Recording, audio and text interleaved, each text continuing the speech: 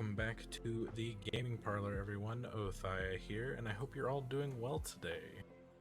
We're going to be doing something a little bit different. I mean, PoE 2 still, but we're going to be doing some hardcore solo self-found characters today. Hopefully just one, but we'll have to wait and see how that goes. But yeah, we're going to get right into it. And then in about 30 minutes maybe, we should be getting some news on what's in the future of the game. So we're going to be pausing the gameplay to look at that. There's an interview, and I think there may be some patch notes or something maybe we can look at. I don't quite know, but we'll see how that goes in a little bit. And I'm pretty excited. So let's get going here, guys. So I was thinking it'd be kind of fun to let my luck decide what class we make first. So since I've played a bit of each character, I kind of have a vibe for each of them. I'm thinking, I could be wrong, but I feel like I don't want Mercenary as my first solo hardcore character. I don't know why. I feel like I just feel so weak or like in danger on him. I also don't want Warrior. Those are probably the two. I mean, I wouldn't mind Warrior. Probably do it. Yeah, I mean, it doesn't really matter, to be honest. They all have their negatives, to be frank. Oh man. Okay.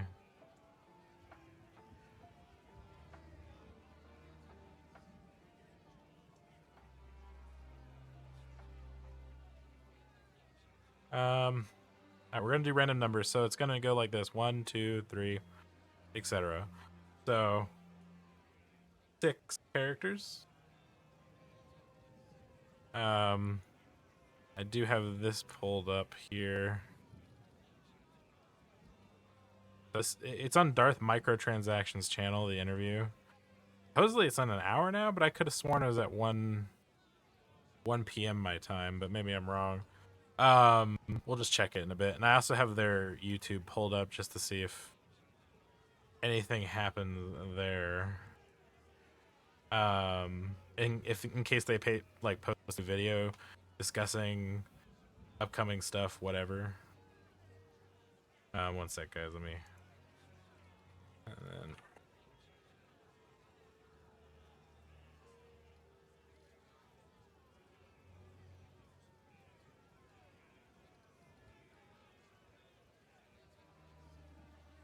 Okay. So I haven't pressed it yet. This is just what I get when I search it. So we have the random number generator here.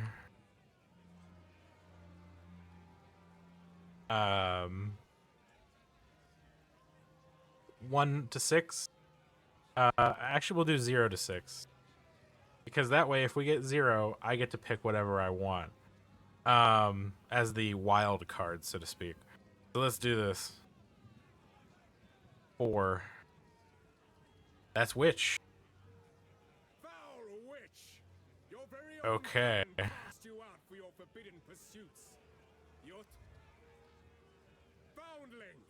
Oh, what was that? Foul witch. Broken record over here, man. Okay, so build ideas are going through my head on how to survive. I feel like witch is actually a pretty strong pick for survival. We'll do. Maybe we should do a random name generator too. Just have like the most fucked up character names. Let's do that. Let's let me just pull up something, guys.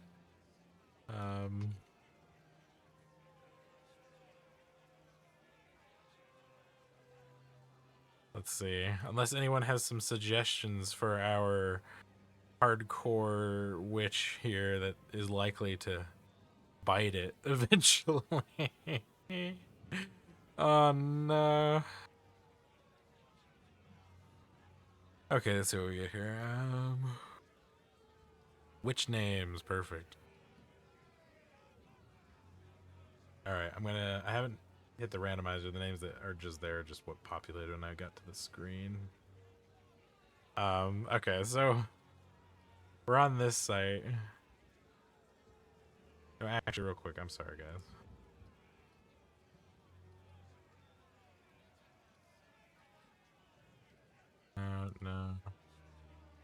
No. There we go.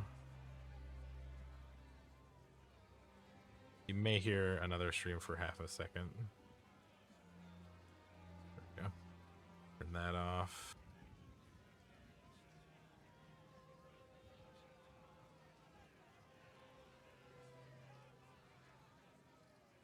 Oh, shit.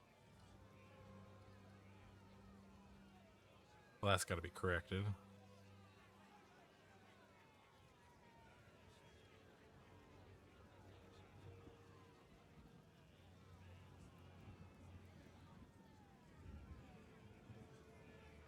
There we go.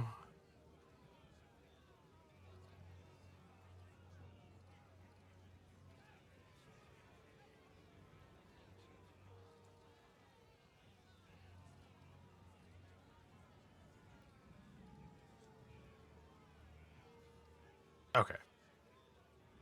I just had to fix a few things for later. All right. So we're gonna do female names. All right. We got Aurelia Jinx, Raven Crane, Vanessa Willow, Aspen Chalice, Kerrigan Whitmore. Since these are solo characters, I could probably have any name I want, right? Isabel Echo. Let's try Raven.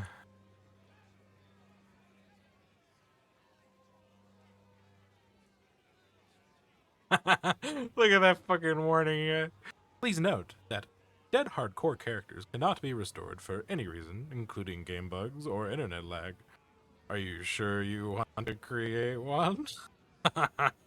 Yes. I guess. This name already exists, but it's hardcore. It shouldn't matter. Can I have a space? No. We'll put in the last name, Crane. That'll probably make it work, right? I hope it keeps the capital C. If it doesn't, it's gonna fucking annoy me. Nope. Which has gotta go, man. Later. Alright, here we go. Here we go, guys. Die in the tutorial. Very likely. I could just fuck it up. I'm too addicted to the WASD move, and I tried mouse at one point. Now, what I would really like is if we could switch between controller and mouse and keyboard controls on the fly. Because I would like to try and do combat and stuff, but menu management with the controller is horrible. But that's just me. I just don't like controllers for this kind of game.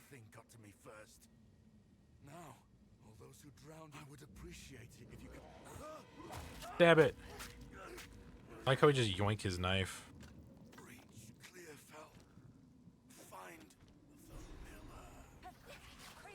Pew pew.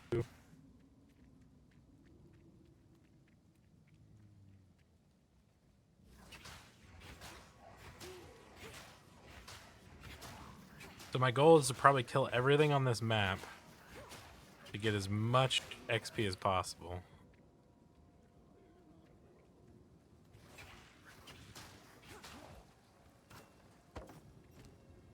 Heck yeah.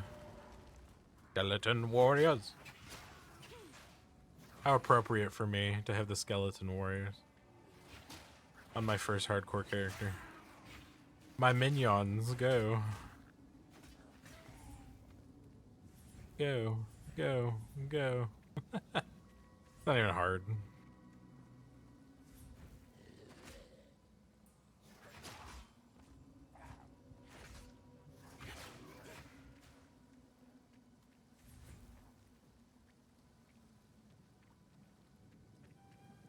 Okay, so this way.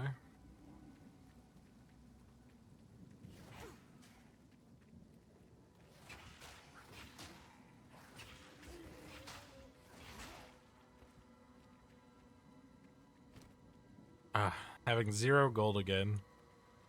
It hurts. It hurts my soul. I'm gonna turn up the game a little bit for me. There we go. This oozes darkness. I welcome it. Yeah, I was about to say, and you like that, don't you? I just found my path to power. I really like how cheeky the witch is. I just found my path to power. Well, unfortunately for you, I'm controlling your fate. And your fate is kind of, it doesn't look good. At least not long term. Wouldn't make any vacation goals.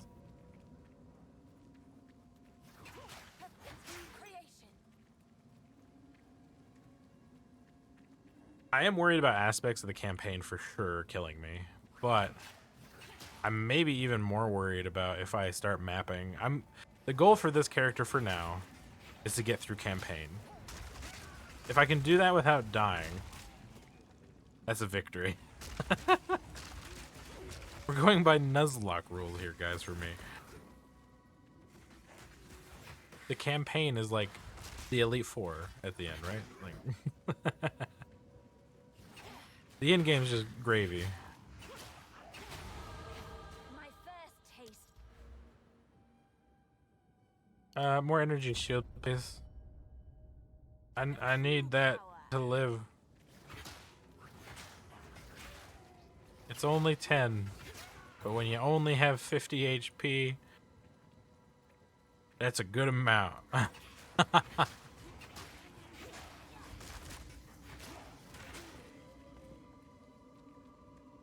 Yeah, I'm gonna be going a lot more defense, but I also still need to make sure I can kill shit. But I think I have a plan for that. See, funnily enough, which is the only one I haven't fully leveled to end game yet, I think. I have a monk, I have a ranger, I have a sorceress, warrior, horse. Oh no, mercenary as well. I don't have him in the end game yet either. Hey, Dre. How's it going? I'm doing a hardcore character, and I let RNG decide my fate. I did 0 through 6, and got number 4, which made my character a witch. I love before you make a hardcore character in this game, it's just like, hey, if this character dies, I mean, it's gone. Are you sure you want to make this?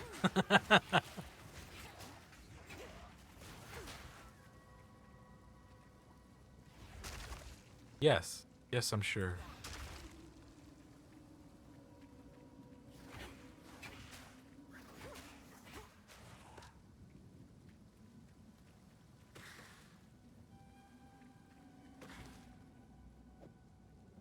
I can just equip the helmet.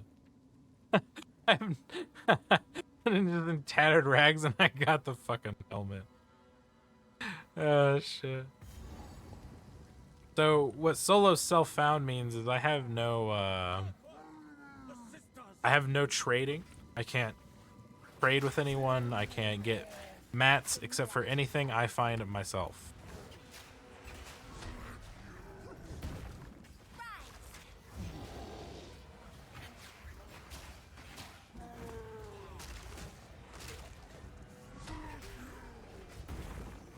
Woo.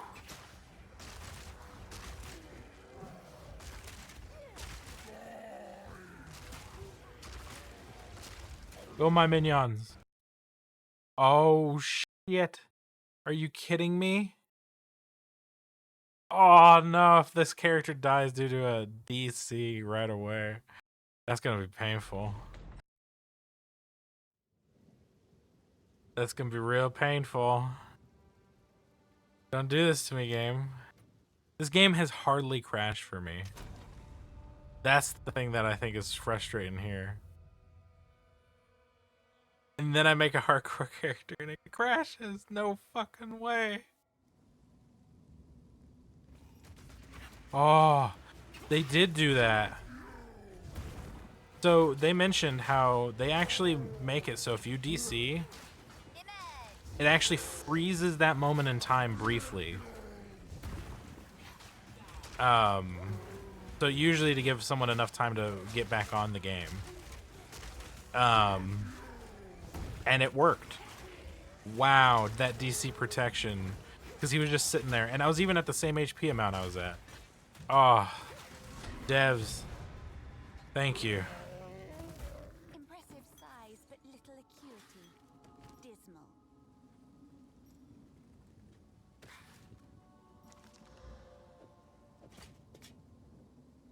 I'll take that fire resist. Take that mana pot too. Well done. Please come. I wonder if my storage tabs are all gonna be Is this unsorted. Well, I've no fear. I'll smith for you. Yeah, skill gem. Channel your skill next time.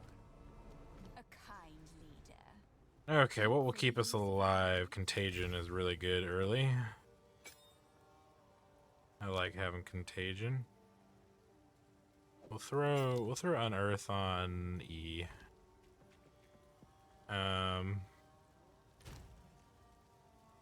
Oh wow, yeah, they are unsorted. Cool. I'll probably organize this more later if I live long enough. I'm just gonna use these tabs as my main one for now. We'll name this one like main loot dump. We'll move currency up to the top 2. Currency. We'll also make it gold.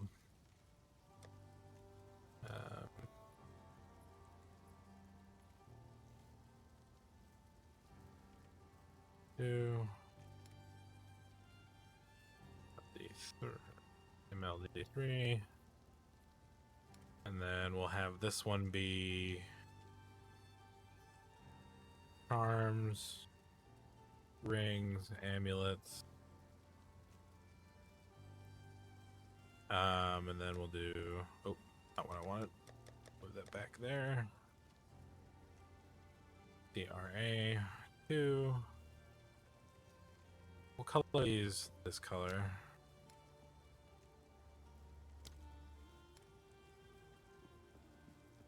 And then we'll name jewels and miscellaneous.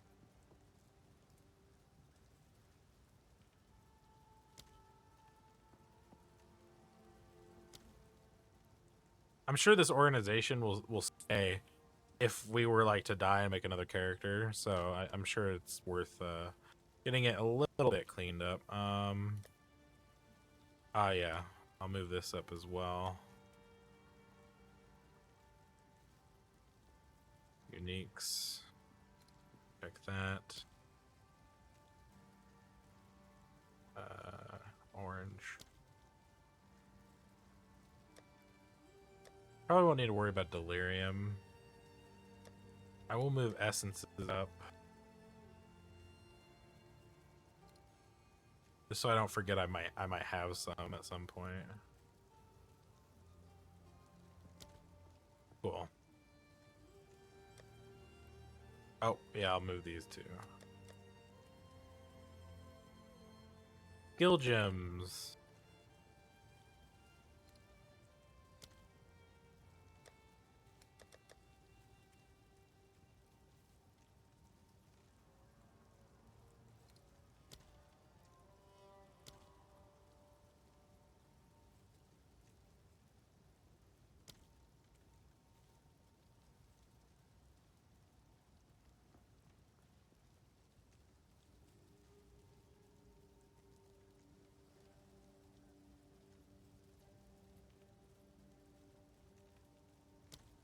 That'll do. Alright, little organized now. So if we do die, hopefully we'll just maintain that organization.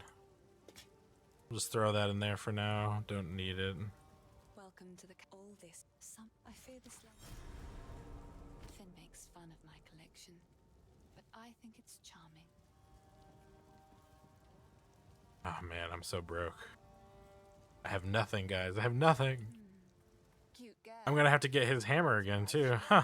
I wonder if Anything take your it'll stay fancy? account bound on hardcore characters if I find the hammer, die, and then have another character. So many questions. Go well. It maybe self-found. It wouldn't. I don't know. Okay. Well, I have nothing, so I'm gonna move out.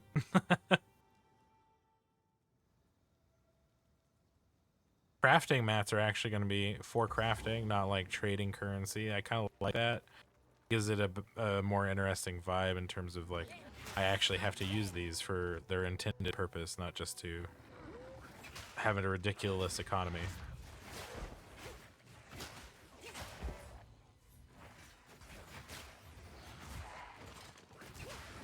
Hey, don't kill my skeletons. They work hard. Kind of.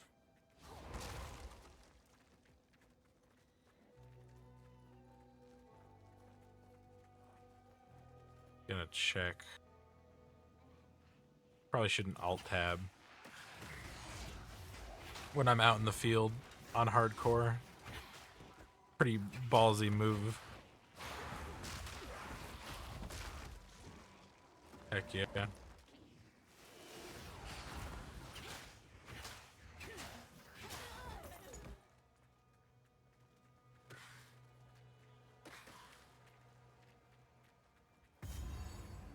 Oh wow, it's like a mirrored version of what I'm used to.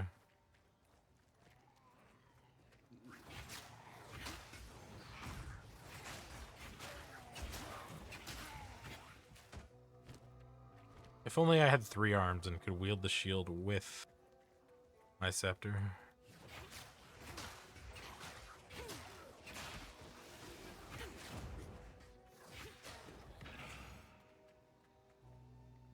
If I could get like a really sick, unique early on, I would appreciate it, game.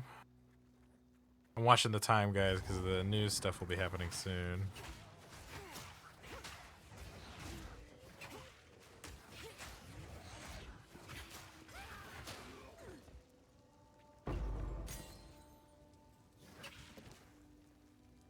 Wig focus and a blazing crush shield. Oh, I got a skill gem.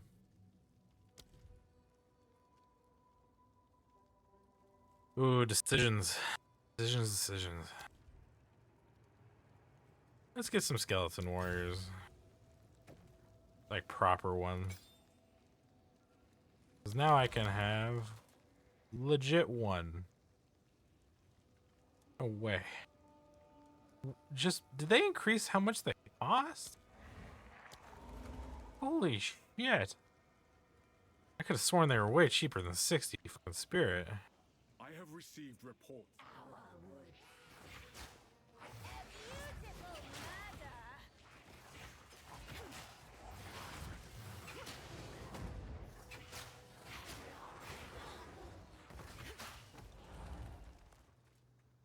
I have received reports of a number of villagers hiding at the Clearfell logging site.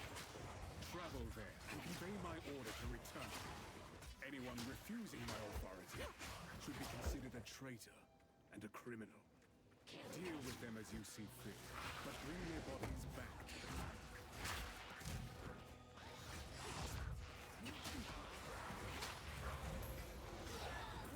camp. Ooh, an amulet. That's pretty nice. Don't mind if I do. And mana regen. Heck yeah. That's so good, I'll even give it cold resist, I guess.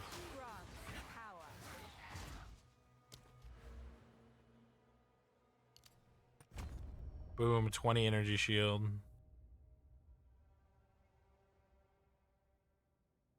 %30 up there, that's nice, okay. Energy shield is what I'm going to be relying on a lot, I think.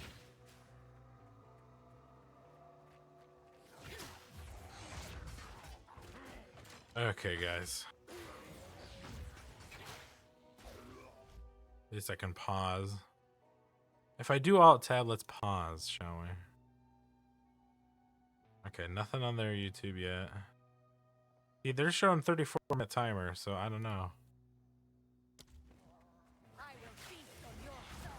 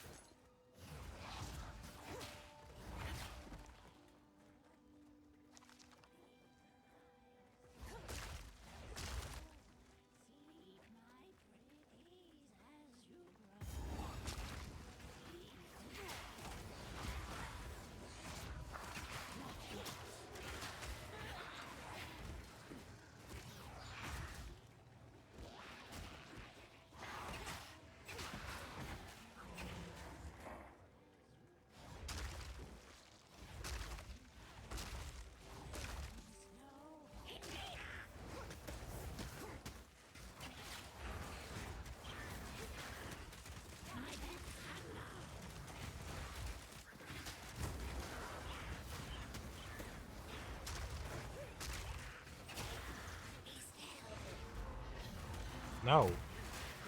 I don't want to be still, girl.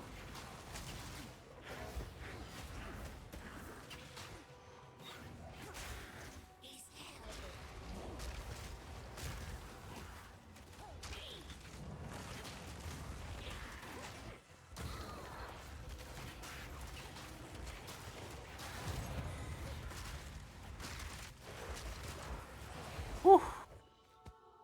I haven't felt that nervous on that fight in a long time. It just never mattered like this. Can't identify things for free yet either. Fucking. Body armor. Requires 10 strength. At least that gives me a little bit more energy shield. Damn it. 10 strength. And this gives 8 plus. I bet I would have 10 strength. Yeah, yeah. If I could equip it, I would have enough strength.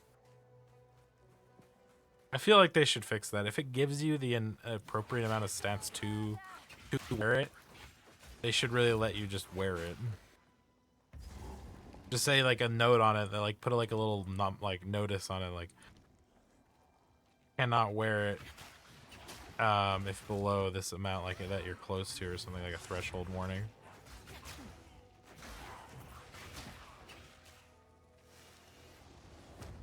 Even that might not really be necessary.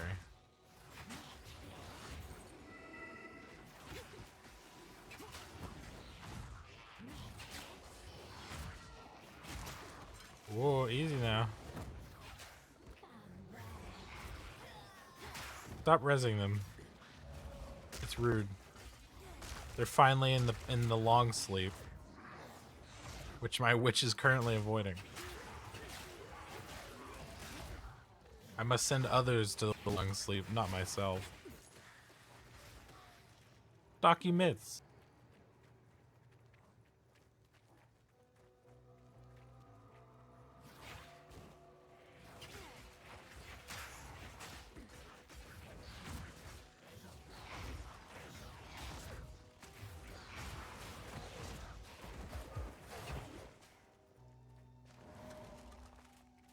Man, I haven't felt this desperate for loot in a while.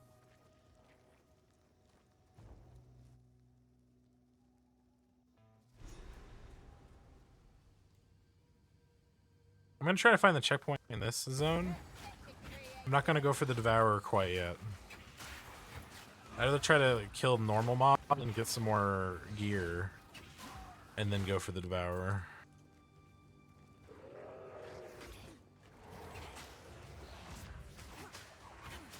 Bad wolves.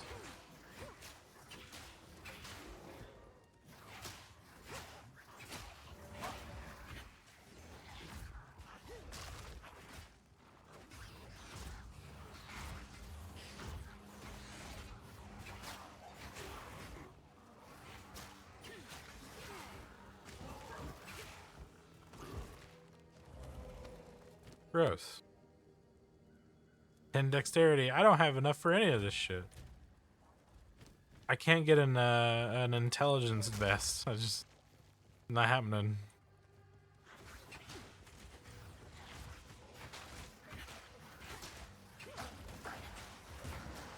Alright, I need to check something, so I'm gonna go to town.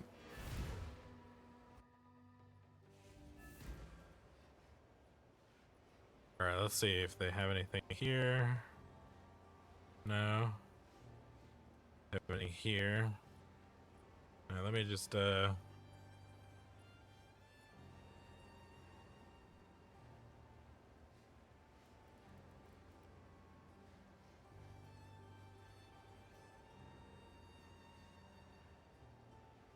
if Steam has anything, because they did announce it on Steam.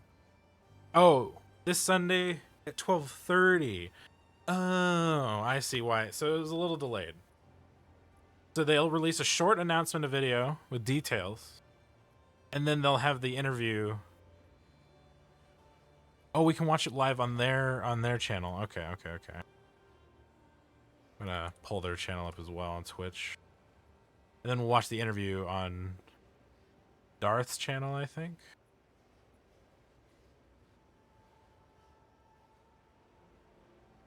I'm so hyped to see the news, guys. I really want to see the news. Real quick though, I need a BRB real fast.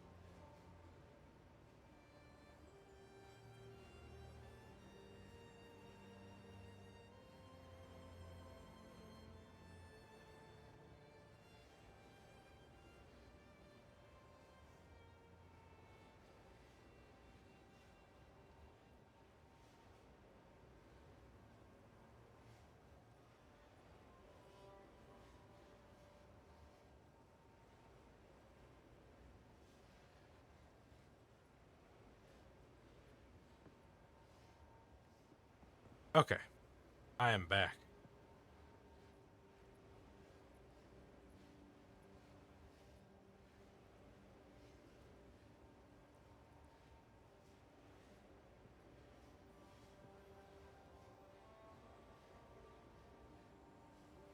All right, cool.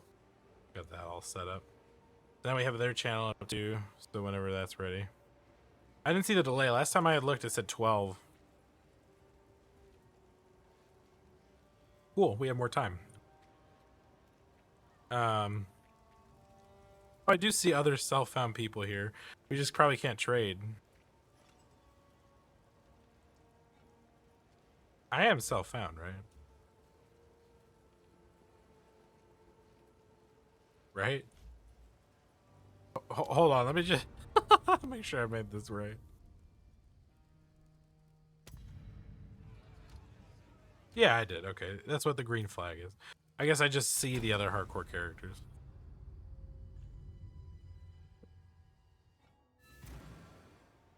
Okay. So maybe we can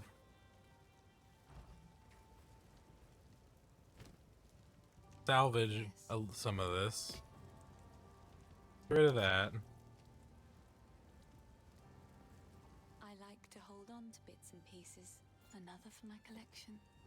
Thank you. You give me so little gold, girl.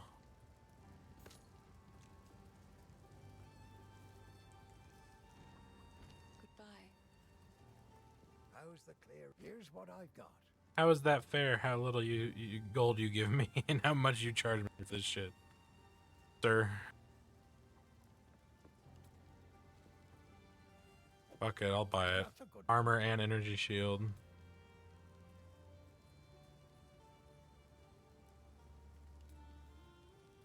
Till next time. Sorry, I really love this town music. It's so good. Finn makes fun of my. It's you. Stay safe, if you can. Shit, if I can. Yeah, thanks. Thanks for that. Let's throw on a portal and level effect. Let's see what we get here. I like this on Witch. Alright. 2 Grellwood. So we have about just a bit over 20 minutes before we can see what news is coming up. And again, I do plan on watching the interview with Darth Microtransaction and I believe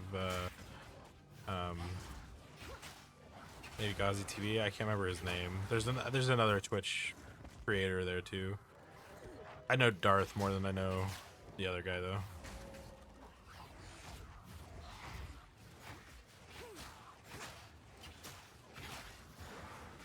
More familiar.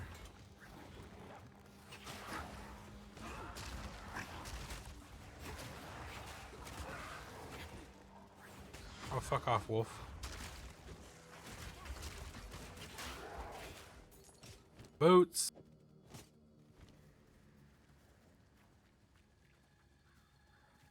Boots with the fur. God damn it. Every time.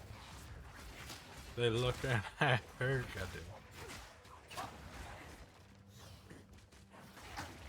And then I'm going to plan on streaming tomorrow, guys. Probably some Warframe. I want to get back to that storyline.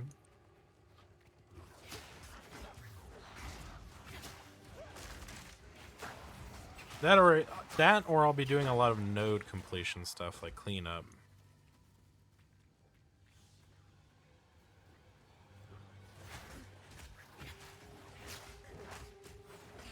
Although I was debating just doing that kind of stuff off stream. Maybe, I don't know.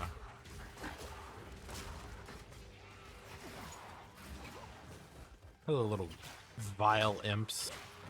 Fling-a-shotting.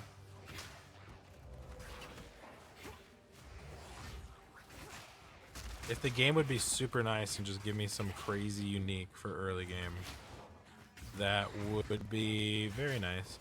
I think for Ascension, I'll be going Infernalist. Blood Mage could be good, though. We'll think about it. We'll think about it. I actually haven't played Infernalist yet. I have a Blood Mage.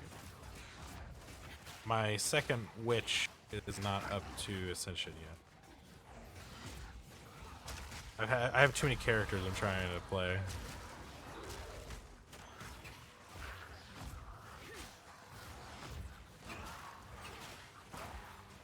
Gotta focus.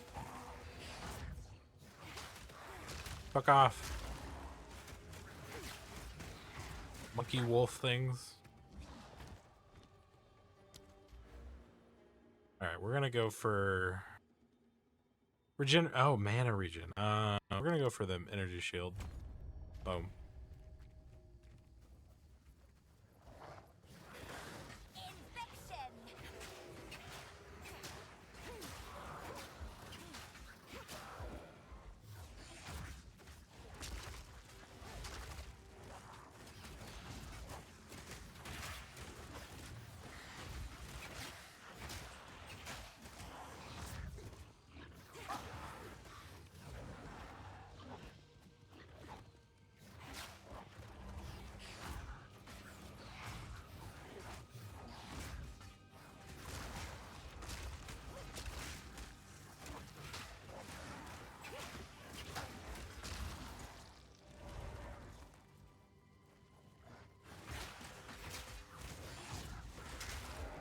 If only I had more level 1 skill gems.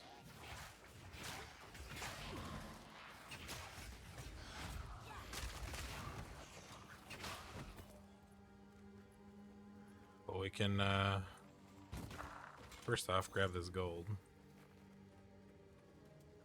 Man, these warriors are so frail.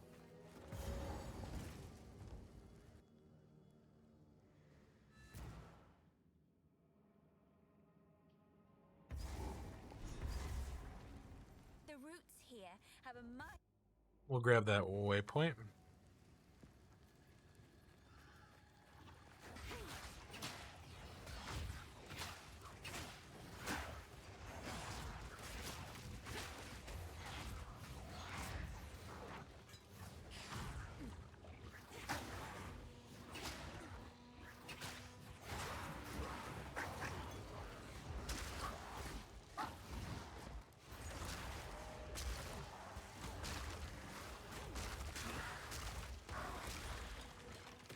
Ooh, we're moving up. We have a superior rusted gray helm now, guys. Superior.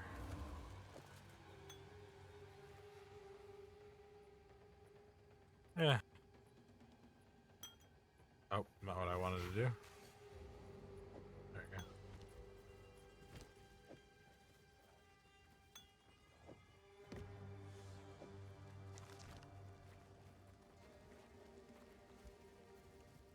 I'm going to try to avoid the bosses for now.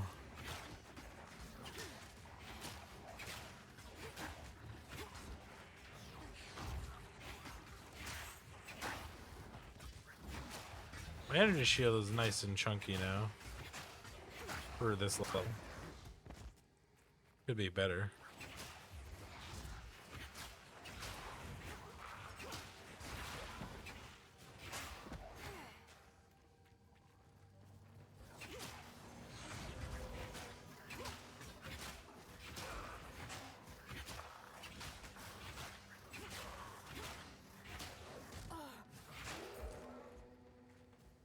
I was gonna say, look, this guy will drop me unique, and if he did, I was gonna be like, oh shit.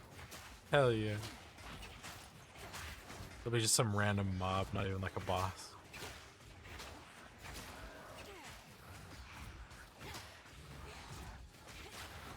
Or I'll never get a unique, and I'll just wallow. I really just want a unique that improves the energy shield, primarily. Whether it's like the boots that improve the energy recharging start time or whatever.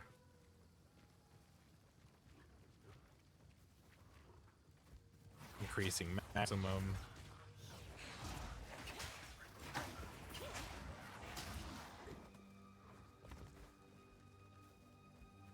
Oh, this is a boss.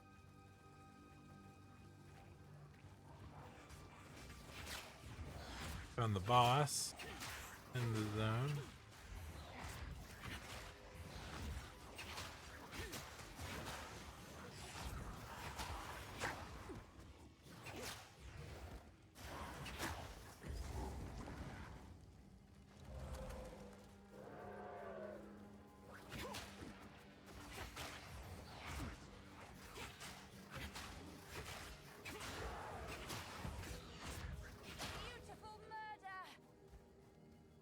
Beautiful murder.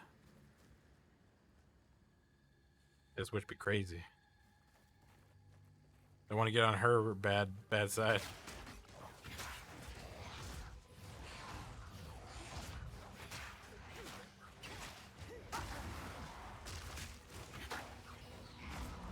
Man, they're stingy with the loot right now, though. I'm actually kind of glad that I have the gloves with the rarity, even though it's light.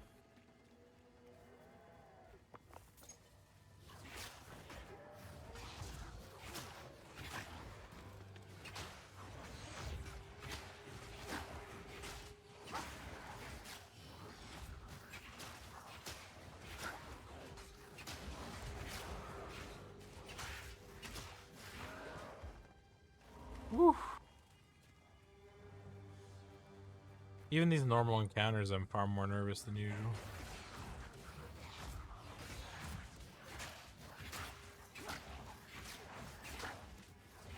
Oh, it ended right when he died.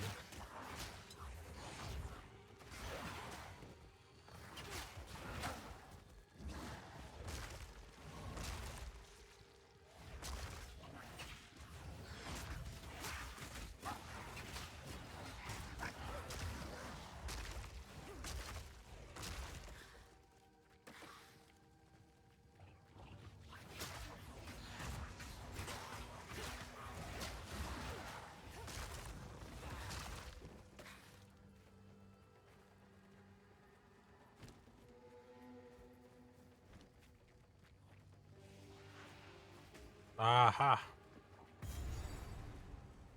Well, well. Who is this that adorns this shade? To release that there is a battlefield, Renly will know. I'll wait here. The old magics will protect me. Very confident in that.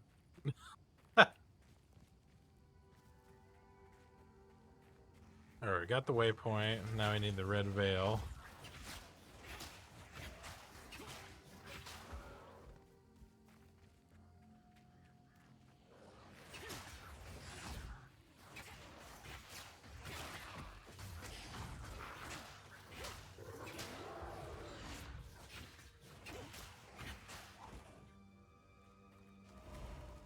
You guys should tell me, like, did they increase the spirit cost of Skeleton Warriors? Because I swore I was able to at least summon 2, but maybe I'm just not remembering correctly. Or I had gear giving me more spirit than I recall.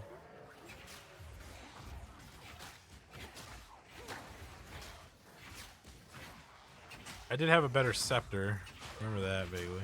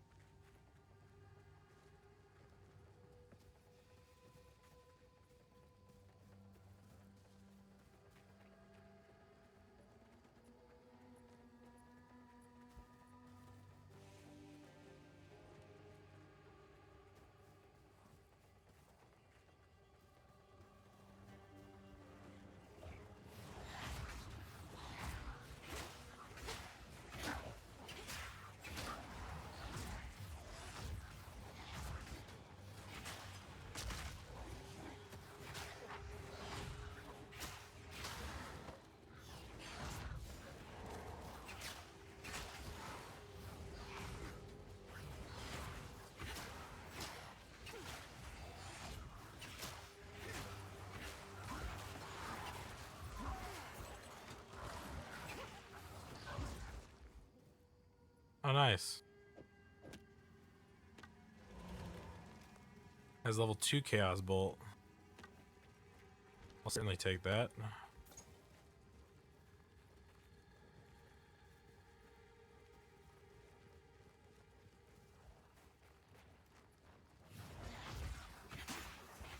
Oh, yeah, that hits way harder. Ooh, heck yeah, support gym time, guys. Alright, where are we gonna support? Maybe chain on this? Or maybe contagion buff? So tempting.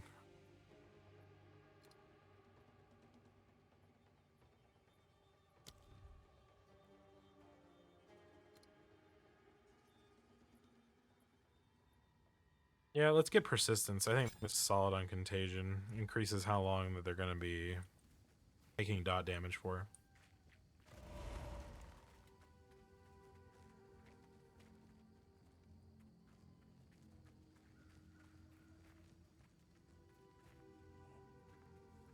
So in about 7 minutes there's gonna be an ad run, and then after that we'll probably be able to watch the video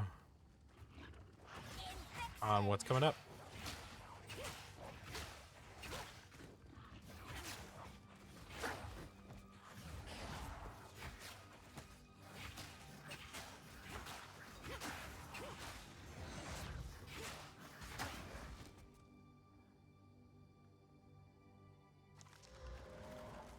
Hold resist.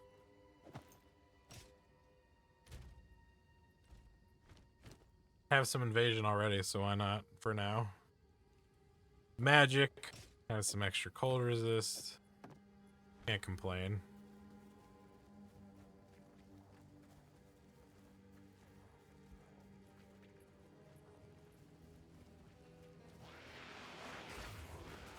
Holy shit.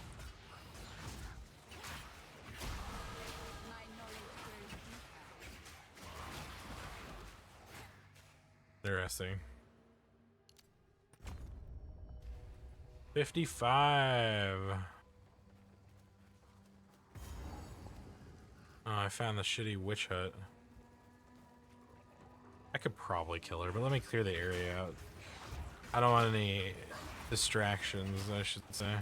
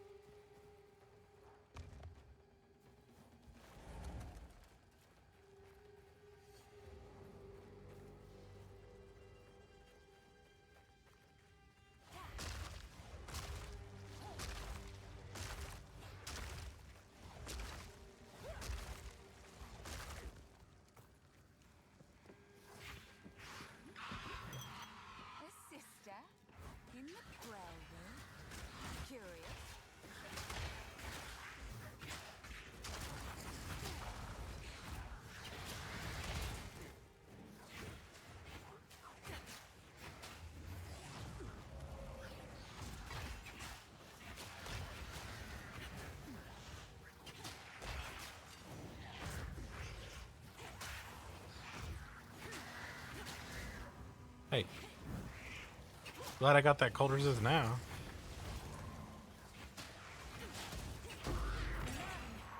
Totally worth it. Holy shit. Dear sister. A yellow pair of gloves. Oh, that's so good this early. And now that I know more about the loot, I can actually appreciate it. We'll upgrade the amulet again. Like more evasion rating. Oh, this is going great. Let's make the wand magic more mana.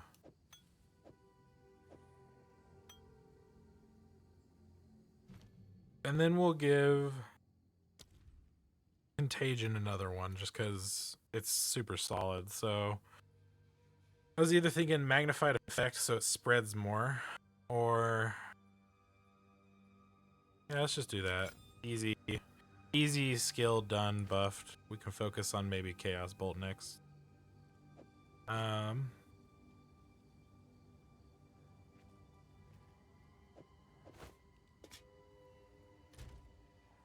We'll go for the mask with energy shield too.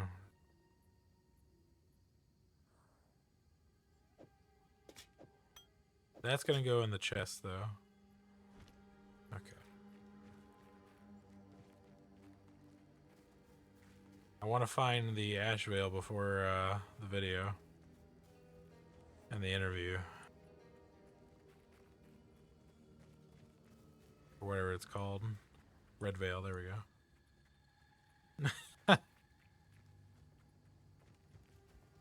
I know you're around here somewhere.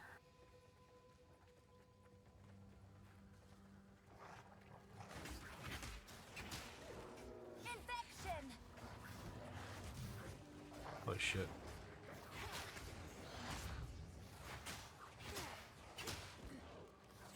Fuck off.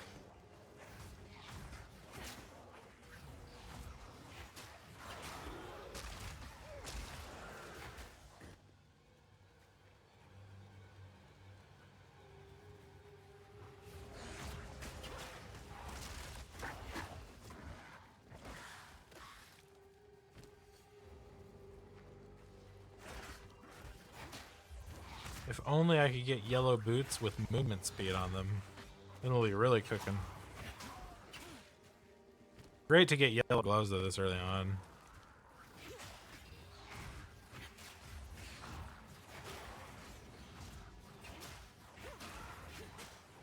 And they have some decent stats on them too. I would like it if they had some resistances, but you know.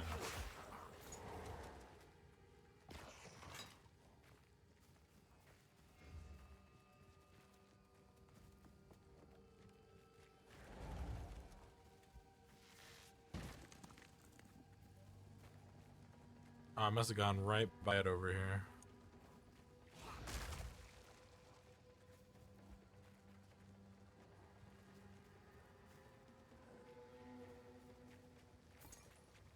Grab that gold.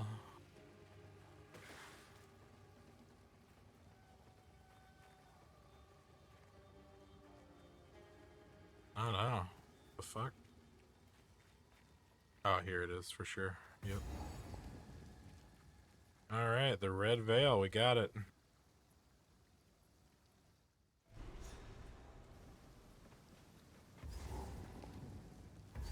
Blood, bones, and rust. Death in abundance.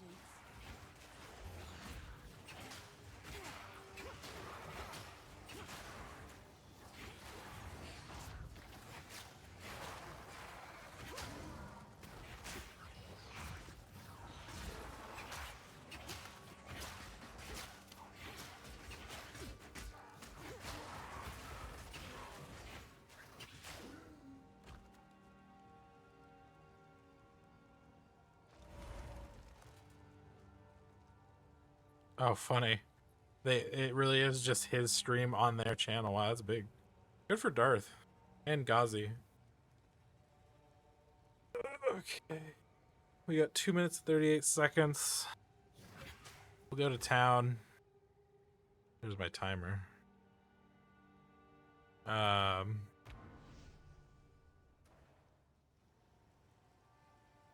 We'll do some inventory management.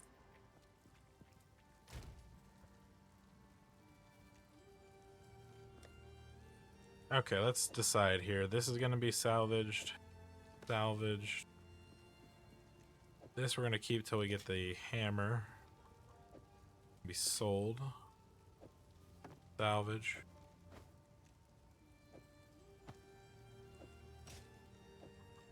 Sold. Sold. Sold. Salvaged.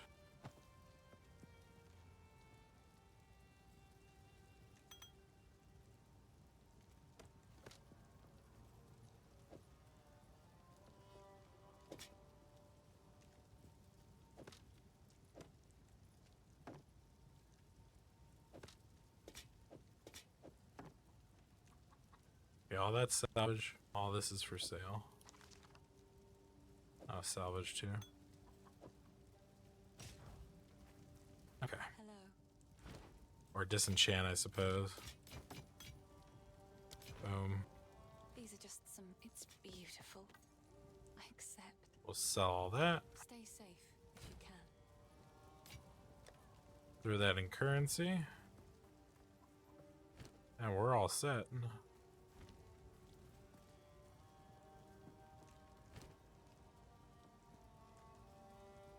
We could get a belt. That'd be good. Although we don't even have a charm slot, so it's like whatever. Or a charm, rather. We would have a slot, but just not a charm. It's one thing I wish they would change. Is that charm slots weren't like a modifier on belts, but just like, oh, this belt is eye level 50 plus. So it has 2 now. Always eye level 50 plus to like 70 has 2 charm slots. Then 70 plus, it has 3 slots. I don't know. I feel like that consistency would make belts feel better. Because I feel like right now, even on really high levels, like near 90 and stuff, I still just have 1 on many characters. Like, it makes these other 2 slots feel like almost redundant. Could be me though. Just could be me. Just my take. Oh, here we are. This week we'll be releasing PoE 2 0.1.1. This is a patch designed to address the concerns that we can address relatively quickly without needing to create a new league or a new economy just yet. In this video, we'll go over some of the issues we've identified and what we're planning on doing about them. It's worth stressing that just because a specific issue isn't on this list doesn't mean that we're not aware of it or that it isn't going to get addressed. It just means that we either can't fix the problem quickly or we can't do so without the need for a new economy. One of the major areas that needs a lot of attention is the base experience of mapping. We've made a lot of changes here. Okay, so this is big. First, in-game maps have received a balance pass to the number of monsters, number of chests, number of magical rare monsters, number of essences, strongboxes, and precursor artifacts. You should generally find maps more rewarding than before. Maps generally specialize in one or more of these elements, but they will be particularly rewarding at often. But we only had 1 of them. We wanted to add more variety here as soon as possible, so we've added 4 more tower maps. Oh, different tower maps. Good. Sinking Spire. Good. I'm glad that they're adding more variety. The towers were literally all the same. And Mesa. I'm sorry, guys. The Also stream, redone their the stream existing quality is Lost Towers only. map to make playing there less boring. We're now also spawning more maps with bosses. The rate was intended to be 1 in 4 maps, but in reality the rate was much lower due to some maps being unable to spawn bosses. We've increased the rate to compensate for this issue so we can get the actually intended rate. We're also adding a new type of tablet that allows you to add bosses to your maps with its own mod pool. Cool. Strongboxes also needed some love. They now spawn monsters faster, have a less annoying fog effect, and have also received changes to the timings and effects of the mods on them. Now, let's talk about visibility of effects. Many maps had too much clutter, preventing effects on the ground from rendering, causing you to be unable to see and dodge them. We've both changed the level of clutter on some maps, and changed some effects to make sure that they are always visible. In Cool. addition, Good. elemental explosion effects have had visibility improved.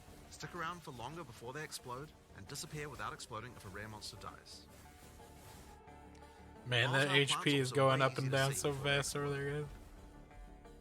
Now we've also increased the zoom level on the Atlas, Oh, thank you. pass on various terrain collision issues in many maps. We've also improved the load times of opening the world map and Atlas panel. And we also now show the biome of a map on the hover for it. Cool. For other in-game content systems, we're focusing Ooh, on getting all the leagues. rewards in line with what they should be. For Delirium, we recently fixed a bug which caused Oh, I Delirium see. monsters to just not spawn after the starting part. And we've also buffed the rate of simulacrums dropping by 20% to make it more in line with the rate of finding the Expedition and Ritual bosses. For Ritual, we've made Omens now appear in the Ritual Tribute window 60% more often.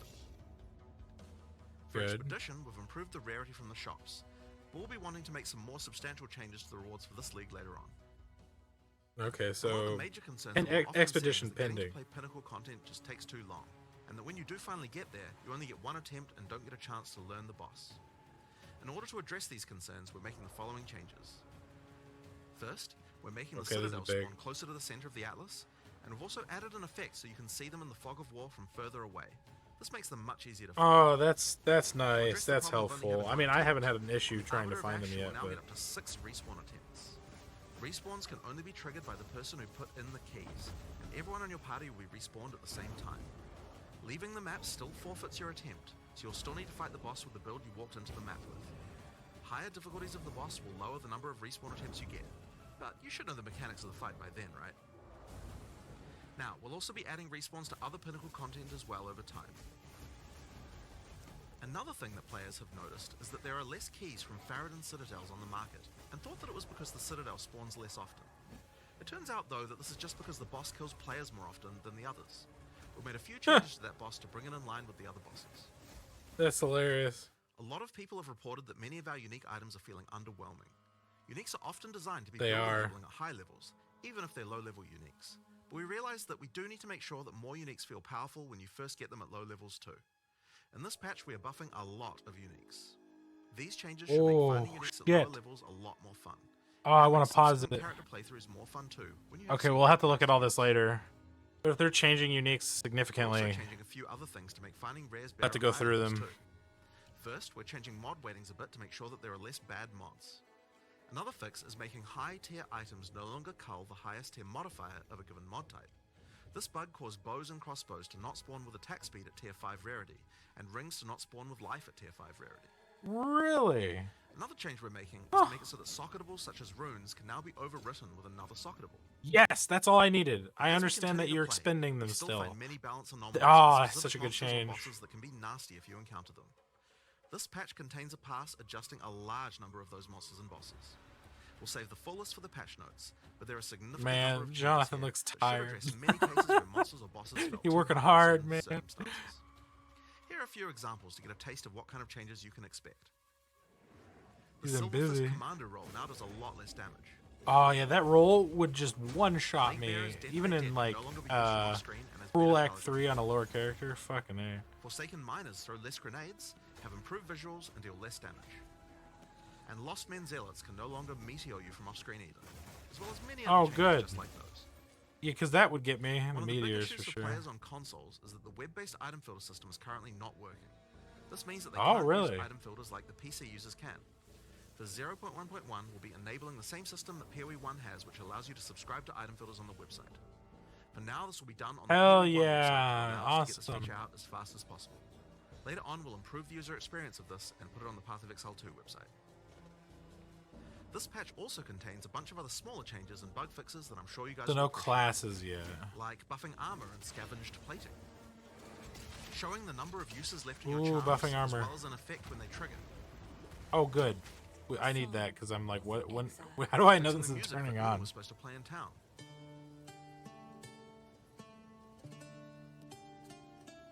Oh, hell yeah.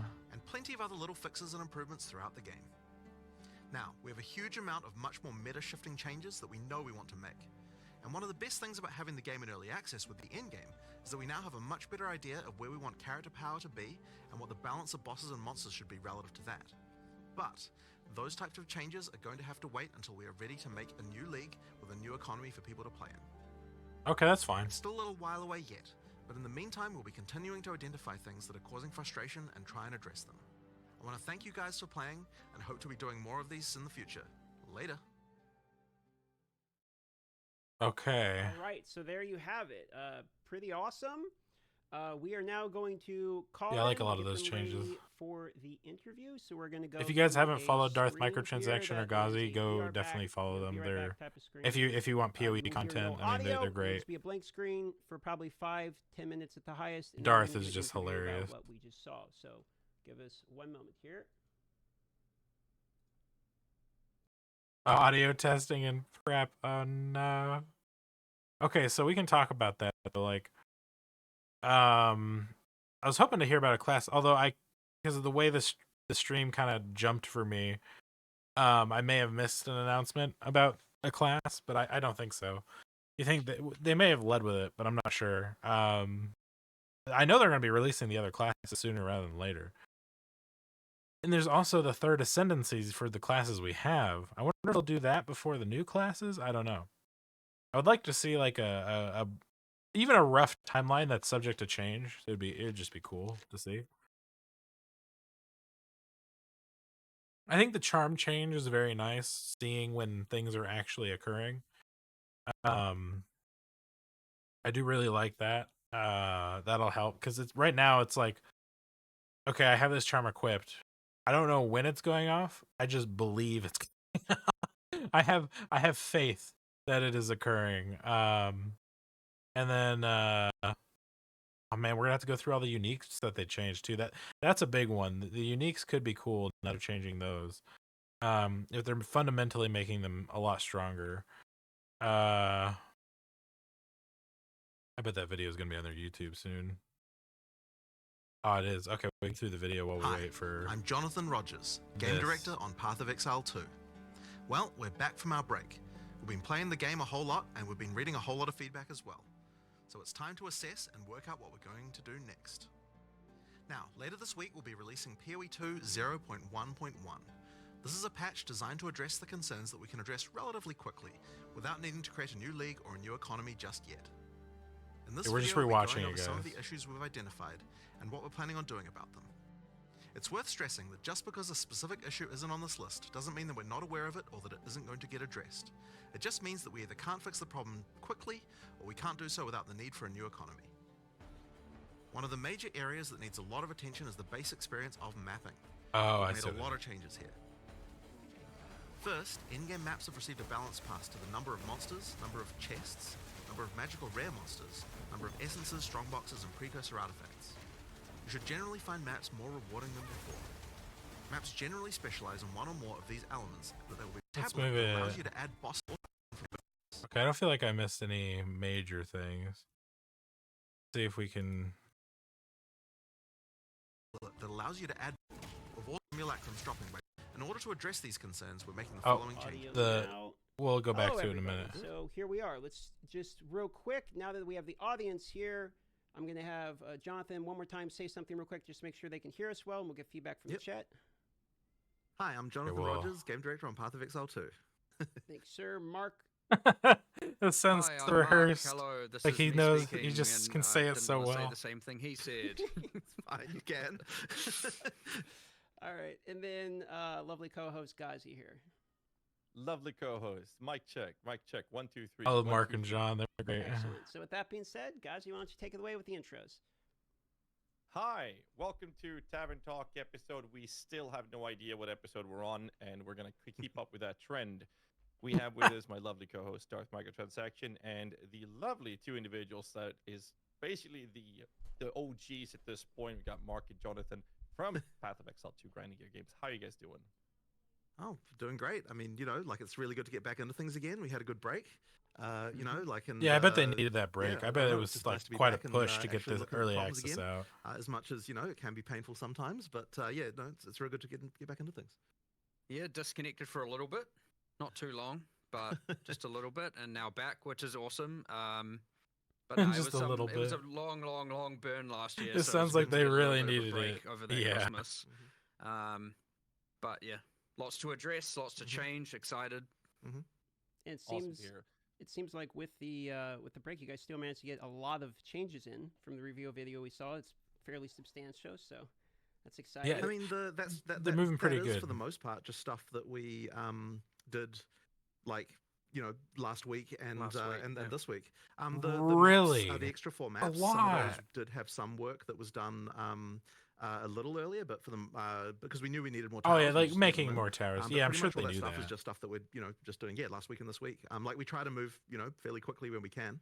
But yeah, Awesome. the thing now is of course going to be like. One issue we kind of realized we had is like, okay, how much do we concentrate on fixing problems people have right now, and how much do we concentrate on like the next big kind of content patch? And so that's like kind of the tricky thing we have to maneuver around at the moment. And I guess my feeling is that so long as there's like big problems that are causing people to have like a bad experience, I kind of want to make sure that those get addressed as soon as possible. Yeah, at increasing least where map we can, so that we're making rewards sure is that very things are as best sustained. Like crucial. some kind of point of stability, so that we can concentrate on having the larger kind of like content patch after that. That's great to hear. So for this episode or this interview or whatever we're going to call it, we've done what we can to make sure that we let the community get their voices heard. So most of the questions we're going to go through is questions collected almost exclusively from the community. We have a couple light, for some reason, questions and some warrior questions from Darth, and we have some minion questions as expected from my side of things. But most of the questions Warrior will and be taken minions. from the actual community. So I'm just going to kick us off, so don't waste anyone's time. And we're going to start with a question saying, which of the changes that has been showcased was the team most excited to be able to announce? Well, I guess that I'd say that like these changes, obviously, while the players are happy with them, we're not exactly excited about them per se, because these are just like fixes to things that are problems, right? So the stuff that we're excited about is we're the excited. stuff we're not talking about, which is the Well, content that that's makes coming up in sense. the in the larger one that'll have an economy reset and so on. So there's obviously a lot of stuff there, but for this stuff, it's just like really like, okay, what can we do to make sure that people are having a good time? That's kind of the main thing I would say. Well, Which that's is exciting for in its players. own, Sure, to sure. see how much more we can improve, how many people having a good time. So Yeah. So I mean, that's good, but yeah, really, it's like there's no one thing there where we're like, oh yeah, this is the amazing thing. It's like it's all just like, let's make the game not suck. That's kind of our main goal. So Good perspective. So one of the changes for in-game maps is the changes to, you mentioned monsters, chests, rare monsters. What impact are you guys hoping that this change specifically is going to have in in-game mapping? Well, I want this. Well, there's a couple things. It is just a general, probably 30% more kind of monsters, items, etc. from inherent their maps. logo. You get the thing where now the inherent map is higher value, and thus proportionately the league is less impactful. Say Breach, which is obviously in its own universe of craziness right now. But the idea is the base map is more rewarding, and thus adding the extra content is less necessary for, say, map sustain. The other thing is it will interact with different rolled maps differently. So we tried to do this better before early access began, but again, it should be now certain maps and certain mods that increase the chests, the rarity of chests, the rarity of monsters will have different benefits. So that's kind of cool that I want people to learn that over time and see what's beneficial, what multiplies better, and then you combine those things where you have this map's better for number of monsters, whereas this map's worse for number of monsters because they're multipliers. So like a really small map versus a really large map, actually before they were relatively consistent. Now that large map might have twice as many monsters as that small map, but it has the same density of monsters. So you don't just have big open empty spaces of nothing. So obviously now the number of packs, if you multiply that up, it has a much grander effect on the big map than it does the small map. But the small map is obviously easier to clear, faster to clear. So say if you're optimizing for bossing, you're probably going to try and have the be applying more bosses to small maps using the new tablet. Or if you're doing leagues that, more like Breach, you might want smaller maps that way because you're focusing on just farming breaches as opposed to, say, Delirium, or say Expedition favors, it doesn't really care if the map is large or small. So, having those different kind of axes is really interesting where you are thinking about that as you go. Now, people have to learn that, and that's cool. I actually want people to learn that and kind of post all their details on, like, this map's really good and this map isn't. And we've accounted for layouts, how fast they are to clear, all of that stuff. Oh, wow. So certain maps that were more tedious to clear now have pretty drastic advantages on at least one or two different axes. So they might have a higher number of minimum monsters, rare monsters, higher spawn rate of rare monsters, magic monsters, rare chests, who knows. And there was a lot of that balance that you couldn't really do until you actually had experience playing them, right? Because it's hard to tell when you're just in development and you're not on a real character. Like, is this map actually fun or not, right? And the end gamers we've got the least amount of testing, so it really did require, like, okay, some actual proper play and be like, okay, is this map, to really answer the question, It's getting tested to death now. When we see that, then we can be like, okay, we need to make this change or that change in order to sort it out. So there's just been a lot of just like sanding off all the rough edges that in-game had by virtue of the fact that it just really wasn't as tested as what the campaign was. Go on. That all being said, I'd say one thing it has introduced is it has added more bad luck or mistake protection to some degree, because if you would like fully juice a really small bad map, that minimum of bad is now much higher. And so, like, you all of a sudden now have invested all this wealth into this bad map. You've run it, and you're like, "What the? I didn't get anything back from it." So, the minimum is certainly now much better, which should hopefully protect a lot of people who are falling out of map sustain. Whereas, like, a lot of the good players who are a bit more observant, a bit more familiar with PoE1, were just like happily sustaining maps. And so, yeah, you had these two ends of spectrum, and hopefully we've raised the minimum now with these changes. So 2 follow-up questions. Since this was a question for later, but since we're talking about bad maps in particular, something you mentioned here, what is your guys' opinion on the current state of maps in the game? Not so much from a monster point of view, but of a layout of maps. So there are some maps people don't like as much. There are ones people really do like as much. Is your opinion that you need maps, for instance, like Mire, Augury, Vow Factory? These are some of the least favorable maps. I know a lot of people hate Augury, Augury, like but I've in the had game in order to more decent time in Augury. people enjoy, or what's your? It's stance annoying that on I have to the pull the levers, but amount of variety that are in the game, put it that way. I guess ideally, like if so, I mean, there have been a few adjustments to things like that. Probably not, like we're not necessarily going to take every map people find annoying and change it like so that people don't in that way. But certainly there should be balance changes to make it so that they feel at least worthwhile, even if they do have some more annoying layout or something like that. So I mean, I assume you feel the same way about that. There's some standout things. Like obviously, you shouldn't have the levers that you just can't dodge roll out of and you just die, or the levers are just spawning. Yeah, that burning happened to ground me. on them, right? That was Obviously, annoying. this stuff is just objectively wrong and objectively bad, and that will be fixed. But Cool. a lot of that Love to hear contributes it. to like, this is the worst map because you go pull a lever and die while doing so. yeah. And then there's the ones that yes are just like happened to me. inherently worse layouts, especially for certain builds. But then again, now using this other thing where it's like, actually, well, those maps may now spawn the most amount of rare monsters or the most magic monsters or just the most amount of monsters.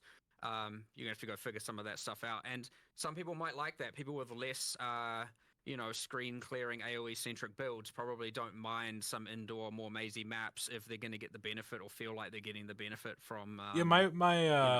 My ranger didn't mind it as much. Rare monsters, they've got, I don't know, more single target or a more concentrated DPS or whatever. They don't feel so bad now for running that as opposed to just running the sand spit where you can just like nuke entire screens every 2 seconds. The bad case of this though is definitely the tower map, because it's like you mandatorily have to run that map, and so having that be not great is like not a good situation. So hopefully we've addressed that one. Like that was really. I hope they increased the tower map rewards, because I felt like that one had to be. I did not get shit for turns out towers. it's maybe not a good thing where you have to approach a room full of monsters that you don't know what they are and they're super dangerous and you can't see them and it's a narrow bottleneck and you have to run in and just die.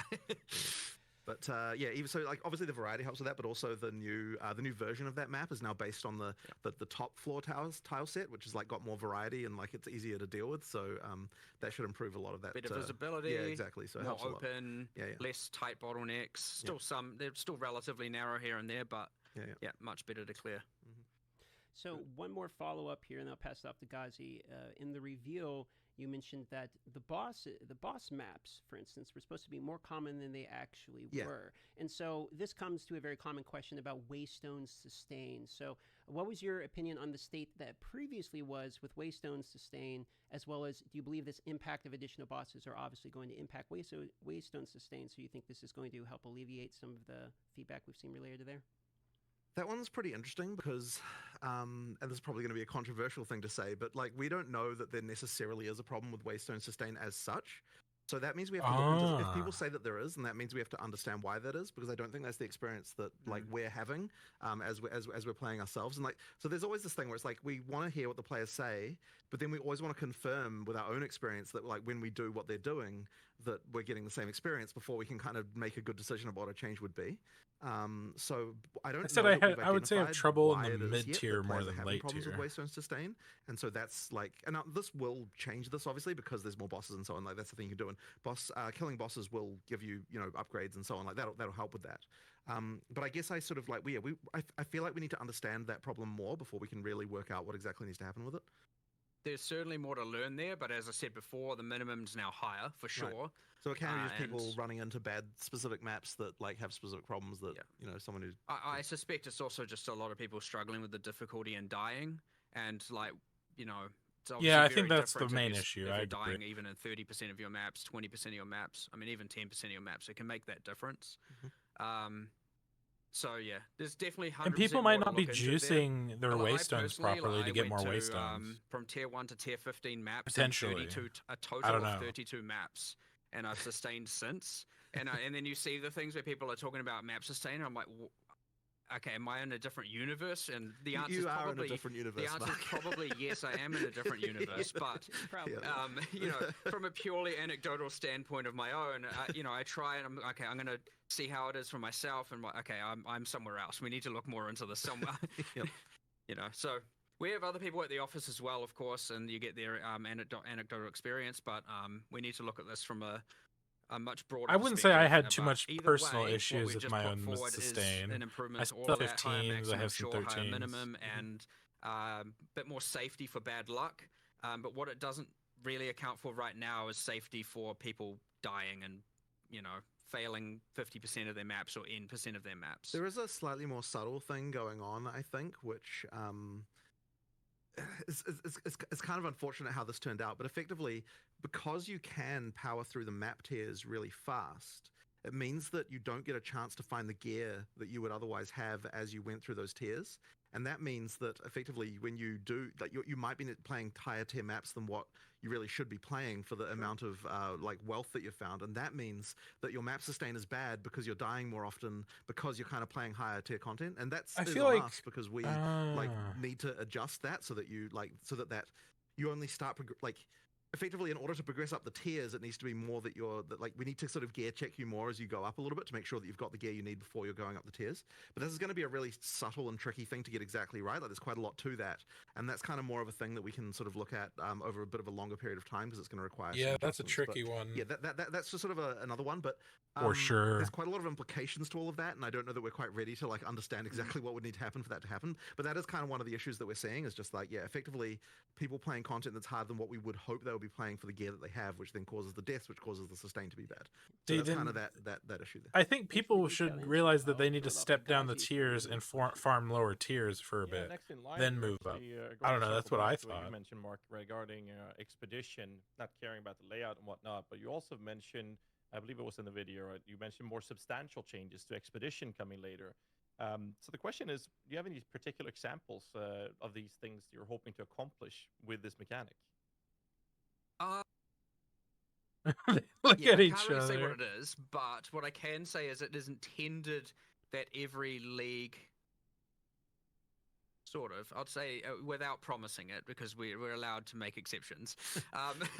It is kind of intended that every league provides some sort of access of character or crafting power that is abnormal, and so. Or different that you can't get Yeah, anywhere different. else. Mostly character power here. So aside from the unique items, obviously they can or sometimes don't provide character power that can be attained elsewhere. This is more about something else that's, similar to say the instilling your amulet with a notable. It's something that only that provides. It gives you more power than you would have had if you had never done it. And so ideally every league would kind of do something like that, or provide a crafting avenue that would then give you something like that, or give you more power in general. But yeah, we just kind of have the vendor mechanic where you can do some crafts, and none of those crafts are abnormal. They're not adding extra benefits or mods or anything outside of that. So yeah, we have intention to add something to that. Okay, that makes and sense. Probably to a lot more of them over time, and as you get new ones that each obviously have this thing in mind where we're trying to say how can we make characters feel a little bit more powerful by engaging in that content. But yeah, Expedition just didn't quite get it when we I wonder if ported it over. maybe We not. discussed heaps of things, like we could add some more ROG crafts, so to speak, now that even though it's now 3 out of 4 of them crafts. It definitely needs you know, something else, like yeah, for sure. it just needs something cool, something Could better, add, like, something not rushed. unique which is essences maybe we were in a from, position we were going to rush something, and it's Expedition. like, hold on, let's not do that. Let's get it right and do it a bit later. Fair. That'd be I like cool. that. I'm trying to think what they could Another put in question as we have player is regarding power. the Arbiter of Ash And now unique having essences for 6 crafting could be resurrection or revive interesting. attempts, right? Mhm. And other attempts to Essences or that make adding other a attempts rare to other item. pinnacles over time. I guess the question comes down to why wait with adding extra attempts to the other ultimately the pinnacles? reason is just time. So it might even be that in the patch that we do deliver, that some of those other ones are already done. It's just that because the video had to be made last week, and like we were like, are we gonna, like, we knew we would get time to sort out the Arbiter, and we were like, we don't know if we're gonna get time to do the others, so we'll just like promise that one, and then if the others come, then that's just a bonus. But yeah, effectively, there's like a little bit of trickiness around each one to like just work out all the states and everything. Like, I mean, if Yeah, you're looking true. at like just as a random example, and this isn't obviously that big of a deal, but it's just, you know, someone has to do it. Is like for the breach one, for example, we have to decide like, okay, so we can't really let you have the economy, like you can't reset the whole map because then you'd get the drops from the breach a second time. So then it's like, okay, we have to make sure we put a checkpoint in the thing, and that means we have to like do someone has to go write some code to like make the breach thing work correctly for checkpoints, and you know, it's just like random stuff like that, just little details that just mean that like it'll take a little bit longer to do those other ones. But I mean, we're not talking a really long time, right? We're just like, someone will get to it in the next couple of weeks. It's just, you know. I'd say King in the Mist. King in the Mist will almost certainly be done because it's an isolated boss fight in a room with nothing else going on. Yeah. But for the logbook and for the breach one, you have to have some manual intervention, and we have to really make sure that there's none of that, like, you know, respawn at checkpoint at this exact point in time, and all of a sudden you get the loot again kind of thing going on, because that obviously can be quite destructive. So yeah, it's literally just a time thing. We'll, as I said, we'll do it in the next couple of weeks, just as we, you know, get these things going. Yeah. Okay. Awesome. Speaking of Arbiter, a couple questions related to Citadels here, just some fast ones. Mhm. Are Copper Citadels really the same spawn rate as all the others? That's what happened.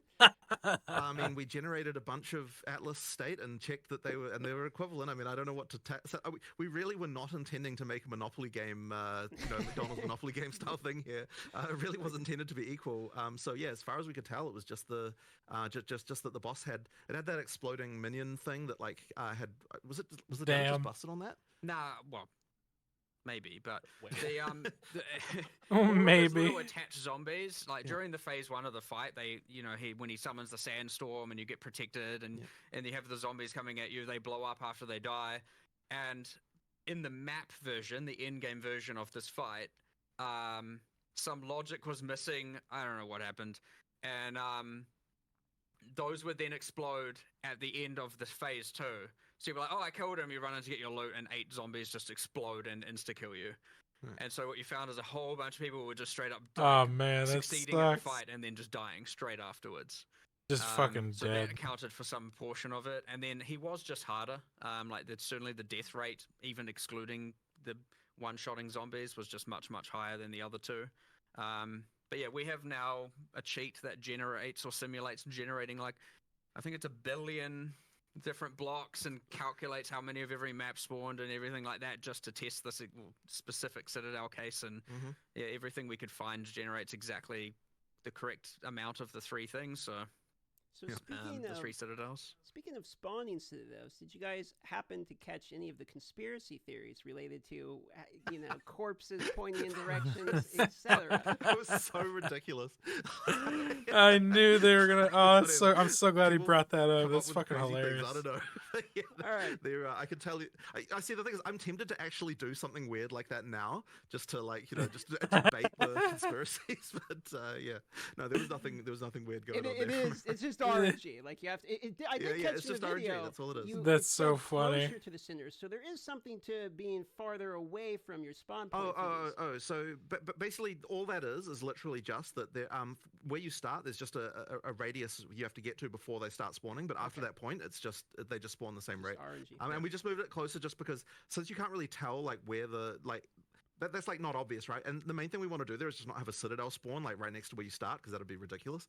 Yeah, effectively we just shrunk that down a bit because it was a little bit large. And then the other thing as well is that now that you can see them in the fog, it actually makes them so much easier to find. We actually intended, we were like, oh yeah, we're going to totally buff the number of these that there are. But after we made the change to seeing them in the fog, it was immediately like, oh shit, there's actually tons of these everywhere. We just weren't seeing them before. Yeah. It's seeing them makes a big difference. Okay, so moving on, off the topic of Arbiter instead of those here.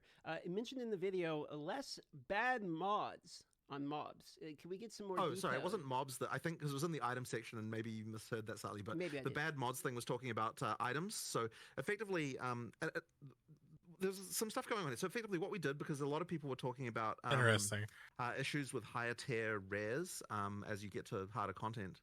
And effectively, when we sort of looked into this, we sort of worked out, like, there were some anomalies around like what happens when mods get cut out on the lower levels, just based on kind of like somewhat random things about like how many top tier mods there are of certain types and things like that. So what we've done is it's not like huge changes, but we've kind of effectively done things like I think accuracy went down a little bit, and there was like I can't remember the other changes. Accuracy went down, life on kill, mana on kill, on weapons at least, and then attributes on hybrid gear. Yeah, that's right. Yeah, the hybrid gear attributes. And then there was also the bug where effectively high tier rares weren't getting the ability to generate top T1 mods of certain types, which I don't think was actually necessarily as big of a deal as what people might have assumed, but because it wouldn't have affected that many items, but we have fixed it. So, for example, it was just impossible on a T5 bow to ever get attack speed. Once it was a certain item level. Once it was a certain item level. So yeah, but you couldn't even get T5 realistically except from high level stuff, right? You still could occasionally, but whatever. The point is like there was a few things like that that were going on, and we effectively just adjusted that stuff, and it should result in generally better rares when you're talking about like high end, like high tier stuff. So we'll just sort of see how that works out. The adjustments are not like mega, but they are there, and they should sort of improve things, I think, a little bit. And just for clarity's sake, interesting. When you say top tier, like tier 1, you actually mean like tier 12 or whatever the top tier is, right? Because tier 1 technically is the worst. Sorry, yeah, it's so annoying that we have like tiers going in reverse directions in different contexts. Like, yes. What I mean is whatever the top tier of that mod is. In some cases, it was getting cut out. In fact, I worry that even in the article that we're going to say that's actually incorrect. So I just need to fix that, because I think in the article that we posted, it says T1. They're getting a hype train backwards, so I need to go and fix that after we've done this. We also need to make this consistent everywhere and sort this tiered situation out. Could you make that consistent? I think that would be good for everyone. It's very frustrating dropping something that has a high tier, but I don't know if that is the highest tier. Would it be possible? Like, is there something you guys are considering adding? I think we are adding a thing that displays on the mod if it is the best tier. Relatively soon, but just again, highlight that mod number. Just figure out a little bit more around this, because we've got this whole T1 versus T random the reason why there is resistance to having T1 mean the top one is because then if we add another one later, it changes what all the tiers are, and there was sort of some discomfort around that. But then maybe it's still better to just do that anyway. I don't know. That was the original thinking behind that, but. Whatever. Like, I wonder if the dev team, their team watches these interviews and they're like, "Oh, don't promise that." Like T1's the bottom one again, and you certainly wouldn't want to reverse that. That would be weird. So yeah, I don't know. Like probably. Yeah, whatever. This is just a random small topic, but just one of those things. Understood. Yeah. Speaking of items and quality, one of the most requested additions, item filters, coming to console. So I'm sure many people are very excited about that. Speaking of the topic of consoles, can we expect more quality of life things coming to console? For instance, I very commonly see ask for things like text, UI size, etc. Do you have any plans related to quality of life improvements for console? Yeah, I mean, we certainly need to do more there. I mean, like I don't have any specific things to announce there, but effectively we need to make sure that that experience is good. And one thing that I know, this isn't actually technically a console thing, but another thing that we will be doing for people who use controller soon is like the ability to fast swap between controller and I was just talking about this. Just by like immediately in game. Hell yeah! That's something I believe there was even an implementation of that. It was just a little bit too dodgy to release on early access start. So we just need to get that sorted and then tested. Cool. That'll be nice because I actually might play in with terms of just, controller a like, little general bit console stuff. I mean, look, there's just more we can do, right? just to I like mean, relax more you know, when I'm we've got playing. guys on console. They'll be looking into these things and just making changes. The text size one, I do think needs some addressing. It's a little bit tricky because there's kind of a lot of things all through the game that need like futzing around with. So but that I definitely appreciate that. And like part of that is literally because when we're in the this is kind of bad, but it's like in the studio, we literally have like a big screen and the couch that's near it is like relatively close. It's like an actual It is real world terrible. scenario.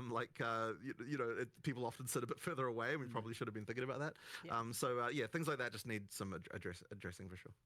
Fair enough. All right. Putting aside bugs and tuning that is expected for early access state, there was a question that I was asking about what are the players' feedback that surprised you guys the most? Ooh, I like that question. Well, I know you were saying. I mean, I guess from my perspective, That's a good it's like, question. we had a lot of worries about things being broken. We just didn't know what those things were going to be. But then you were saying before that just the level of brokenness that surprised you as far as like some character builds and stuff, right?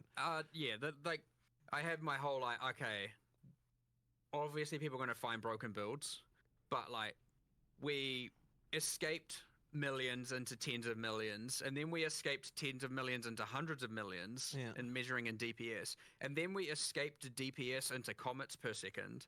And then like you got to this point where it's like, okay, we're just off the reservation here in terms of just, you know, when you 1 week in and someone's like, here's my 450 million DPS build that hits the pinnacle boss for 141 million damage and one shots in the 3-player party, and I'm like, well, where are we? Like, what happened? The thing that I found a little bit sad, and I guess we should have just expected this, is that like I sort of expected that the first few times people were playing the pinnacle boss, that would kind of be a normal fight.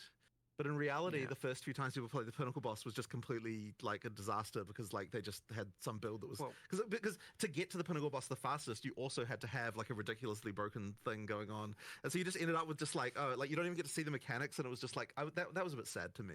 Well, hopefully with more lives, people will actually be giving it a shot instead of just selling it off to those people who do one shot it. But we'll see how that goes. But the tricky thing about this has just been that, like, okay, so we do generally want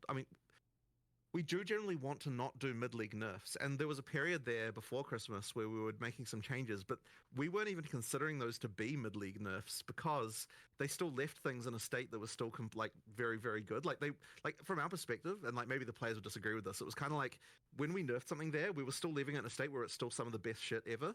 And so from our perspective, we were like, well, there'd be no reason to have to re-roll your character after this change because like it's I thought crazy. people were a little too re-roll happy. So we didn't even really consider those to be mid-league nerfs in the same way. But then obviously there's going to have to be some changes because like, you know, there are just certain things that are just completely ridiculous. But one thing we've got now, and I kind of mentioned it in the video, is that like we actually have an understanding now of like what a character should look like. And so ideally when we do our first like true balance patch, we should be at the point where we can be like, okay, here's like these like 10 things that need to come down, but then there's also like these other 50 things that need to come up to get to that point, right? So like ideally it sort of there should be a little bit of leveling there that occurs, but we really don't want to do that kind of patch without doing an economy reset because we actually need like to see what really happens when you get a new economy and all that sort of stuff. So, and when I say an economy reset, of course, what I mean is a new league. Like you'll still have the old characters if you want to play them, but all the stuff we're going to be looking at will be on the new economy that you know, in terms of like how it evolves that way. So yeah, that's going to be a tricky one. It'll take us a little bit longer. But that is also what we're working on in the background as well, is just like getting all of this stuff to where it needs to be. So am I hearing that there's no nerfs coming in this patch then? Is that sort of what I'm taking from this? I mean, there might be a few that relate to things that are just completely screwed, but I mean, it is not our intention to do a big nerf patch here. Like, that is not our goal. Our goal with this is, like, fix things that are annoying people and, like, make the game more playable. Okay. Whereas the goal of, like, the sort of balance patch that's coming a little later would be like, okay, we'll have a new economy. We'll actually do like a proper balance pass where we get all of that stuff like more. Because you scared everyone with that executioner photo in the Twitter post. I mean, it looked like the guillotine was about to drop. Okay, yeah, people look into things I think a little bit too much. Okay, that's hilarious. They probably just like, oh, this will look nice, and then the players are like, oh, they're gonna nerf everything. I do want to follow. Oh no! The comment on the balance patch coming later, and you want to combine that with a economy reset. So is that you saying that there will be economy resets during early access on a regular basis? Yeah, or so there what are we won't looking be. at? They'll be in a new league, so you still get to keep your old characters. But effectively, yeah, absolutely during early access there'll be Okay. new leagues. What I don't want to say is like whether or not the league as so when I use the word league, people sort of assume that that means there's like a league mechanic that comes along with it, and we might do that or we might not. We kind of need to work out what's going on there.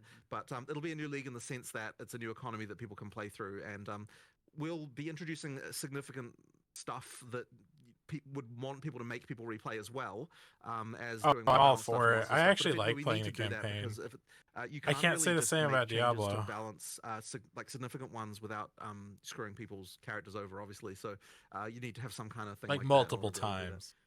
Just going back quickly, we have a kind of few classifications of things we do address when it does impact balance, and we are trying to be ultra conservative. But if it is bricking instances, as in it is just absolutely tanking instances, affecting the performance and thus affecting the performance for other users, we almost always have to address it. You can't just let that be. Mhm. Now we obviously try That and makes reduce sense. the impact on the server, generally because of some sort of infinite loop or anything of the sort like that, or you know, something happening per frame that shouldn't happen, and all of a sudden now, you know, Like if you're getting the server frame rate to be like 1 FPS, Yeah. then that is not alright, right? Yeah. Like we have to actually sort that. So Yeah. that is something Yeah, that we yeah. will do a mid-league nerf to address. But ideally in such a way where it still leaves the build perfectly viable. Yeah. It's just Yeah, I that hope it's that- no that's longer what I completely want. destroying and what's going on. the other things where it does nerf and hasn't. And I don't want the has an game to impact just is, be of course, dying, when though. there is simply something clearly not working intended. So, like an example of that, which I won't try and pronounce, but the shield that increases effect of your socketed runes and soul cores, and that was just obviously applying to all of them, not the one socketed in itself.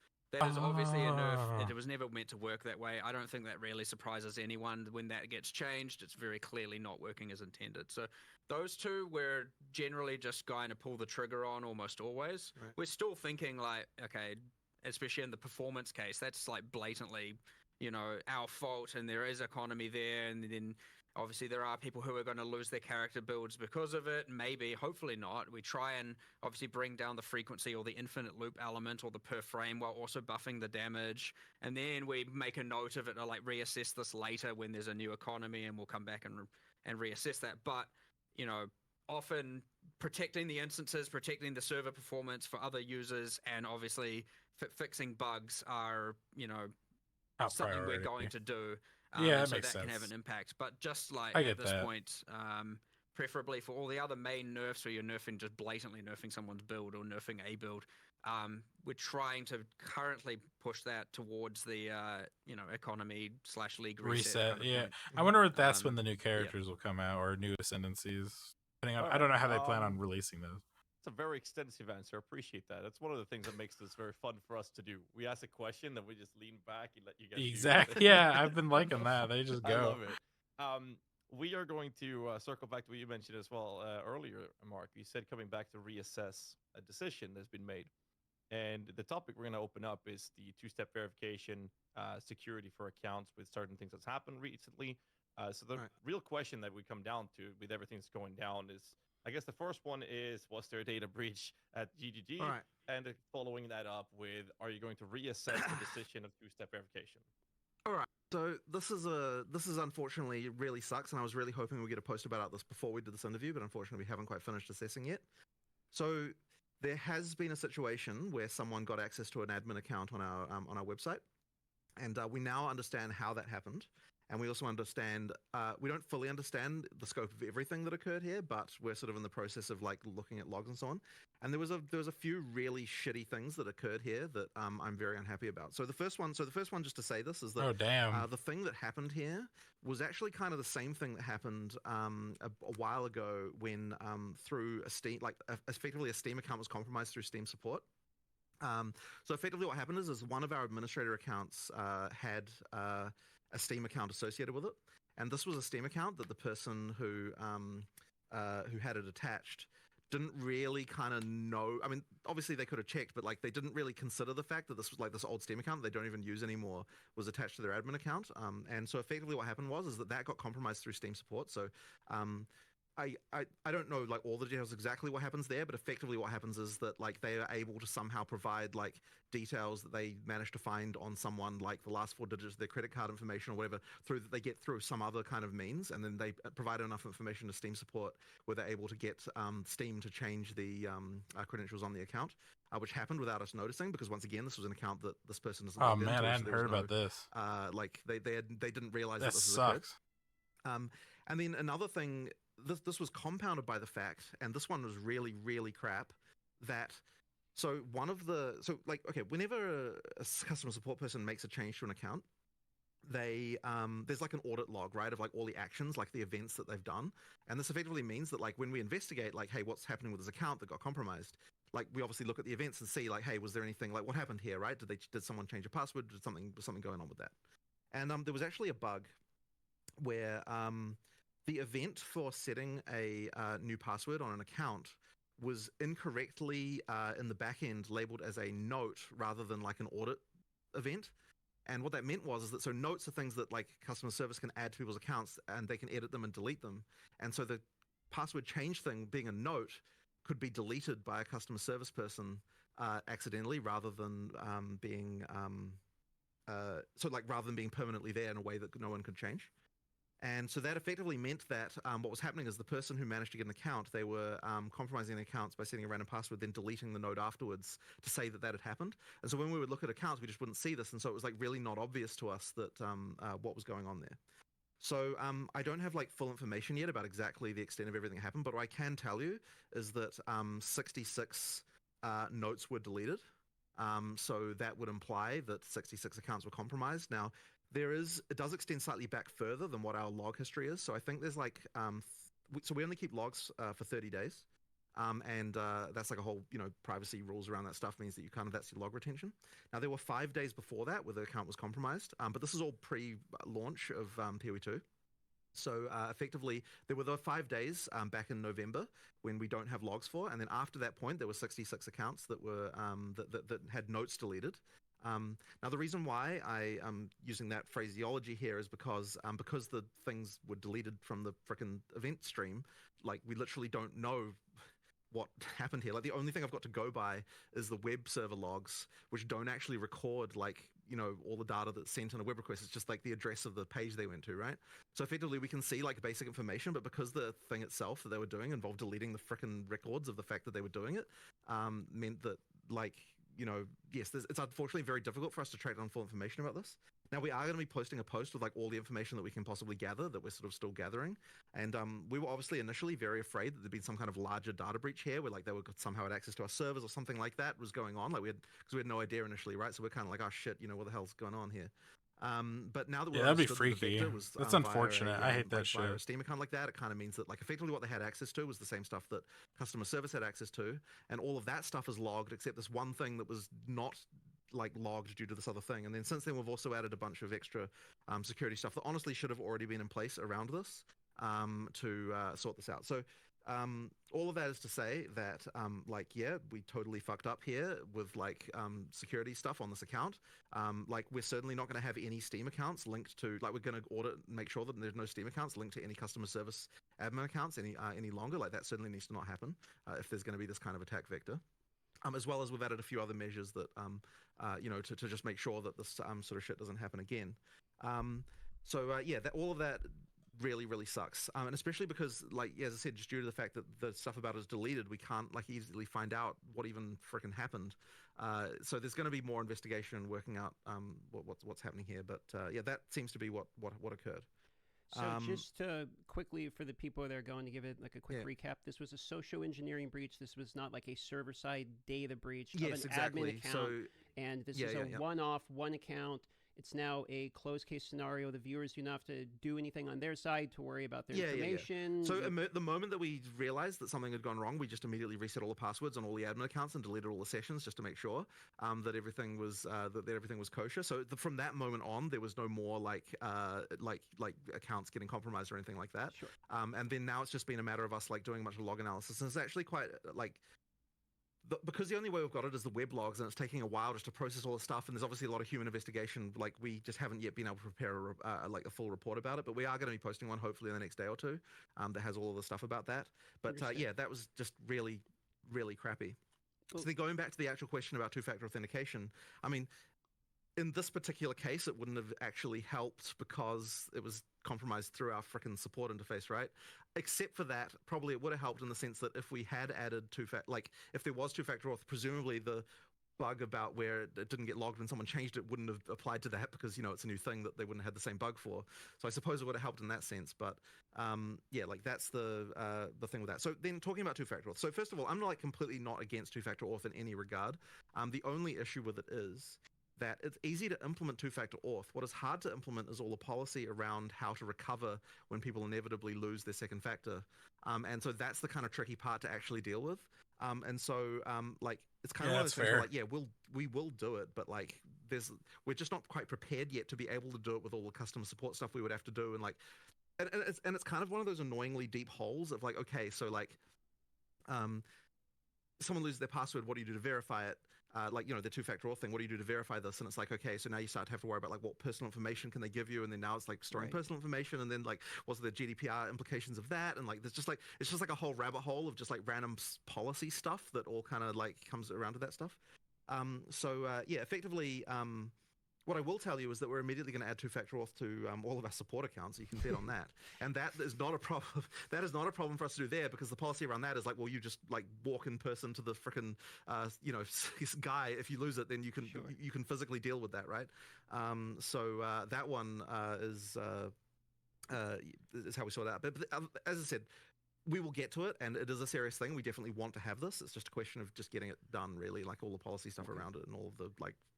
Yeah, just as I said, it's all support nightmare around how to deal with it. Well, I appreciate the extremely vocal transparency about what's going on. I'm sure lots of people here watching appreciate that as well, and we won't grill you about it or anything, so appreciate that information.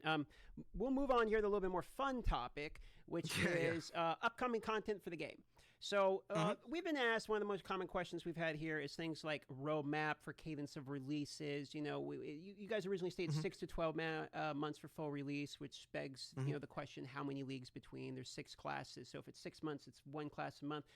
You know where I'm going with this. So, you know, can we expect any information in terms of the cadence of releases, upcoming things like weapons, classes, skill gems, etc.? Right. So the cadence we want to hit is sort of something similar to the kind of league cadence that we've done before for PoE 1. So like that's like, I think that it works. Things work the best when you've kind of got like you know, like releases that are fairly large that like have a significant amount of stuff in them to actually bring people back and play and so on. So you can kind of expect a similar thing like that. For the actual like what is going to be in each release, obviously I'm not going to talk about that because, you know, we'll save that for the live stream and all that sort of stuff. But effectively, yeah, I mean, like that's kind of what you can expect. That being said, there's also a thing where like so we want to be able to do the balance patch addressing the balance issues that we've talked about as soon as we can.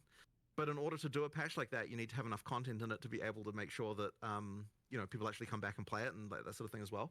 Like you need to be able to make enough changes and like add enough content that it's actually exciting. So we're going to work towards getting a like a PoE 2 sort of new league with new content in it basically as soon as we possibly can. Like so we're like I can't exactly say a date or anything, but like we're gonna rush for it, right?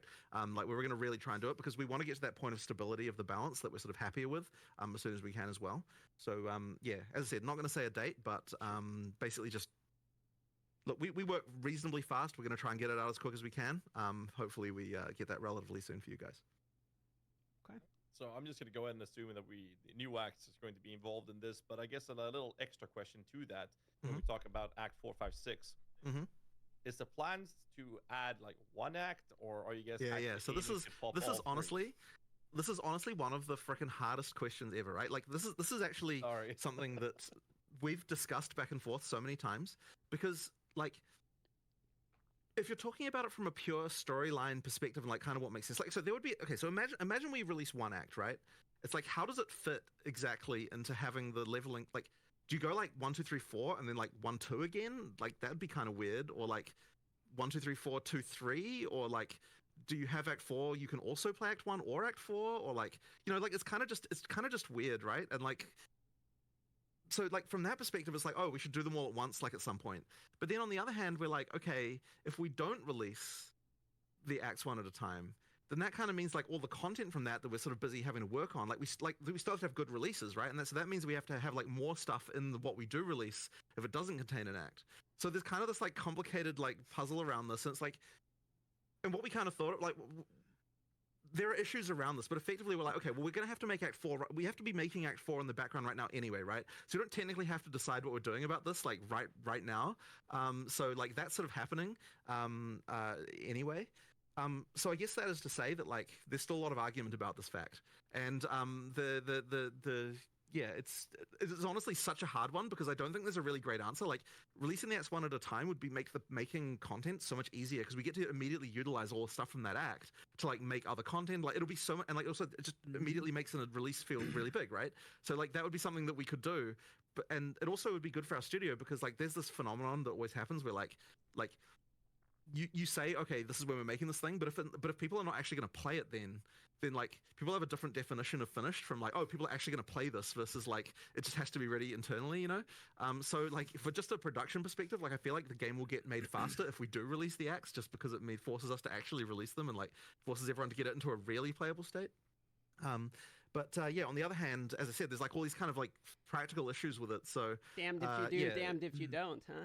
Yeah, I know it's a bit of a tough one. So that is a tough one. I mean, I guess the answer to that is still to come, and we just need to work out what we feel about this one way or the other. So yeah, I guess you'll see when we do our next announcement what we've kind of come up with. But yeah, as I said, in the meantime, it's not like we don't have to just make Act 4 anyway right now in the background. So that's they're continuing to do that as well as all the people on the more sort of balancey side of things working on balance. That makes sense. Will get shipped much earlier. Yeah. All right. Let's just move on to the next topic to make sure we actually cover these questions. We have a long list. Yeah. Sure. So we're going to talk about a can of worms called State of Magic Find. Now, the perception has been one thing. And I mean, shout out to Slippery Jim for the absolute insanity that he goes through, which is kind of showing that it's fine. So what do you guys think about Magic Find in its current states? This is a very tricky question. Now, what I will say to start with is that like the way the Magic Find formula works in PoE 2 is literally identical to how it was in PoE 1 as far as diminishing returns and everything is concerned.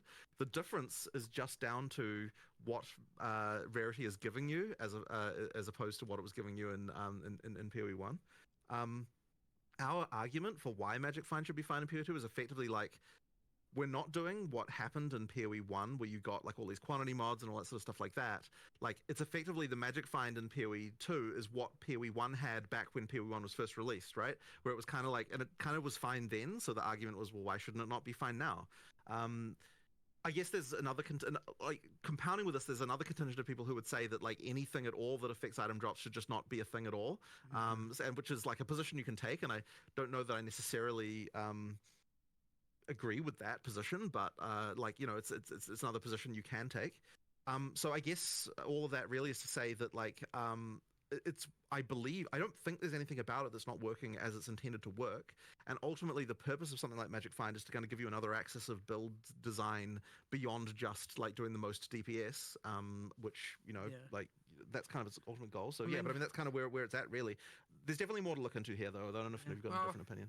Not really. I was just thinking the main difference between, say, PoE 1 was you fully saturate into every single item being a unique item. That's the difference. Whereas in PoE 2, you saturate into higher tier rares. You actually cannot fully saturate into unique items. It is impossible. So yeah, it certainly holds different value. I don't know how. But then again, I suspect a lot of the audience who are finding Magic Find to be a problem would find it a problem in both games, which, again, completely fair perspective to take.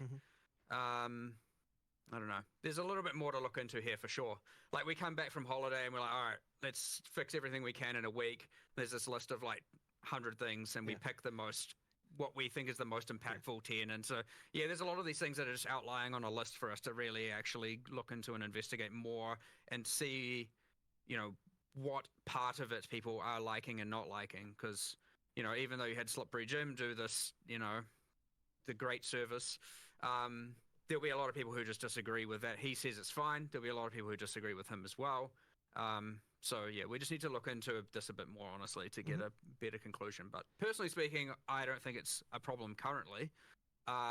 but I might change my mind as well upon reading all of this and looking into it more. So we'll see how it goes. A follow-up. I don't know if you. Okay. Oh, sorry, I didn't mean to cut you off. You can continue. No, you go for it. Sure. So a follow-up to this is, okay, so the state of Magic Find is a question.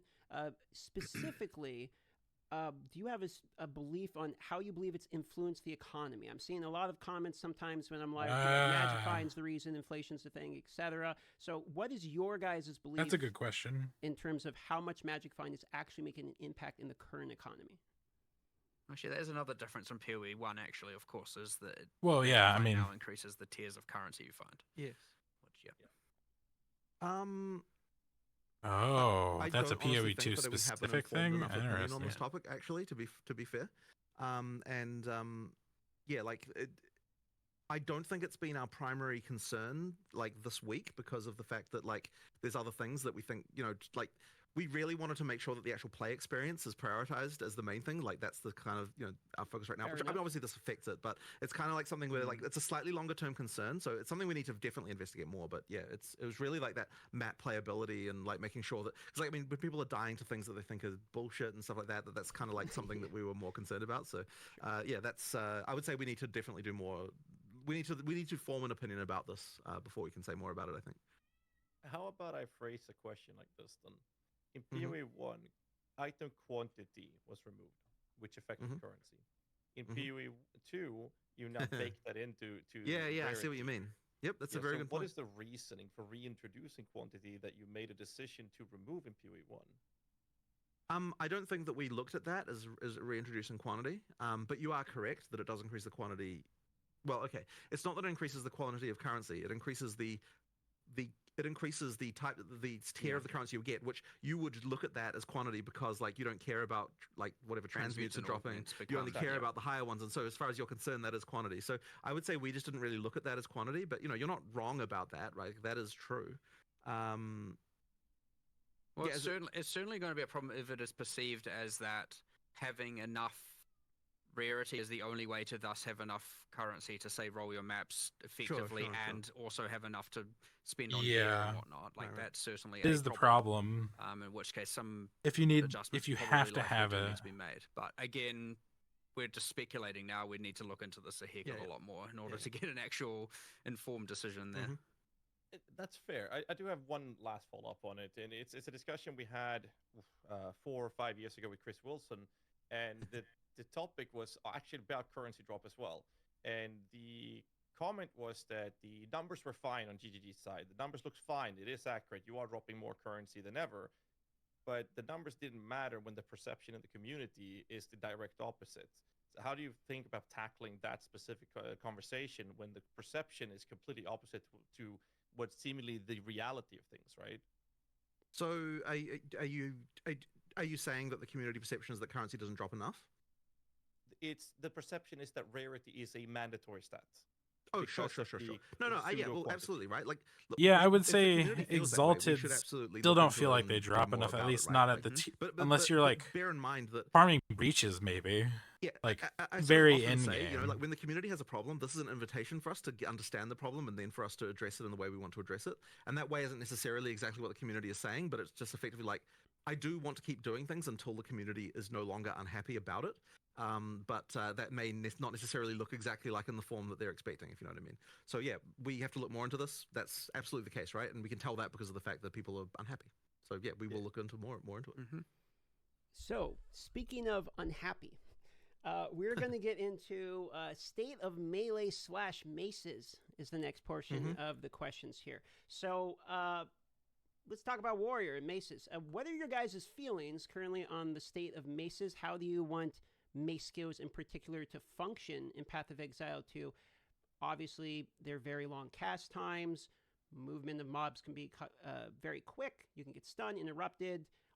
On the tree as well, there's many nodes that literally reduce like attack speed in order to gain other things. So more or less, warriors in a position where a lot of the people feel like it's clunky, too slow for the current in-game play loop, or warrior feels like maybe the first class design when the Yeah, I think the vision casting speed needs to be a was little faster. fairly, slow. So, what is your guys' response as to the state of mace skills, and where would you like to take it?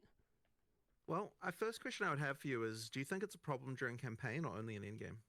I would say it is more specifically a problem in an exponential ramping as you continue the game until you hit a point where there's pinnacle bosses, and then you can kind of one-shot pinnacle bosses with some of the setups currently. So there's a mid portion of the middle to later in-game in which it feels like a problem, specifically because you have things like volatiles that actually track you, and if you stay in position, you're heavily punished.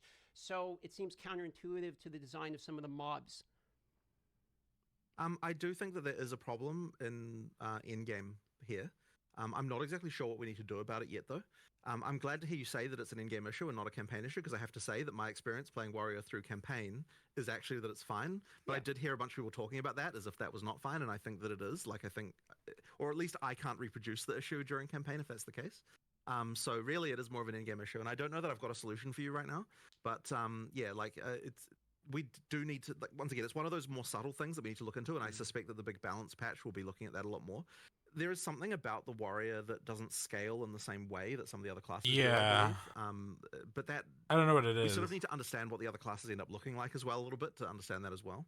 I don't know if you've got any more different opinions about that. Well, I mean, the attack speed is a big part of it, right? You obviously have, that is a multiplicative axis that every other cast speed or attack speed is a multiplicative axis every other, or I guess comet trigger speed, that every other class is getting, and the warrior has a deficiency in that. And even if you were to get it, yes, obviously there's the fixed attack times which don't scale.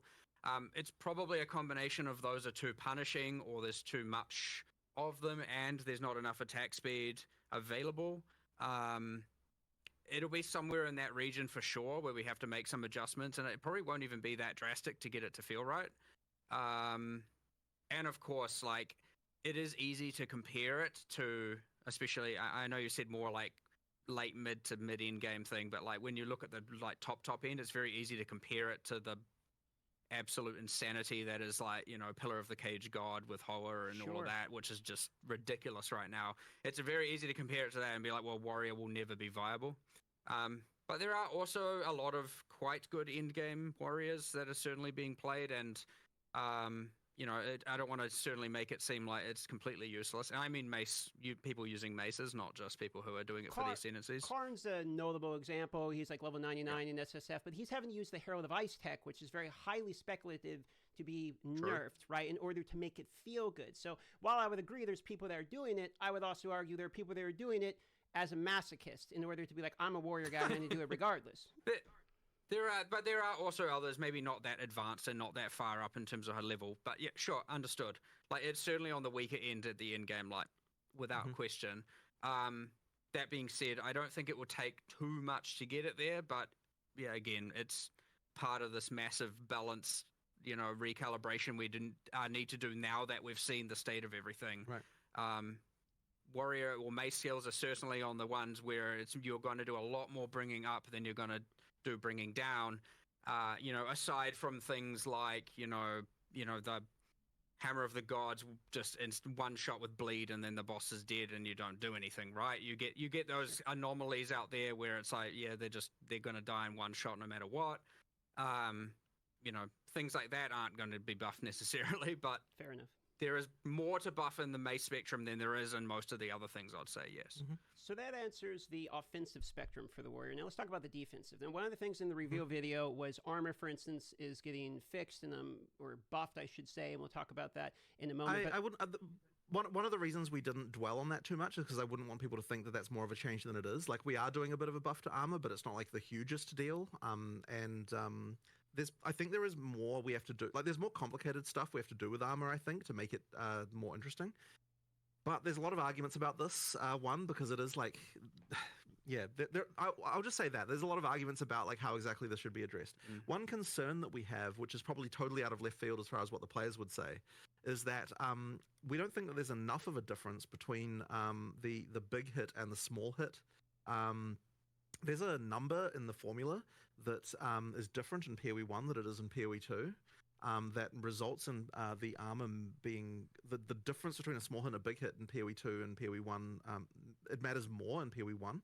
But in addition to that, so we actually think that PoE 2 might be wrong in this regard and we need to change it. But in addition to that, there's also a thing that's happened where, like, white monsters can hit harder in PoE 2 than they did in PoE 1, and that means that the thing that armor is supposed to because like part of the intention with armor is it's like, okay, like when you're talking about like big boss hits, like it has less of an effect than what it would have off like a bunch of small hits, but sometimes the small hits from a white mob are not even that different from what a boss hits you with. And so this is actually Yeah, meaning that sort of the idea of armor being based on the damage hit is kind of got like a few issues that we have to deal with. So I don't know if you've got any more thoughts on this particular topic, but it is like something that we have to sort of worry about a little bit. Yeah. It's again one of these things I do need. I mean, I hate coming in here so unequipped, but again, it's just the timing with the holiday and all that, with all these things where it's like have to look into. Well, that's but fine. that I is mean, the it's just nature more of about it, putting and it on your most of- radar, I think, at especially this once point. there's an actual released product. It's like a good, 50% of our time goes into having to investigate and look into live operations problems like this.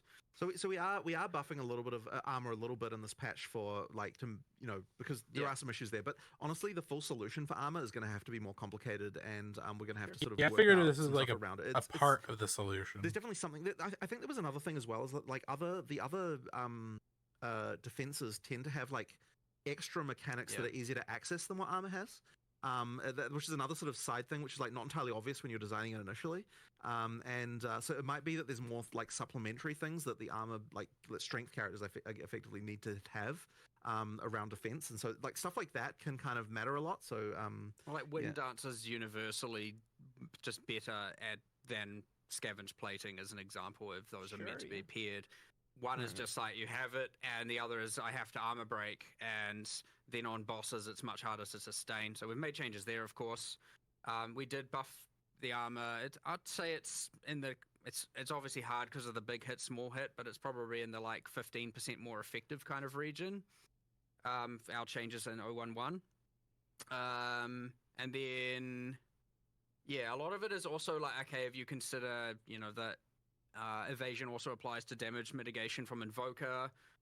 You got a lot of things going on with acrobatics, which turns evasion into arguably, I mean, sure, it penalizes your evasion, but like it then kind of gives you almost as much PDR against certain hits as a lot of armor, and then you have a lot of very, very strong defensive, with Grim Feast and Energy Shield, and so like it's not only armor is weak, it's also that evasion and energy shield have some extreme strongs that are going on. Not to say, these are all going to be nerfed. I'm just saying there's some meeting in the middle that we need to do for sure. So they give you a feeling from, like, I played Warrior 90 first. That was the first thing I did, and I would enjoy Warrior as an archetype the most. Would you say it's a fair statement to say the Warrior and mace skills and, sort of that side of the tree in particular is in a state where it has the worst of all of them? So it has the worst of the defenses and armor, it has the worst effective HP in terms of life, and it has basically the worst offensive capabilities as well. So you could see why I'm feedbacking so hard in relation to this archetype. Man, that's a brutal savaging, but I suppose I can't necessarily disagree with any of those assessments. Fair enough. We can move on to the next topic then, unless you have other statements on it. Oh, what do they have? You have shields. You are right that it effectively falls in that way. Yeah, let's just sure. Yep. So moving forward here, we have charms. This is gonna move I saw on. that there were some notable changes in relation to charms. I thought it was a great change to be able to see when they're actually being activated, as well as the charms that are there as well. So some clarity things in relation to charm. I don't know if I saw whether or not charms in particular are actually getting tweaked in terms of number side of things, or if it was just some transparency related to charms. But how do you guys feel about? We're not tweaking numbers in this patch. However, there's definitely something not right about charms as far as like the usefulness goes and all that sort of stuff. Like we need to do something. I don't think we've decided what it is yet, but it's clear to us at this point. Like, so charms came in like super late, and I just don't think they're quite like working out as well as I'd hoped. Like they just need something else, but we don't quite know what that will be yet. But we did want to at least make, like, one of the issues they did have is like you couldn't even tell when they helped you. So that certainly wasn't helping the case for them. So we can at least fix that. But there probably does need to be more stuff done with them, I think. I think it comes down a little bit to like how much do ailments matter against the player, and that's sort of something that there's a few other ones. Like there's the one that's like unaffected. The next time you get slowed, protect you from slows, and honestly, a lot of the debuffs applied by monsters haven't been correctly classified as slows. and so it doesn't even work against them. And like there's a little bit of things like that where I it's wasn't aware like, of that one. yeah, it's just kind of a bit bad.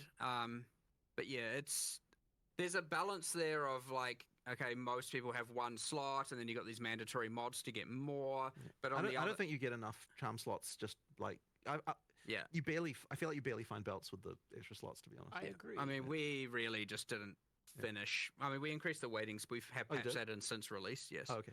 Can't remember what patch it was in, but honestly, we're not all the way there yet, for sure. It's one of those things where it's not like ruining experience for players. At least it's like, you know, just an underwhelming thing that needs some love for sure. So it's not exactly in the top 10 of the hit list, but like without a doubt, I would expect to see improvements around there in the future. Following up on the charms there, any thoughts regarding adding more charm slots for uniques? 'Cause it feels really hindering to equip a unique when it comes to the topic of charms. So this is the whole, like, if you have a unique belt, you only have one always. Yeah, you know, that's not a bad idea.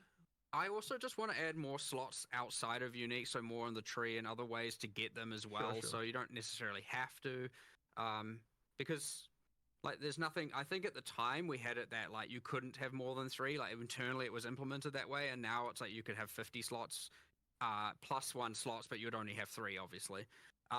So we can give away a lot more +1 now and plus whatever we want all over the place. But yeah, I mean that is a way, yes, that some unique should have it, and probably more on the tree, more in other ways. I have to have a look at it, but yeah, there's probably. no harm in it now, at least. All right. We're gonna move over to another topic, which is speaking of belts and trading. The unique belts are an belts. interesting issue. State of crafting and future plans is also involved. So I'm going to start with crafting and future plans. Yeah, out crafting there, is kind of and then interesting. We'll talk about trade. So the current state of crafting is very different from PoE 1. The perception, again, to go back on that in PoE 2 is that you're not actually crafting unless it's rog-pog crafting. You're actually just pulling the arm on the vendor machine, on the gambling machines. So what's the state here and future plans? I don't know that there's a huge amount we can say about this right now. Unless you've got any particular thoughts that you think you can go into. I mean, like Well, one there's thing, just- of course, is that PoE 2 just has less crafting systems than PoE 1, just due to the fact that we add these typically with leagues and so on. So there's just less going on, which means that if you're like a PoE 1 player, then you're going to see less complexity there, for sure. But I don't think that's exactly what you're getting at, right? Like I guess there's some theory. I mean, effectively what you're saying is people want more determinism, right? Which is like a continuous, endless thing that like people. There's a fine line there, Yeah. and we're on the certainly more on the slot machine side of that line, like without a doubt, obviously, right? And there's more we need to do, I would say, to get towards that line. But that's our line that we determine. Not that I know how to describe that, because there's plenty of people who are just going to be like make everything fully deterministic all the way. I mean, before we released, we had for a while a system that involved like deconstructing mods and then putting specific mods on items and so on. And like we just kind of like no one like with a system like that, we were never able to get it to the point where both people who played the game were happy and like we could be happy as far as like what it would let you do. And that like there's still something along those lines we might be able to do one day to kind of work that out, but we just kind of haven't really hit it yet. The socketables were kind of supposed to be the thing that was you had full control over, that's like determinism, and so that like Which has a lot of room to expand over time. sure. like, So there's a more stuff you lot. can do there, but I guess because people see that as supplementary, they don't even necessarily see it as part of the crafting system, which is kind of interesting. Yeah, like it sort of replaced the crafting system in a way, but then as I said, people don't really see it as part of it. So yeah, I don't know. Like I mean, I guess the thing is we just have to find a way to do more things that make people feel like they have more control without actually sacrificing the like without making it too easy to just get the best shit, which is obviously always the concern, like making sure that there's still enough room for there to be items that are significant, like that are better than other items. So I mean, yeah, that's kind of where we're at, I suppose. The other thing, of course, being it is important that to make sure as we add more of this determinism or get towards that line, that we don't then just immediately devalue all item drops on the ground, right? Because that creates a different problem when now all of a sudden you don't really care about what you're finding, or you're only caring about normal items you're finding, or True. you create a different problem by doing that for sure. And there is an argument, certainly by people internally, that PoE 1 got to the point of that being a problem, where you no longer cared so much about what was on the ground because you crafting would always get you something better. Yeah, like that is a concern for sure. But yeah, I guess that's kind of just our overall, just like nebulous cloud of thoughts on this matter, without really getting into too many specifics, I suppose. Yeah, I mean, I guess I don't know if you've got anything else to say about it. Well, that being said, but, if we add more, we're adding something to Expedition, we don't know what it is necessarily, or what it will do to the thing, and then we're adding, what I would say, greater essences are too rare right now. Yeah, 100%. I've even said that. 100% way too rare. What else is there? I got my first one yesterday. I guess like there's randomly room while to leveling. On the Omen like I've never seen one to in a do map. More there.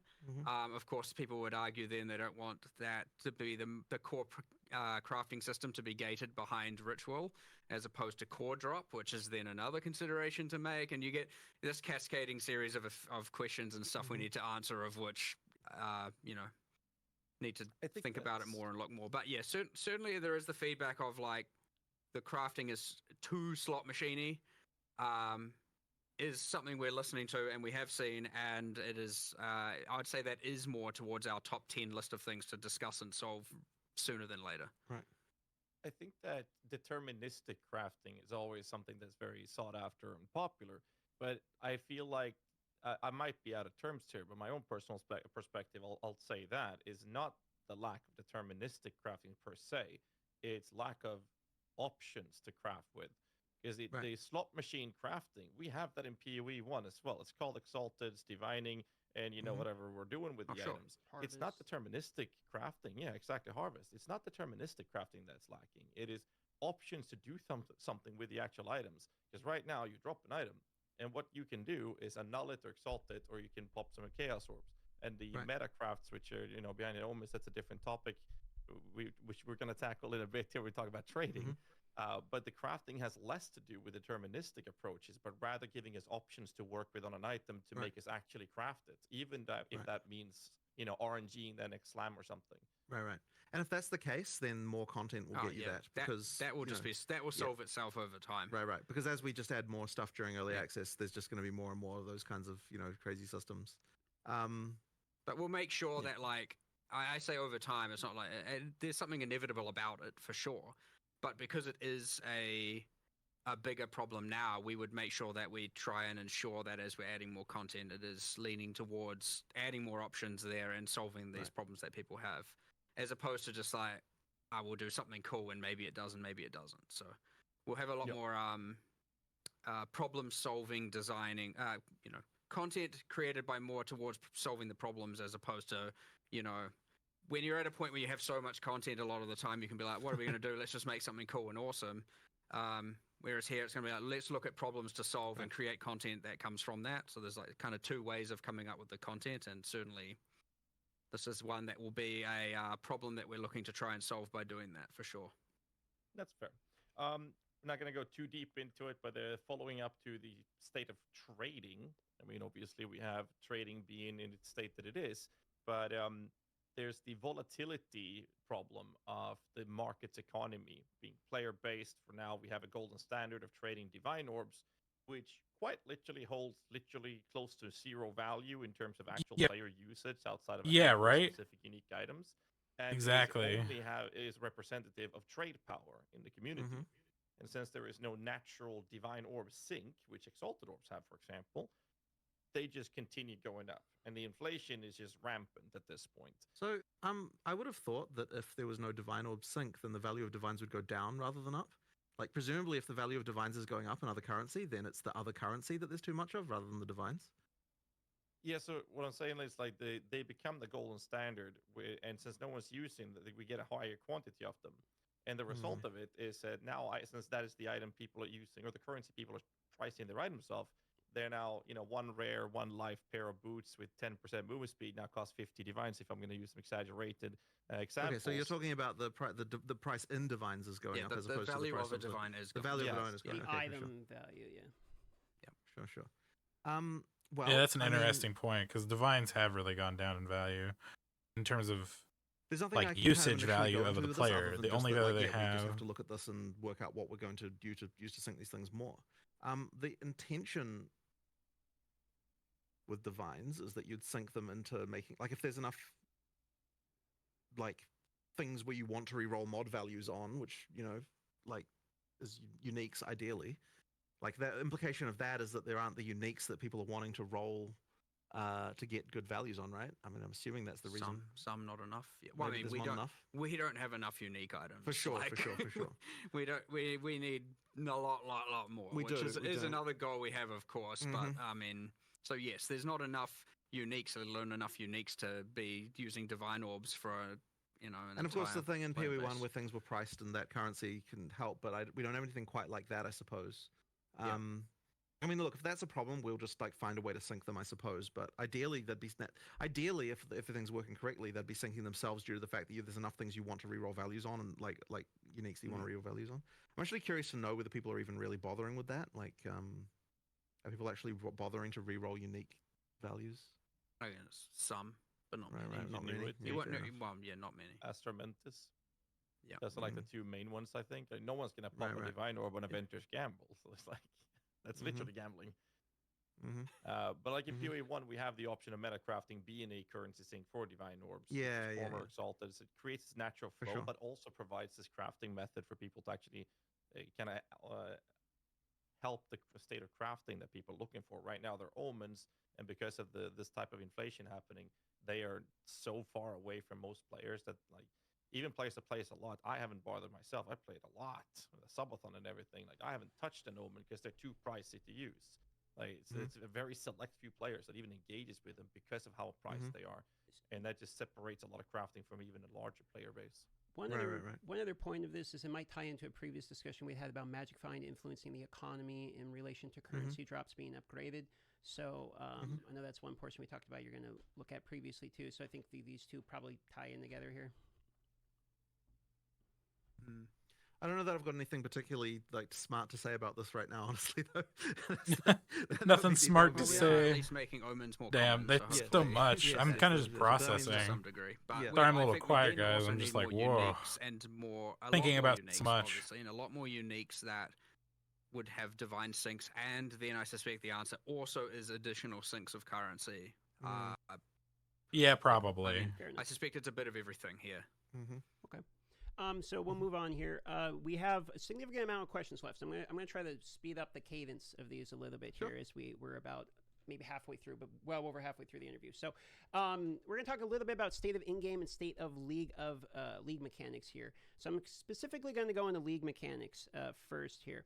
So some league mechanics, essences, strongbox, to name a few, feel a little bit like noob traps. So I was kind of hoping to hear where your guys' thoughts are in relation to some of the underutilized ones. We talked about Expedition already, so you don't necessarily have to go into it, as well as the state of Breach. Is Breach feels notably like the one people are enjoying the most? Do you feel like that one's overtuned? And the other one, I mean, I don't know anyone who actually does strong boxes, so where do you want those and essences in particular, especially when it comes to the how often essences are not really rolling greater essences. Like you don't really see greater essences very often. I actually saw more in the campaign than I have in any of my in-game maps. So I'm curious about kind of league mechanics as it ties into in-game in particular.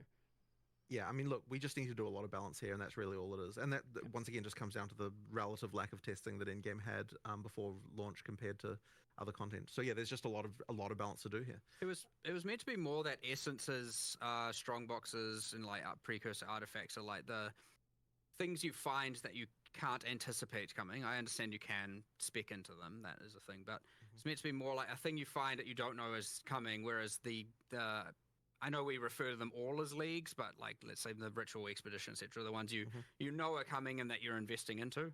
So you have these two categories where you have the ones you are adding and investing into, and then you have the other ones that are meant to be more exciting random finds. And it's safe to say, obviously, you know, there are so many essences that finding non-greater essences isn't giving you that dopamine, especially in in-game.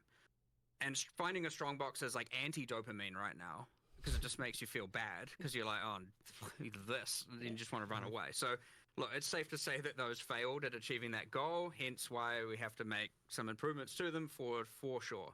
But I want to make sure that there's those two layers of things where one's the things, stuff you predict is coming, you can see the icons, you can apply them with the, you know, there's the base types of the precursor tablets to apply, and then you have the things where it's like, I hope I find an essence because it's like, I hope I get the good one that's worth, you know, way too many of those divine orbs. So yeah, having both layers is important. True. So yeah, and we'll continue to add ones at that upper level that get a tablet, and then we'll continue to add ones that are more at that random find excitement in the map. I also think what would help pricing is if you had some way of like on the tablet, like, oh, this will make one zone necessarily because then an additional thing, like one zone guarantee a divine orb, to some degree, or something like that. Always. I mean, really, it all is to say that like there are some of these that just aren't as good as the others, and we just have to improve them. But what I will say is that the breach monster density is probably a little on the high side. Like, it's actually to the point, by the way, where like we get a bunch of error messages in the logs for failing to spawn monsters in breach because they're packed so tightly together that they don't even spawn anymore. So there's actually like there's an issue there that we have to do something like about. Hundreds. Yeah. Like so actual hundreds of error logs of just like cannot fail to place monster due to lack of space. Yeah. So like that There was a joke if we could release reduce breach monster density by 20% and the players wouldn't even see it because it would just result in less error messages for us. So, you know, like there are actually some stuff that needs to be sorted out there. But we don't want, like, okay, what I don't want is people to feel like, oh, we're just like nerfing that into the ground or something like that. We definitely don't want to do that. But some of the other league mechanics just need some addressing to make them, as you know, better. And yeah, they just need to be better. And yeah, it'll all just come down to us like experiencing them and seeing if they suck, we'll improve them. And like right now, I know that Strongbox has got the most improvement in this patch, and I know Essence has got like at least some adjustment to make them a little bit less crap. And there's probably a few more adjustments. That's more about the combat than the itemization. That's something we still need to look into. Right. So there's just stuff like we just need to improve all that stuff. Yeah. It's good, right? Simple as that, really. Fair enough. How do you guys Improve feel about everything. The progression of players entering into mapping, going from map tier 1 to you're doing tier 16s, and then into pinnacle bossing. How do you feel like the pacing in there? They give you one reason I bring it up is in PoE 1 we have like the quest invite version of boss fights that will happen at different iterations. So you probably know where I'm going with this. So we're not really happy with how that is right now. Like we're not happy with how the quest. The quests that effectively we give you are just like do X many of tier Y maps. And honestly, like we can do a lot better. That's kind of a larger. It's something that I would have loved to be able to just solve instantly, but like it does need some more work. And I think there's a few different areas of this. So one of them is that like just the way the progression feels just isn't as good as PoE 1 in some way. That's kind of slightly hard to define. Like in terms of just like the feeling of like the progress you're making just isn't quite right. So I think we need to do more. Like there might be some changes we have to make to how the Atlas works to make that better. Certainly want some bosses between those points. Yeah. Like it just needs more of a feeling of random ones. Yeah. I mean like actual ones. You know, still along a series of objective-driven kind of narrative-involved things where you're getting your. It's still an end game, not pinnacle. Boss at tier 6 and maybe at tier 11, and they're the quest versions, and you're doing those, and then maybe there's Uber versions, and I'm just rambling. There just needs to be more going on with regard to how that progression feels. So that's one element. So the next one is that the tutorialization of the end game is not really there. Like we need to do more around this so that like it actually sort of eases you into end game a little bit better. As far as like if you're a new player, like we kind of just throw you in the deep. Like we fixed a lot of things about the introduction to the game through the campaign, but then you get to endgame and it's kind of like we don't really do enough to kind of really ease you in there, I would say. And then I did have a third point, but I can't remember what it was now. There was something about that. Oh yeah, that's right. And it sort of ties in a little bit to what I was. This kind of was covered a little bit with what Mark was saying just a second ago. But like the way that you progress through the tiers, like you can go through the tiers too quickly and then you kind of get left behind with like what rewards you should be getting, and like in order for us to fix that we kind of need to make each tier more meaningful with regard to what you have to do there and what's going on. So there'll probably just be more there at endgame just to kind of make it feel like more of a progression and more of a and that can include more storyline elements and more things like that. There just needs to be more basically just there to make that progression feel better. The game does take a bit of a turn suddenly when you get to endgame of like it doesn't really feel like it really does feel very different. For sure. from campaign to end game. And yeah, as I said, it's just a matter of sort of easing that transition, making that a little bit better and smoothing out that more for sure. I want to hone into 2 points here. Because you talk about it feels like a different game, sort of a different sense of progression, at least, as you go from campaign into action. This is a question we're going to ask later, but it seems a good time to ask it now. Is that intended, and do you like that as a design principle? Because I've seen people say that they really like the campaign, and me, myself, I like the difference, but I've seen people state that they really enjoy the campaign pacing, then they get to maps and they feel like it starts blasting, it's almost a different game at that point. So I think the audience would love to know how you feel about that difference. You do actually, I mean, you do need to get to the point at some point where you feel incredibly powerful. However, I would say that there is like a bit of a switch flip right now that's kind of not quite right. Like there's definitely something that ain't right going on there. Well, there's two. There is the character power side. I mean, a lot of people are getting to endgame. Excuse me. A lot of people are getting to endgame and they aren't just becoming gods all of a sudden, right? A lot of people are struggling and falling off and can't sustain maps and are dying. And, it's not like you get to endgame and all of a sudden you're ultra powerful. But a lot of people are getting to endgame and then are just lost as to what to do, right? Like a lot of players really like to be told exactly, here's what you do, here's what you do, here's what you do, here's your next objective, here's the thing to look forward to. And something just like complete 10 tier 1 maps is not a fun objective, right? That's just like, okay, sure, I'll do that. Where we could do that a lot better, right? Go to this place, travel here, do this exact thing, discover this, do a tower, run this breach, all these things. We can have obviously way better objectives and ones that we could still design. And you're getting your passive points for each, and you're like, okay, the next thing it wants me to do is this exact thing, not just, I've completed my 10, now it just wants me to complete tier 2 maps. I see. I'll just keep going. Sure. So there's no like, whereas the campaign's very stories like go kill this boss, get here, and you got NPCs talking to you and everything. And then all of a sudden it's just, now I'm killing stuff, ticking up this ticker. And, a lot of people probably aren't really getting into based on the tutorialization. They're not really getting into the towers, the tablets, all of that stuff. And then they're just also possibly finding it a bit too hard and they're dying. And so, yeah, it's not, is friendly to the people who, especially non-PoE1 players, it's not as friendly to them as we would want it to be at all. That being said, like, obviously, there is also the capacity at that point to just be like, all right, I'm going to change my build to do this or go do this, and now I'm just, obliterating everything everywhere. And you don't have all those, like, story events breaking up your flow of gameplay. It's just, like, map, kill everything, map, kill everything, map, kill everything, which people love. But yes, for those who know how to do that, that happens too soon. And for those who don't know how to do it, they're like getting stuck in a hole and finding themselves very lost. So yeah, 2 sets of improvements. The people that are going to obliterate everything, they're going to have their fun no matter what. They'll get there a bit later, sure, if that's how you want to think about it. But it's way more important to not just have that like very much narrative-driven change in pace where all of a sudden it's just like, and it's gone. And now you're just doing, kind of random stuff. What am I supposed to do next kind of thing? And yeah. So yeah, there's a lot going wrong there. More content would do it, more time on it, more quests, content would be a big deal. But again, PoE1 had a lot of this stuff, and it had so many different axes. If you didn't like one thing, you could do another. If you didn't like that, you could do another, and you could do certain things earlier or later. And we just need to get to that point where there's just more better, without overcomplicating everything. So my last follow-up to this in-game topic, and I'll send over the guys to continue the conversation elsewhere.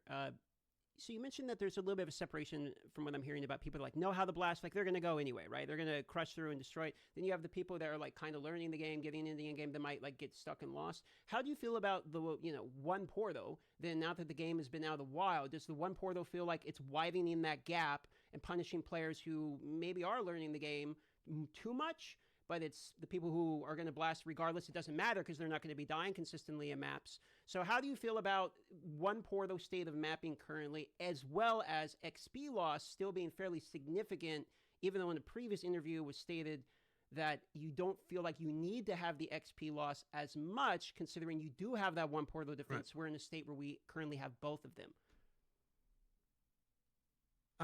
So first of all, we did discuss quite a lot about whether or not we want to go back on one portal or not, and I think that it comes down to the fact that I think I think that it just would really not feel the same if the whole death actually mattering thing. I think is actually important. Like I think we sort of decided because we discussed because we were talking about the pinnacle boss thing. Obviously, the discussion came up of okay, should we just be allowing 6 portals everywhere? Should we be allowing checkpoints everywhere? And I think we ultimately decided we really don't want to go that way if possible. So we're gonna try and that's kind of where we came to well, first we'll try with this pinnacle stuff. We'll make sure that that's something because that's actually something we've got true economic value that you need to actually preserve. And so it matters a lot more, and the amount of time it takes you to get there and everything that matters. But I think if then to me, I feel like to be a game, you have to have some level of failure being possible. And yeah, right. I agree. So many people are so afraid really of failing in a game, even that never really months. led to a situation where you felt like you really could fail in the same way. So yeah, I'm not really a fan. I much prefer the whole one death thing. As for XP penalty, part of the thinking around that is that it's kind of keeping you in the place where you're supposed to be, as far as if you're dying all the time, then you're probably not ready to keep going up the power curve. But I mean, maybe that's the wrong way to look at it. I'm not sure. I don't know if you've got any different thoughts about this. If you're dying, right now there's too many penalty axes. So if you are dying all the time, you're not going to get maps, and thus you're not going to go anywhere. And you also it's kind of an add insult to injury. You're also now just not leveling. So but you do have to have it. So I agree. I think there's a few axes, and I think they're just a bit too severe when all combined together. Combined with, I also think that the very start of maps is just too difficult. I think we should ease into that a little bit. So bring that down a bit, and then ramp the difficulty up. Well, I mean, we could hit the same spot, but I think it's just a little bit, and I think that's mostly due to the number of rare monsters and the obviously monster combinations. Because you can kind of avoid bosses, and I don't mind. I think that's a little bit of a different situation, but you get all these monsters you haven't seen in ages, and they all combine together, and so you have to kind of generally when you go into those areas, you learn what the monsters are doing and how they're combining, and then you maybe die once or twice if you're not ultra powerful, and then you get into maps and you're immediately sprung on heaps of different monster permutations, and they're doing things, and you're getting killed all the time, and there's a lot to learn. You do the next map, and you're like, well, I can't take the learnings of that previous map and apply it to this next map because it's a whole different set of monsters. So there's nothing to really take from one map to another aside from just maybe playing a bit more carefully or not being so overzealous and whatnot. So it's just a little bit difficult there, and I suspect we need to bring down the difficulty a little bit and ease people into it a bit more. But I need to think about it certainly a lot more and actually get a little bit more analytics on it as well, and actually see what the actual problems are. And again, I read a lot more feedback, honestly. Sure. Yeah, that makes sense. It would be nice if there was a way to deal with the fact that. So I mean, okay, the penalty for not clearing a map. Yeah, this has been a huge debate, I think, in the community too. This penalty of the one death. I know a lot of people hate it, but I don't think it's that bad. From the map, and it would be nice if you could just spend another map and still be able to do that content. But unfortunately, that isn't possible. So for example, if you failed on the boss, then you just spend another map and then you can fight the boss again and do that whole thing, right? That would be nice if that was the case. But unfortunately, we can't do that because it would open up too many economic abuse things where you fail the map intentionally because you want to farm the items to the rest of the area. So it's very difficult for us to come up with a solution. Because I really would prefer that, honestly. It'd be nice if we were able to come up with a solution that would allow you to redo content by spending an extra map without having to have all the problems that being able to rerun a single map would actually cause. So I sort of wish I could come up with a thing for that. I personally want to keep the one portal and adjust the other axes and see how that plays out before compromising on the one portal. But yeah, it's a bit tricky. It certainly is the case. We have discussed this so many times. It's come up, and before we released it, it's people are going to definitely complain about this, and we're we know, and we haven't found the solution. It's a common question. Had to ask. Yeah, I understand. Fair enough. Yeah. So now there's a lot more people. Well, now there's a lot more feedback and a lot more people. It's much easier for us to get the specifics on how we could get it right, for sure. Not to say it's now trivial to do. It's still hard. But there's a lot more information there for us to be able to, take less of a shot in the dark, so to speak. So I would expect some changes. We'll have to wait and see. So we're cutting it a little bit tighter because we have a lot of questions. So I'm going to try to speed run. Oh, yeah. This is a lot. There is a section that I care very much about. It's minions. So let's get there, okay? Uh, let's just dive into it. We're going to talk about ailments, damage for time effects. We're talking about ignite. Yeah, I'm dots, kind of curious what they have to say poison, about for dots. example. So the question is, I what's may your not feelings watch all around of it, this, guys. on hit, as it scales on hit, opposed to its dot scaling, which we have a bit different. This is a lot scaling longer in than I thought it PoE1, would because be. now it's based off the actual hit you're doing, which was taken away from PoE1. So what's the reasoning behind this, and what's your thoughts on it? Now that one. Well, I can't remember the history of PoE1 too much, but I understand the difference. I mean, I personally prefer that the heavier the hit, the more the dot. The issue we run into is, of course, then you just get...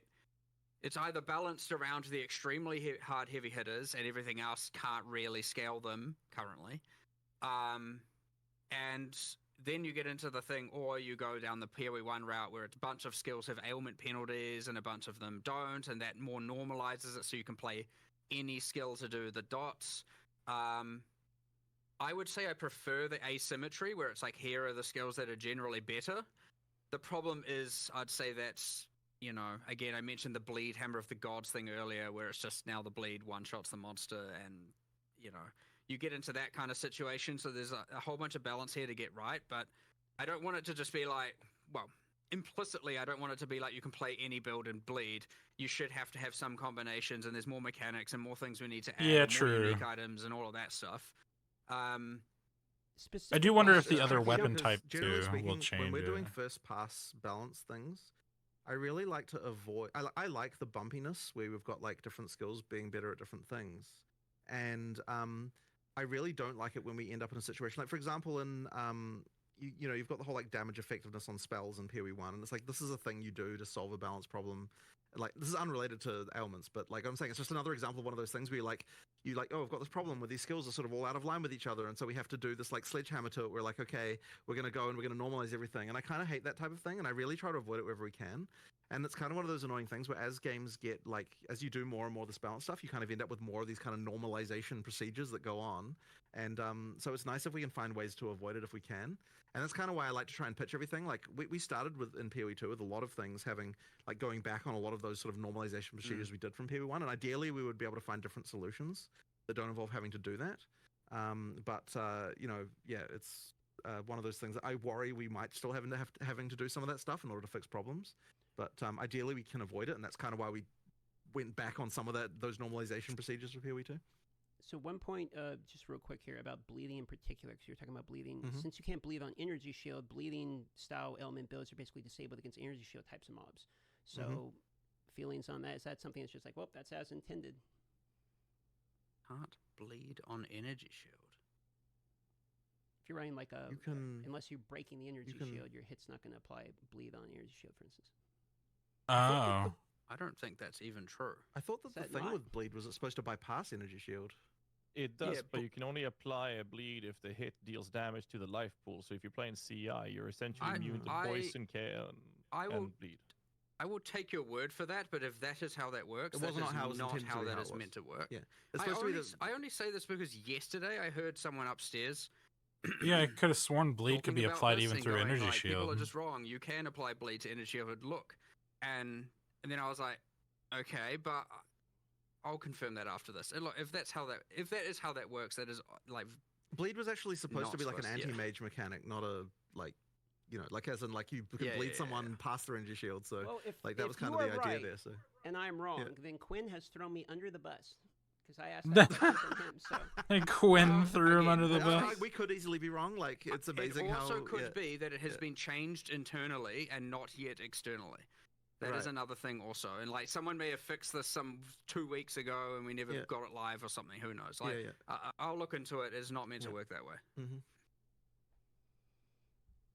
all right, meant to be like moving poison then. here, we're on ailments, and That's now good we news though are to have that into solution confirmation at least that if it swapping. isn't working Stop, properly, stop. they These are kind of going back to a they conversation now we've had will previously like be in looking interviews into where you that. guys were debating it, and you wanted to see Well- after the launch of the game, where do we stand?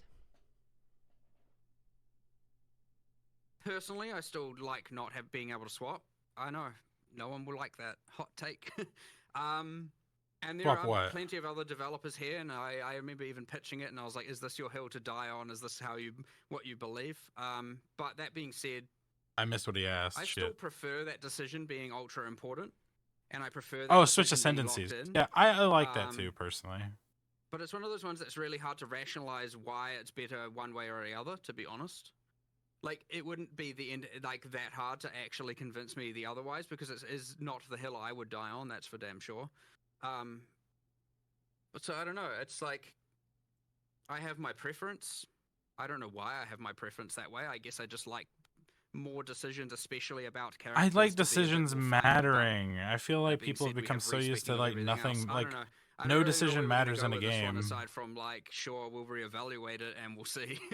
But at the end of the day, we have a lot of developers that feel very strongly. Right? Yeah, I agree. And then I we agree with the feel one devs way, and we discuss it with those people, and we on that one. I'm kinda see sure where it's we maybe land, but, unpopular like, with players we're not because it's gonna not ignore, player friendly, the quote opinions unquote. and But preferences of our team, either our design team and whatnot.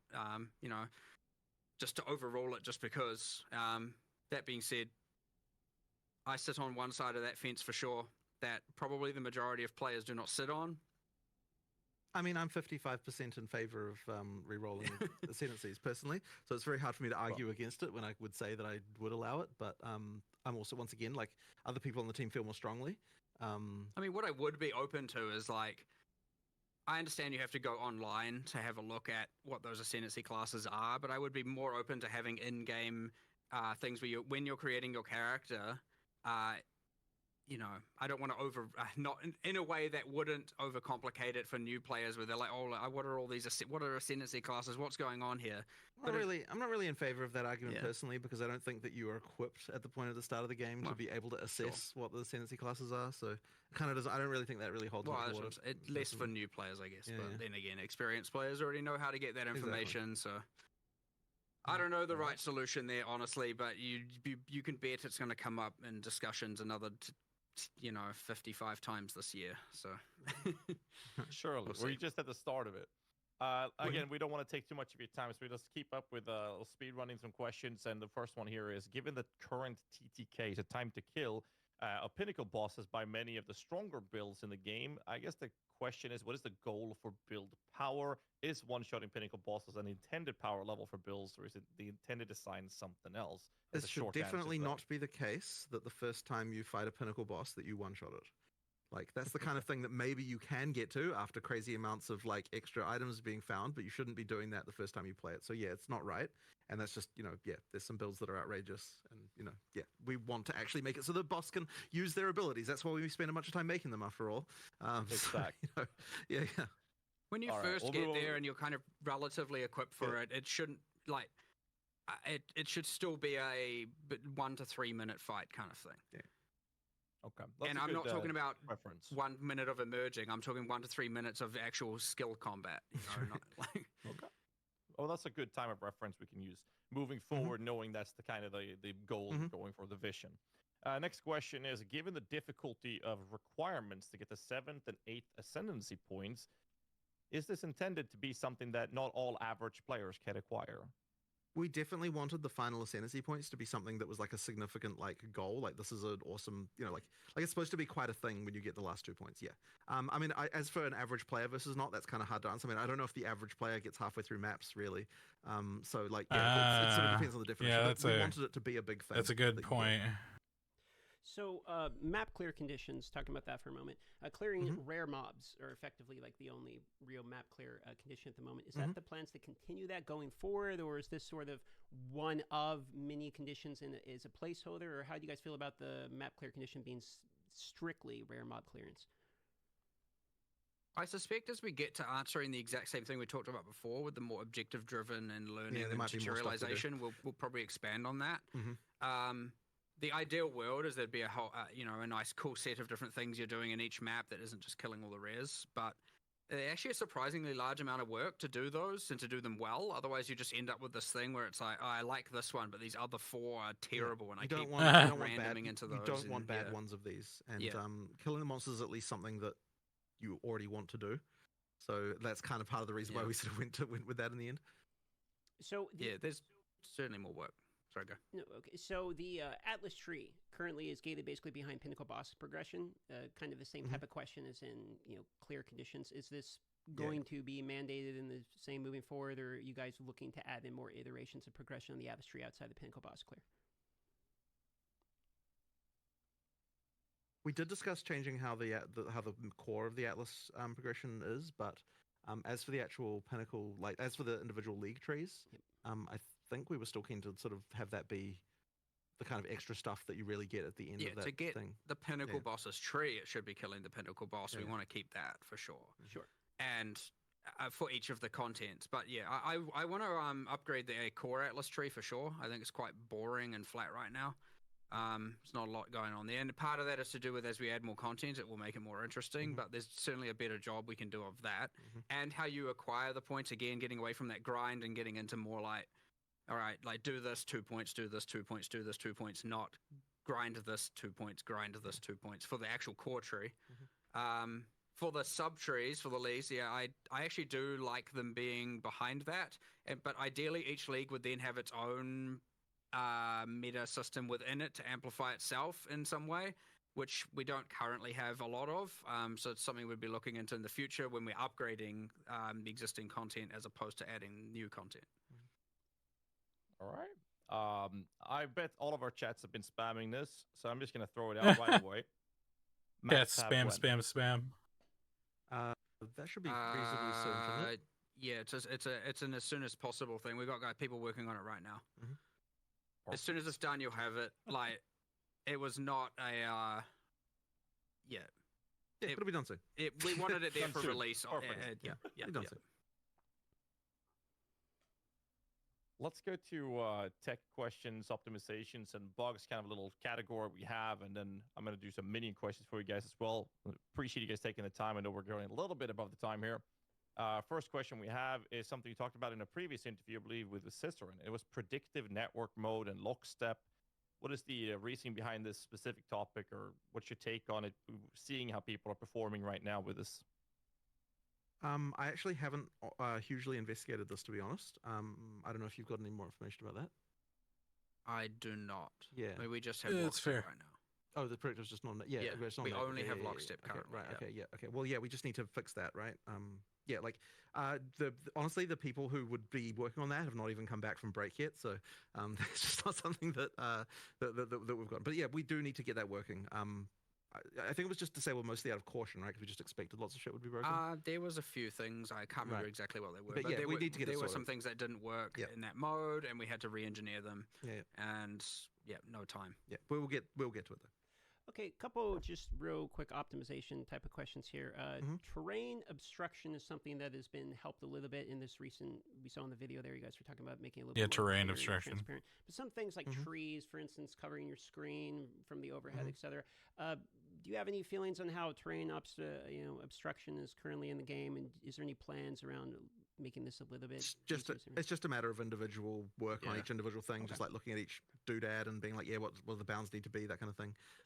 That some trees don't fade out Yeah, until you're like intersecting with them. Sure. And it's Just- annoying because yeah. you get more, and the faster you move, the more you will be obscured. And so there's some timing changes, there's some proximity changes. There's just a matter of individual bunch balance of things. you To be know, addressed. There's still some areas. Yeah. Sure. Yeah. And then as far as optimization is concerned, I mean, we'll just keep working on it, right? I mean, in the background, you've got the engine guys working on things. There is one very annoying crash that is very, very hard to debug that happens on, I believe it only happens on NVIDIA cards.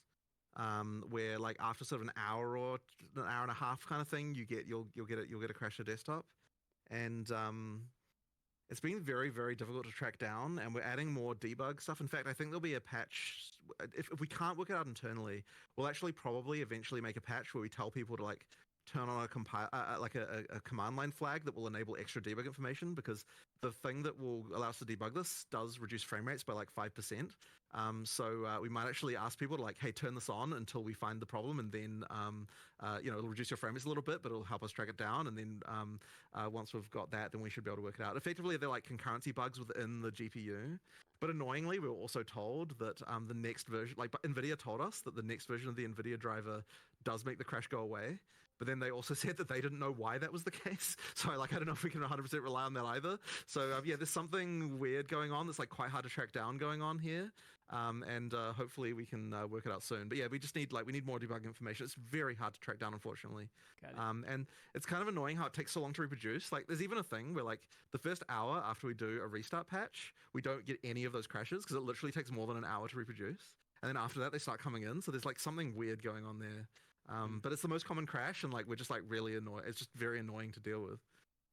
Thanks for the answer, because that was a very common question. People were talking about crashes and wanted to ask you about it. So good answer there. Yeah. At this portion, all we have left is some minion questions from Ghazi, just a couple of them, and then we're into the rapid fire portion, and then we're pretty much done. So try to get you out rapid of here fire. Let's go on, Ghazi.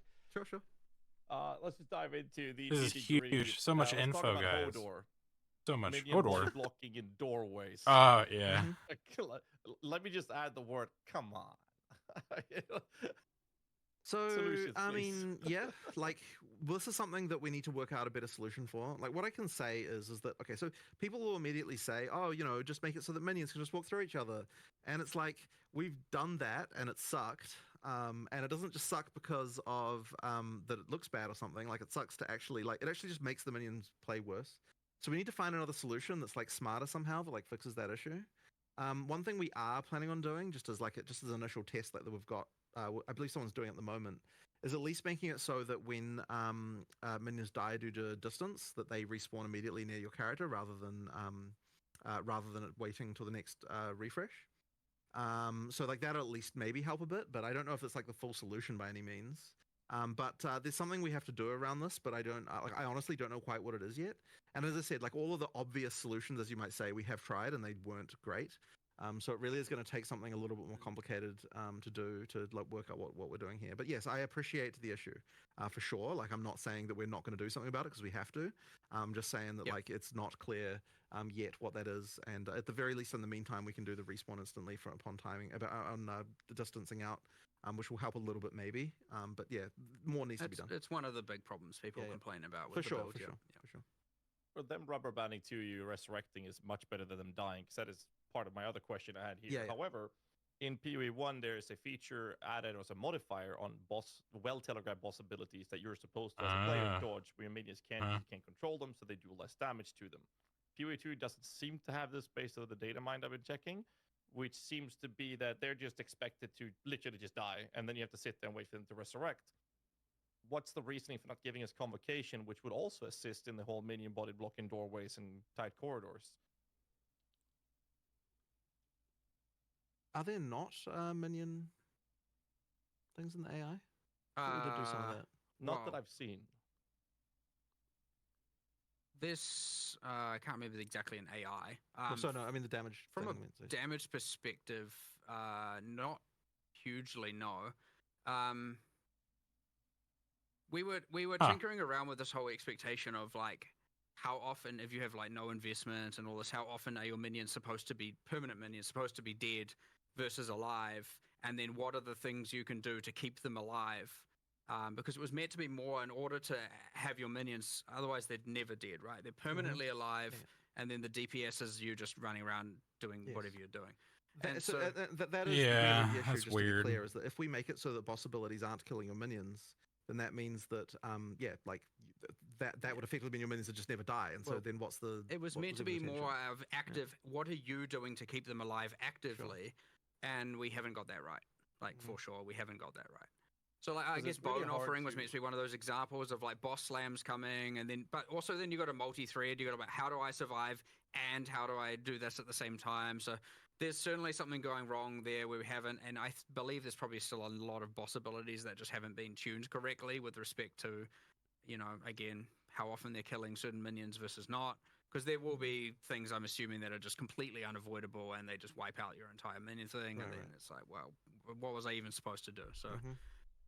The problem is, as soon as you get into this build, the level of detail that you have to do, where you not only have to, sure, there might be some system change, and it's easy to probably do a cop out that's just whatever. It's actually the right answer is to go through every single boss and test them and go through monsters and go through mods, and it's a huge amount of detail and takes quite a long time.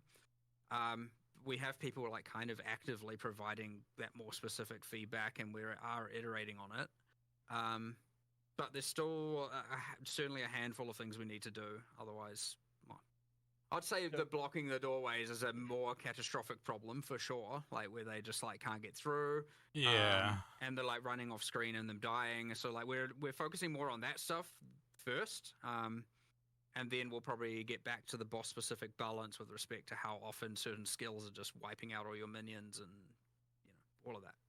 Yeah, I mean, I understand the idea that the bosses are supposed to kill them. The problem is when a boss leaves a damage over time effect on them, they kill a bunch of them, your timer starts ticking, and then the dot kills the next one, it resets, and then it kills the next one, it resets. Yeah. You just have to wait for all of them to die, and now you're sitting there doing nothing. You feel like you're in a wheelchair, not able to run around. But an instant used convocation could be a solution to that, which would also help with the whole Interesting. body blocking. A lot of people have been spamming me about make them give us convocation, and I'm in that category as well. But moving on to the other question, to not waste too much time, and that is a very interesting question. What is the reasoning behind making the minions' movement speed a direct replicator copy of what you have as a player, including when you get a minion movement speed debuff reduction on yourself? So me and Mark were actually quite surprised to learn that when you get a debuff on your character, that it causes your minions to slow down. Yeah, it's not intended. That was not intentional, and so we'll just fix it. We'll just change that. Yeah, we'll just fix it. That was not a thing we even realized was the case. Okay. Yeah. Next one is tooltip is a bit wonky with the minions, with it being incorrect in cases, especially accuracy actually being very wildly off, where it says you have a 100% chance to hit and it's not hitting, and then the tooltip is missing altogether on things like rating spirits. And sometimes when you change a gem on an unrelated ability, suddenly your tooltip on your damaged minions is also changing randomly. Is this something That you've sounds tracked, like or? a bug to me. Yeah, we'll fix that as soon as. I just need to look Yeah. at what's Our going on. developer responsible, well, they might be back today, but our developer responsible for that has still been on holiday. So as soon as they're back, they'll get onto fixing them. Yeah. A There was handful of quite tooltip a lot of related rushed, like description stuff happening right at the end of development there. So I'm sure there's stuff, even more stuff that's wrong than that. Just like with that stuff. I'm surprised that tooltip stuff is as good as it is. Given, like, I remember 2 weeks before release, I was like, "This is a dead feature. Like, it may as well not exist." This And is then a all of a dead sudden there was at feature, least damn. something that I was like, "Okay, that's a pretty good effort on what they did." So, there's just And the more to game do, looks of very course. good, guys. For early I got access, plenty I think more it's other fantastic. minion questions, but I'm just gonna go with the one that's been spammed the most, and that's Spectres when. So fairly soon. Soon, it took more work than we expected, actually. Like, kind it of was just soon. a lot of just like Maybe soon. Yeah, there was Yeah. a lot of specific shit we have to do, but it won't be. It's not too far away. Well, the designers have to go through, all the monster designers have to go through and make spectrable versions of every monster, which in PoE 1 was a lot easier, and in PoE 2, there is so much more manual designer-based scripting on like a monster-to-monster basis that we have to like take out all of that random stuff to do with dialogue and like, because you don't want to all of a sudden like have a spectre come out and then you're like, it dies and your character says some random thing, and because all of a sudden now your character's just spamming random dialogue all the time, and like. But there was even stuff that's kind of stupid where it's like, oh, the idle animation of this monster is loud. And so if you've got it as a spectre, then like it makes it too annoying, and like just there's all sorts of random stuff that happens when you turn things into a spectre that's kind of not obvious. Effectively, every single monster has to be. Yes, of that course. is Yeah, that's true. well, we don't want to repeat those same problems, right? Yeah, yeah. So ideally, the audio team actually gets time to do proper spectre mastering, so to speak, on all their audio for all the monsters.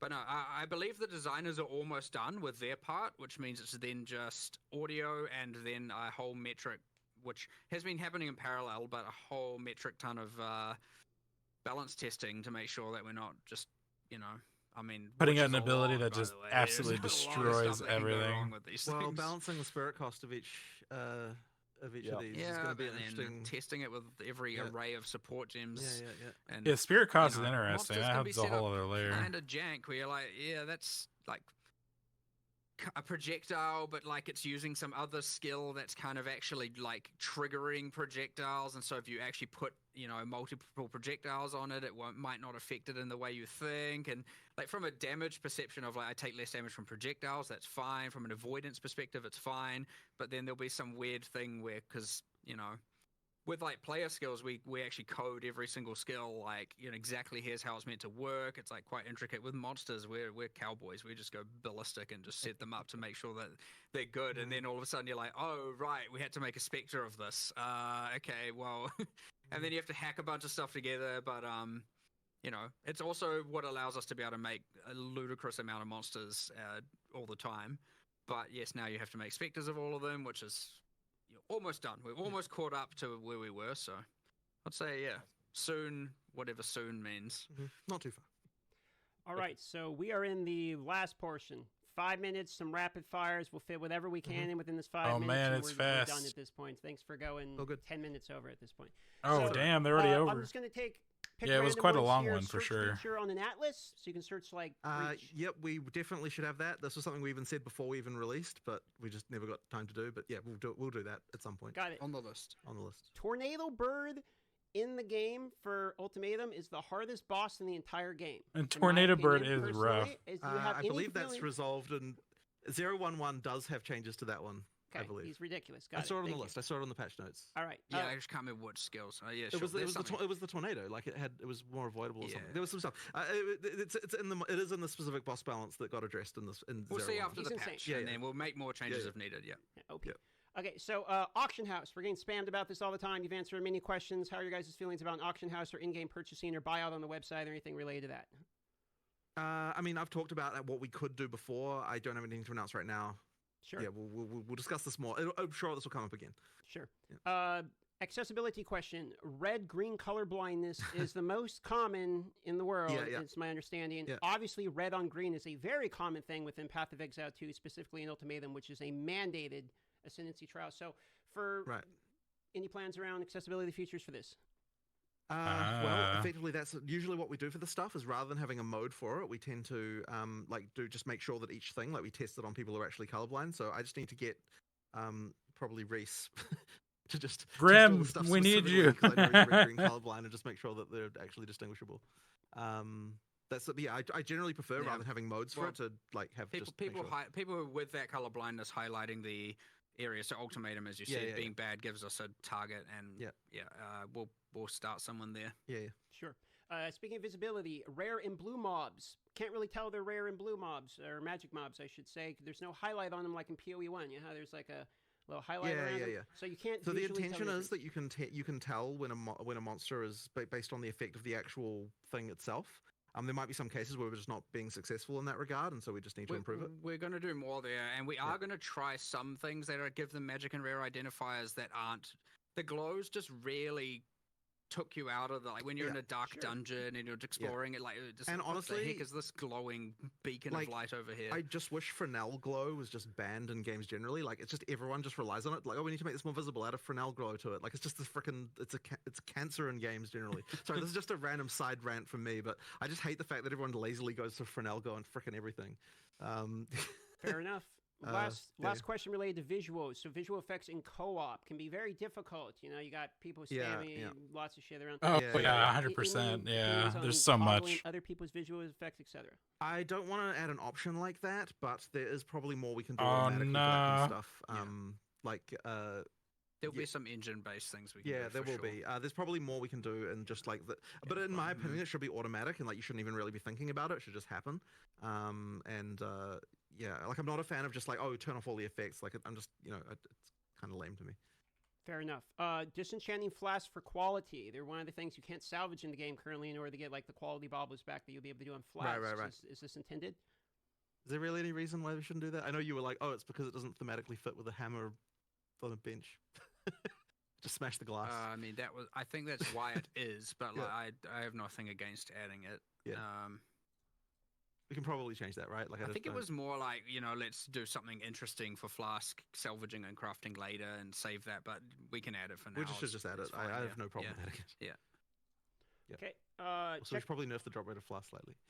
High levels. That's just a random note that I was thinking about yesterday as I was picking up tons of flasks. Random side note. But We've almost got all of them. Checkpoints and maps in order to backtrack in maps. How you feel about that? So not for resurrecting purposes, just for fast travel travel. purposes. It's not a terrible idea. Yeah. I'd have to think a little bit about how we would position those. I'm not against it necessarily. I guess the feeling is that there's not so many like objectives in maps in the same way. When you do but they those kind of- linear maps yeah, and you yeah. missed a rare monster, Yeah, you yeah, want yeah. to No, that- you're right. go play something else for a while. You're right. But so yeah, we should probably do something about this, but I don't have an exact understanding of what we would need to do perfectly. Sure. Yeah. On the table, however. Okay. Being able to see gems without cutting. Currently, like you got to cut the gem to look at the list of skills. I mean, I don't really have anything against it, but where the hell does the option go? Just a hotkey. I'll think about that. Bottom I'm left. not really against that. Yeah. Maybe on the G button, top, click at all skills. opens Yeah, up the menu. maybe. Yeah, Something. maybe. Alright. Maybe. Gambler in the hideout. We have all the other vendors, but we don't have like a gambler in the hideout. For instance, like Alva The normally does reason this. for that, what was there was something very broken at the end, and we quickly turned it off. But I think we just need to fix one thing and then turn it back on. There was something very bad exploitation tier, and so we were just like disable. It's like 10 minutes until deployment kind of thing. 4 We'll left, fix and it. we got through all of them. Okay, so Yeah. Venom Quest is currently the only one that you can't reselect the rewards. So, for instance, you can reselect like the Titan Dome with the Life Flask or the Charm Duration. You can't select from like Chaos to Attributes or whatever. Any opinions on keeping that permanent, or can we reselect? I that want at to some add a point? way to change that, Yeah. which I know people might be Yeah, like, oh, yeah. well, hold on, then why don't you want to allow a way to change the sentences? And the answer is I don't know. That's just how I feel. But We'll allow you to change. I might feel differently later. But yes, I do want to add a way to change that for sure. Okay, makes speed on sense. boots. I don't know, any feelings sentences about are having to be different, but- implicit, or I mean, basically movement speed mandatory on boots, or else you're really slowed down. So, how you guys feel about moving movement speed to implicits, or do you have any feelings on movement speed on boots? I mean, I don't think it's necessarily a problem to have a mod that's really, really valuable on an item that you definitely want to go for. Like, boots is certainly the case where that's like the most extreme, but I don't necessarily think it's a problem as such. So, you know, like... It makes sense, like personally boots don't having have a move problem, speed, but but- I wouldn't mind them being I like implicit it. though I either. like having it that I think it's good. I mean, like like physical on a weapon. if you added move speed implicitly to boots, would you then be like, okay, well, like IPD on weapons, like you start to get into funny territory in some sense, right? We're like, you know, so anyway, that's kind of our feeling on it. Last two, UI customization options. Is that potential? I mean, you'd have to be more specific. I think people just want In to be able to- general, no. Like, Yeah. if you're looking at like, you know, like we're not going to be World of Warcraft like Yeah. like UI mod type there, but yeah, like if there's something specific, then you're like, I wish we could do this. Then maybe we would think about it. It's just a question of Sure. what it More of is. a generic Yeah. question I was getting. Okay, Yeah, last yeah. one, boys. State of co-op and body blocking. Body blocking, you're with co-op here. I think it's there's something not right about it. there's but something not right about it. I agree, but I do think you do need it to make things feel more physical. But there is something not right about it. But there shouldn't be, considering that players are actually. No, because you know what it is? It's because we changed really, really close to the end of development the size of the player instead of changing the size of all the monsters. And I think that probably results in like a situation. But yeah, but there's something not right about it. But I don't want to just completely remove it. We might end up with a solution where like the size of a player to other players is different than what the size is to other monsters or something like that in order to Yeah, kind of yeah. like ease it. I suspect we'll do something along those lines. So yeah, I'll that is it. It wasn't really on my radar, I have to admit, but we should do something about this. Yes. And you'll yeah. forgive me for asking one last question that I'm curious about myself. Yeah. In terms of microtransactions coming from PoE 1 to PoE 2, do we have any cadence or quantity or any information we can give them when we're going to be seeing more of our previous purchases? Well, the main thing is that by the time we go out of early access, we have to have all of them. As for the like rate at which they come through, I mean, look, we'll try and get as many as we can in the near future. I honestly like. This is so the rigging team are like busy doing that, and I haven't paid enough attention to them. I need to go catch up with them and ask them, hey, how's that job going that I see you going on? So, you know. It's probably it turned into more work than we initially Yeah. anticipated for sure. Mm-hmm. There's like a whole bunch of effects that don't Yeah. translate one to one, so there's a lot of departments that have to do a lot of work. They are tuning through it. That being said, like, you know, it was certainly more complicated before when we were in that last like several month or 3-4 month like kind of lead up to release, and it was kind of like, okay, we need to have all hands on deck getting certain game content done, and yeah, we generally prioritize gameplay over microtransactions when that makes especially in those sense. kind of moments.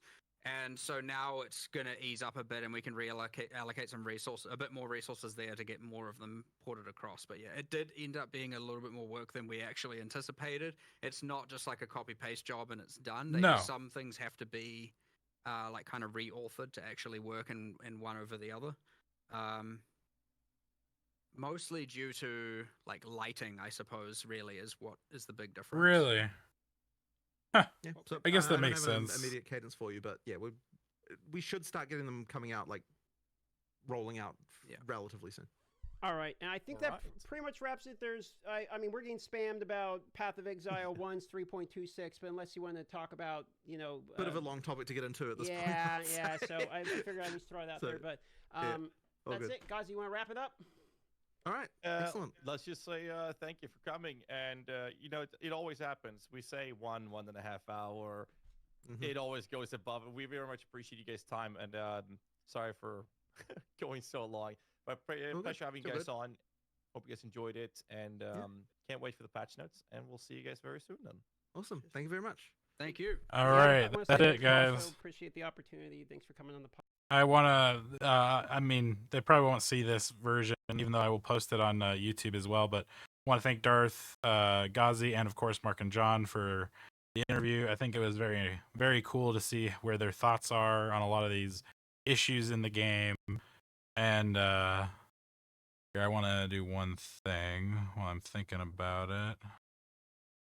Unmute the game. Okay, so... And then I wanted to bring back up, close out of that. I don't want to talk to you, Una. All right, so this is what I wanted to bring up. Character playthrough is more fun. Okay, so I'm gonna try and read these out. So we've got like the gamble sprint. So before it was like gain 0 to 40% increased move speed at random when hit until hit again. But now it's 0-40 random hit until hit again. That stayed the same. Oh, the stats, the base stats themselves, I think, are improving across the board. I think. I don't know. The text is really small, actually, guys. Even if I make it bigger, I bet. Yeah, like it helps a little bit.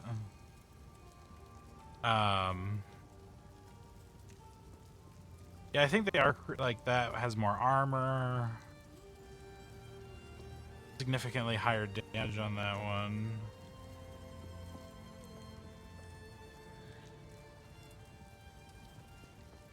Yeah, we'll get a list, I'm sure, with the patch notes, so we'll worry about it then. But yeah, that was really informative. That was really good. A lot of fun there, listening to where the devs are at.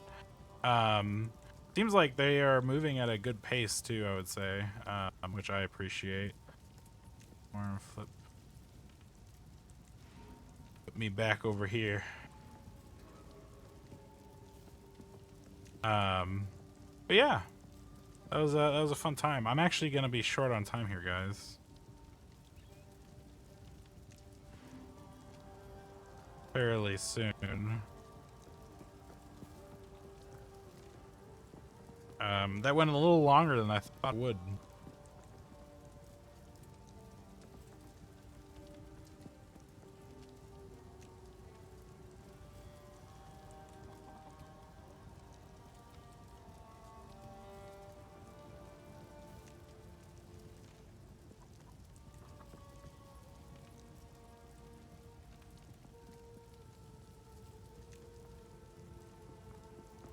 Hey, Una.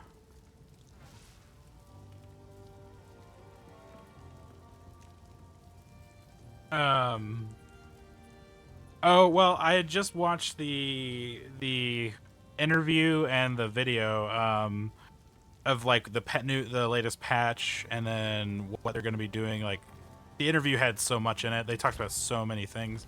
I'll probably have to go back through it again.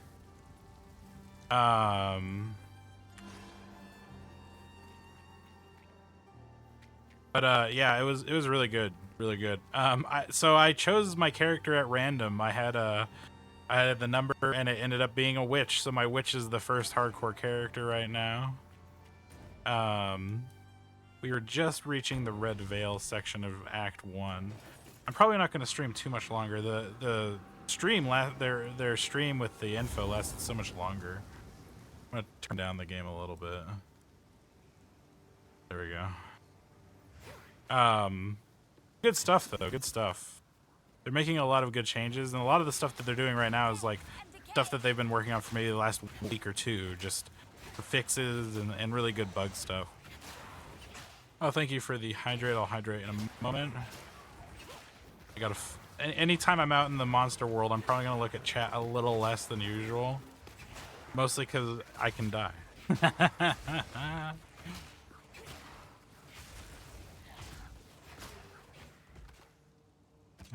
I'm taking all loot I can get because I need to just sell things. So this is hardcore solo self-found. So what that means is I can't trade. I have to get everything myself. No. Yeah, that sounds about right. Especially if I can make it through the base axe and then I get to Cruel. Cruel is going to be terrifying. I'm doing all right, though. I have a HP of 90 right now, and almost a shield at the same level to match, which is pretty nice. I'm definitely focusing more on the defense than I usually do at this point. I know, right? You can thank Skelly Bob for that. That was such a good random sound effect for the hardcore. No. So many of you. Back, you fiends, back! Oh yeah, look at that. Contagion spreads when one dies, and then boom. They all become my purple dead friends. And you all know I'm a fan of purple. Impudent undead. Yeah, impudent undead. Yes. I really do love how sassy the witch is. I love each character having their own personality, which is why I personally don't care about the gender lock at all. I don't mind a game that gives characters a lot of personality like that, and when it's gender locked. If they didn't do that and it was really like just like, oh, this one looks like this and kind of more of a skin than any substance, then I wouldn't like it as much. Boom. Another plant. Okay. At least I can actually pause, which is something I'm not used to anymore. I didn't realize how unused to that I was. Because games like Dark Souls, Elden Ring, they don't let you pause.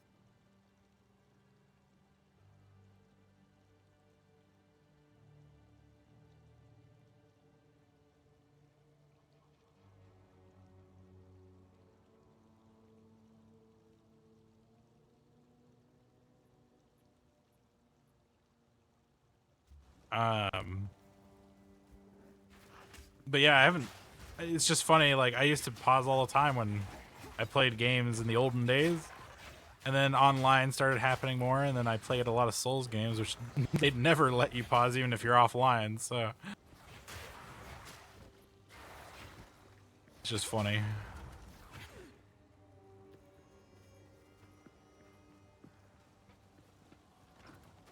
I'm hoping I get into the network test for Night Rain. I think that's gonna be really fun. Oh, thank you for the tier 1. I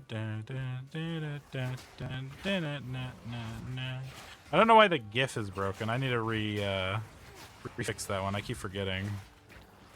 You should help remind me later to fix the cat GIF.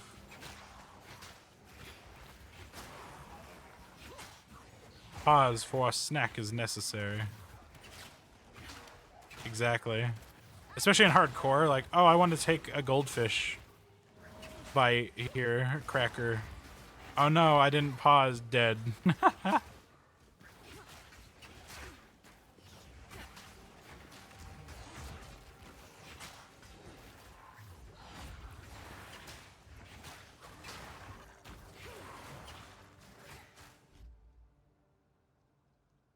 Okay. It was interesting. They actually were, they did answer one thing, like some people are wanting like an option to reduce the effects of other people in the party. and they were actually pretty resistant to that. Like he thinks it's just kind of lame. But in my personal opinion, I agree with him. I hate turning off effects. Like I want it all. But that's gonna, I think, be pretty a pretty L take for a large part of the community, because there's so many people I've heard that say they really want to turn down those effects. But I think it's kind of lame. Leave all the effects alone. Uh-oh, the effect is still on the screen, I noticed, for the sound alert. It's kind of bugging out the same way my other effect does. I don't know if it's OBS doing it or something else. I don't know.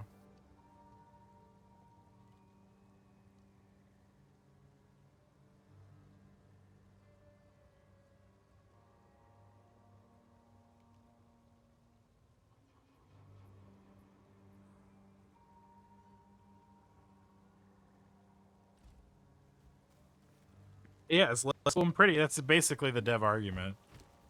Alright, I'm gonna go back town and sell and disenchant things. Okay, hi Una. Different Una. I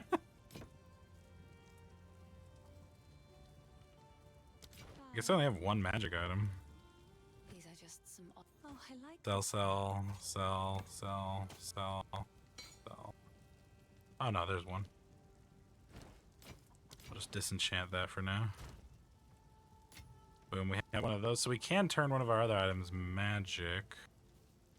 Do our chess piece. Boom. Maybe I should have done the weapon, but I think I'll replace the weapon sooner rather than later. I like to hold on to bits and pieces. I have so little gold now, again. God damn it. I have nothing. Perhaps this is what we need.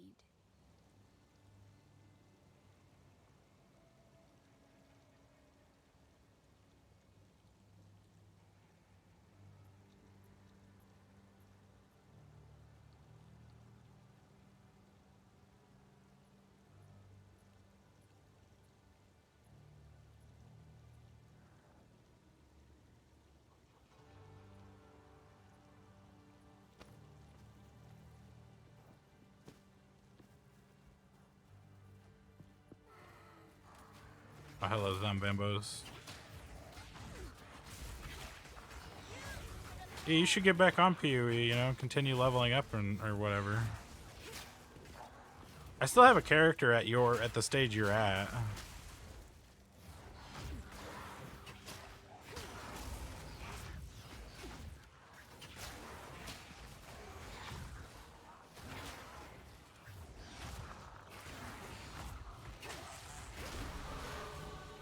Leveled.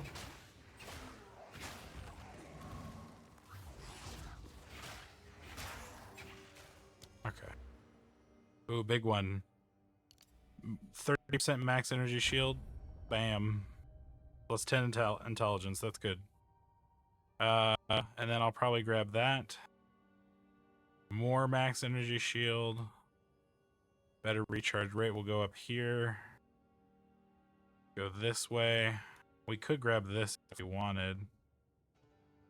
Might grab this stuff too. I don't know. We'll have to gauge a lot here, because I mean, defense and stuff matters so much more.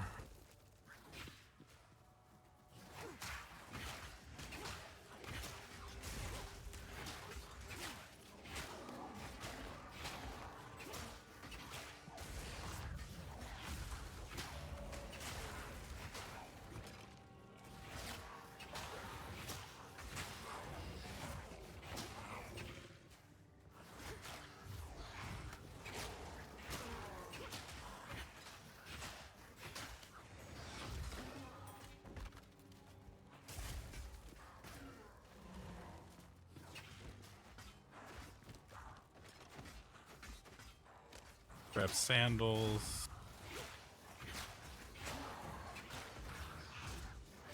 Bam, bam, bam.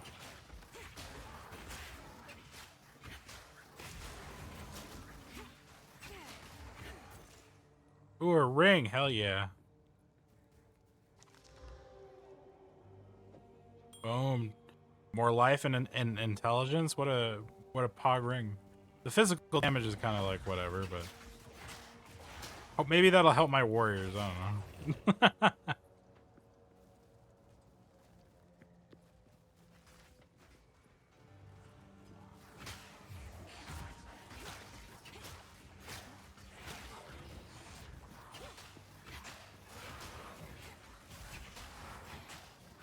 Yeah, help you.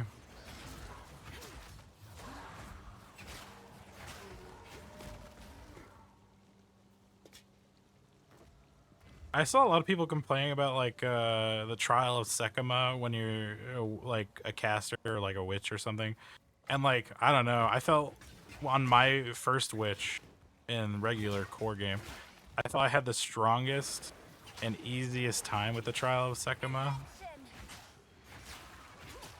comparatively to like my warrior. I mean, I beat it first try with fairly minimal effort.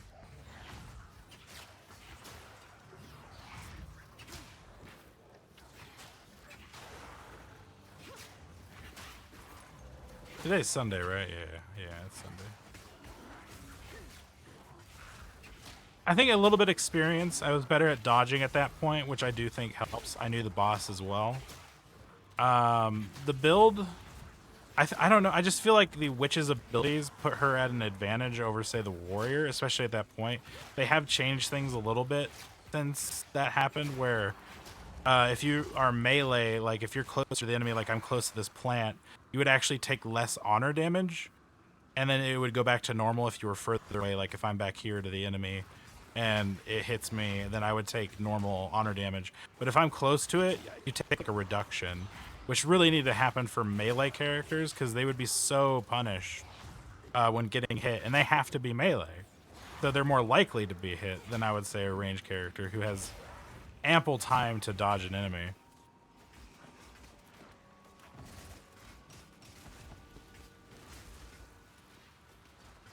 Oh my.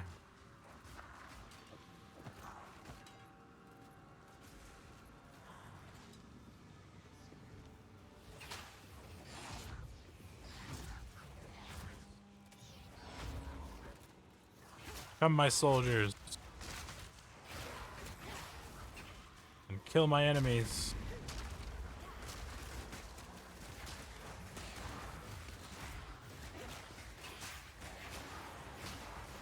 Yes, contagion.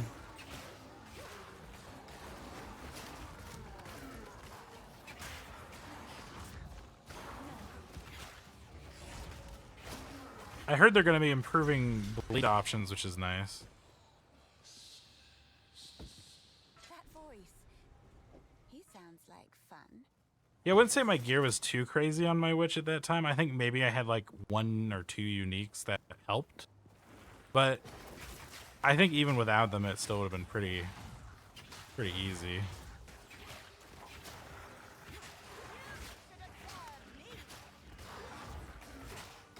Because my witch was like my 3rd character or something.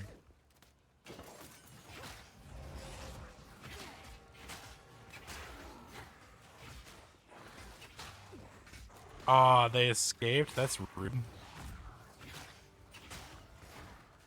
I should probably go back. Whoa.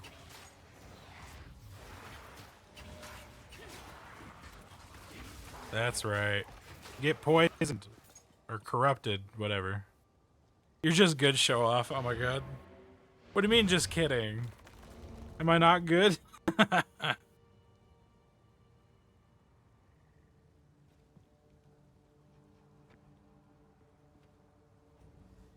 I know that's not what you meant. I was just taking it that way. just so we're all in the know here. Okay. So I'm actually gonna save the socket so I can dissolve that later. I don't have the hooded one yet, so I can't identify shit without scrolls, and I have barely any scrolls yet. God damn it. This sucks. All my supplies are for naught.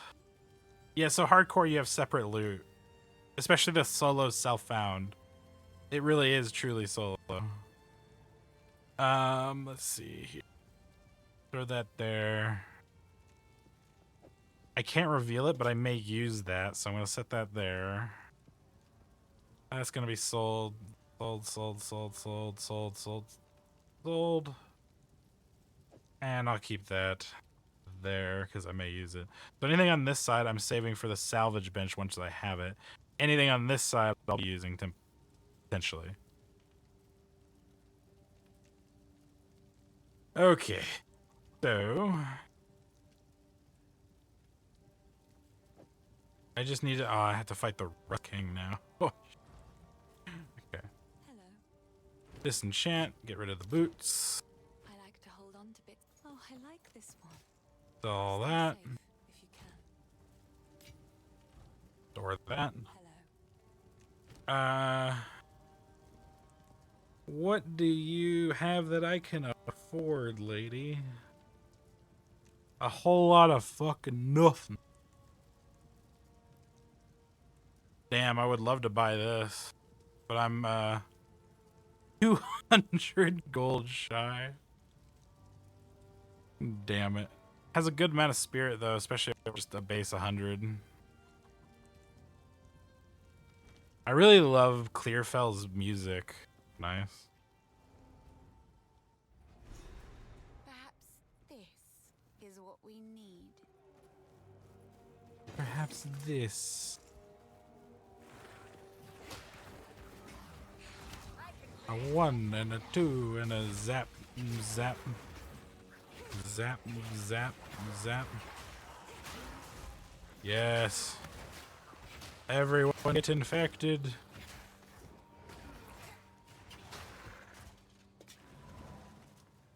I also know more about loot than I did when I first started playing, so I'm a little bit smarter, I hope. At least. At determining what I need to survive, stat-wise on my gear and stuff. Whoa, hi. Whoa. Easy now, flowers. Easy. They talked about so many things in that fucking interview. I'm glad they're considering the belts and how to change them. I think charms are fun. I just think they need to be changed in how we utilize them, how they get slots. I think that needs to be changed. There's just a few things that could be, I think, improved.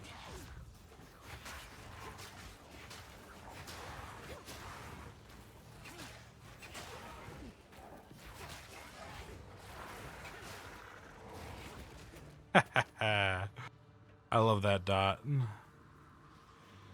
I'm kind of nervous for this.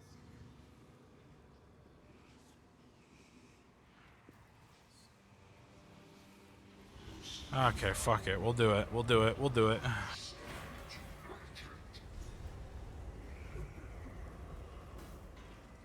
Don't stand united, please.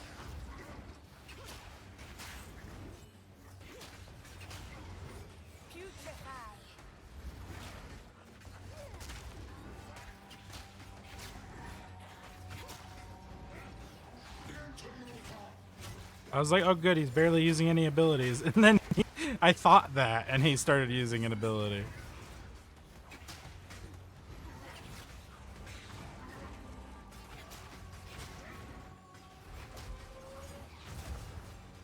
See, that move is a bit scary. The lag I'm experiencing is a little scary.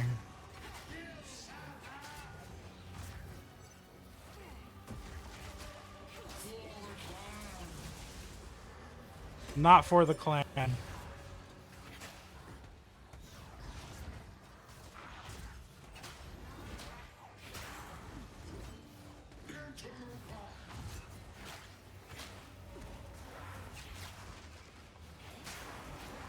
Yeah. Ooh, come on, energy shield, recharge. Thank you, energy shield. You Zappa.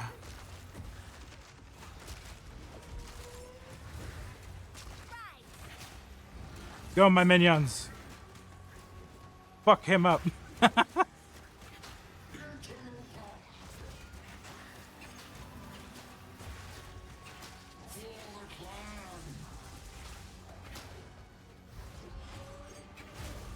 Oh, that hurt. That hurt a lot.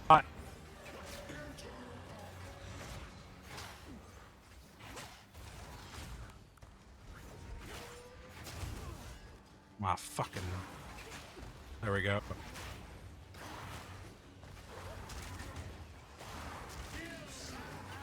Yes. There we go. That's better. And that way I can get some of those minions up. You just wipe them all out with that move. Fuck me.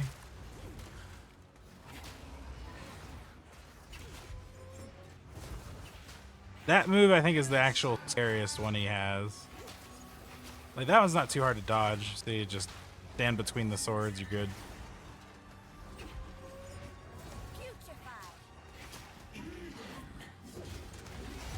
And you're dead.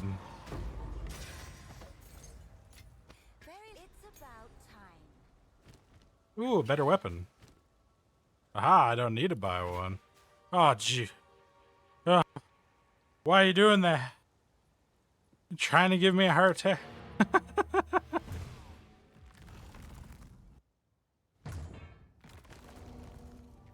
Yeah.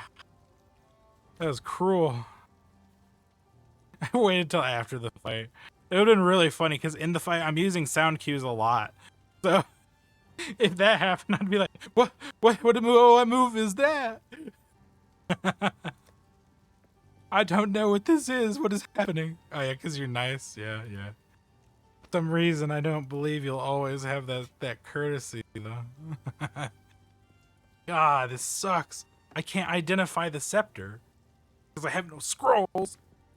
I'm gonna hold on to it until I frickin' get one. Sell that. Sell that.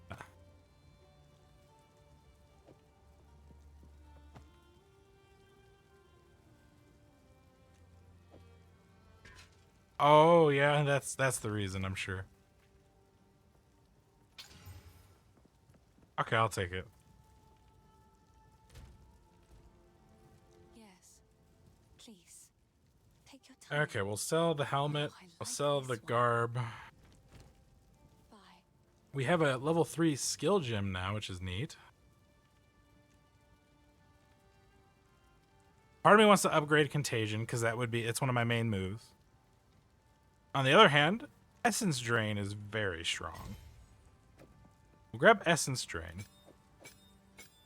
Then we will move Contagion to this, and then put Essence Drain on that.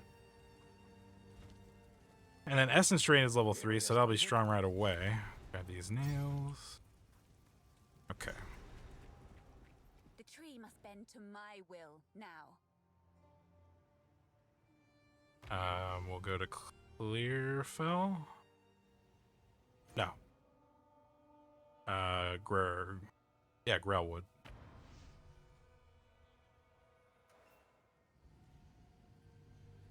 You really should have. I mean, if I die, I die. It's only my own fault in the end. I should be prepared for the worst of chat.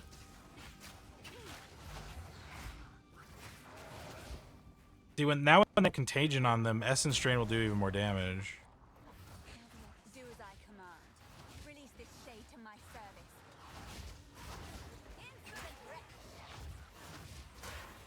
Yeah, it was a good choice, I think, to have the extra ability. I'll put the last one in. Maca.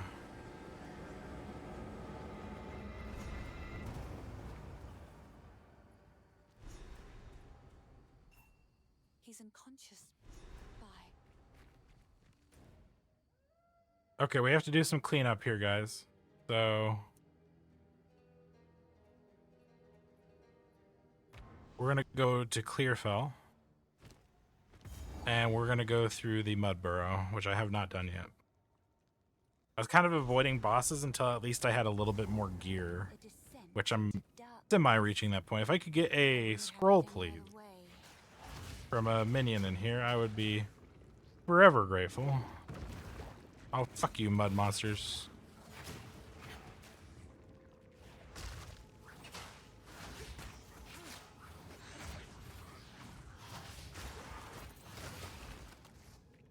Oh yeah, this is good. Because Essence Drain applies its own dot as well. Oh, fucking.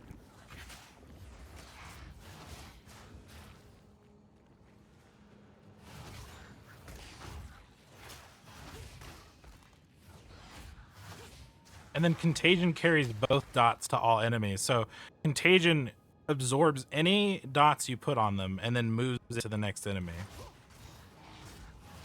Very useful.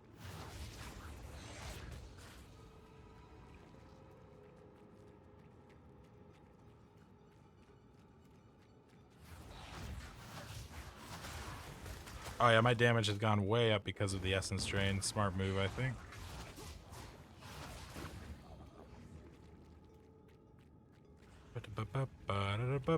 Oh.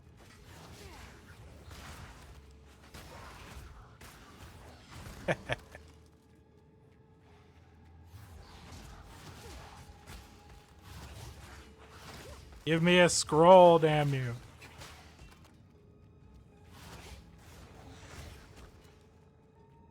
Any enemies want to pop out at me? Yeah, there it is. And this is why we have the energy shield. Fucking 2 gold, 3 gold. Damn. So little.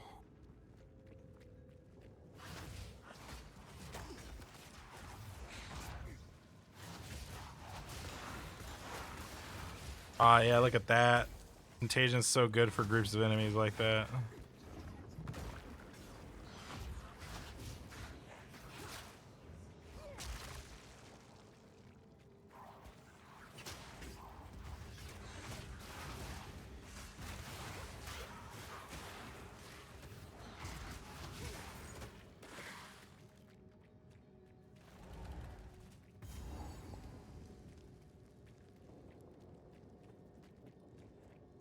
Oh, I thought I heard an enemy over here. Maybe not.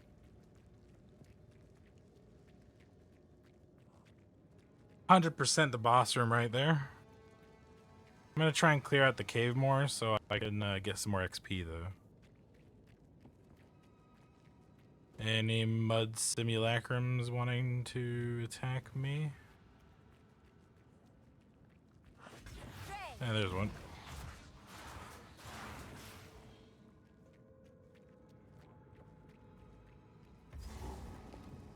That just leads to the boss room as well.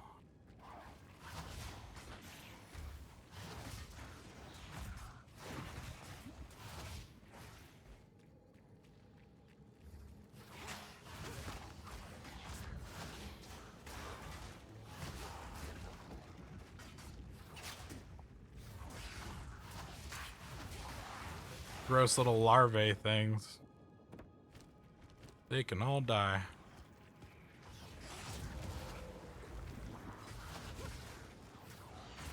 Gross, look at its mouth. Be gone with you. Ugh. It bursts into so much blood.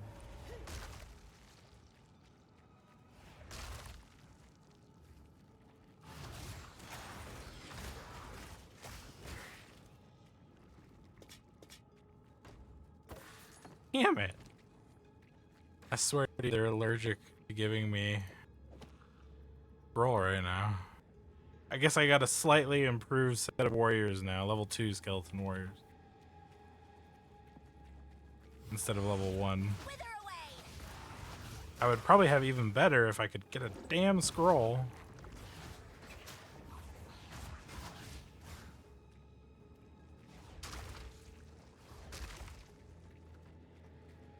Damn it, game hates me.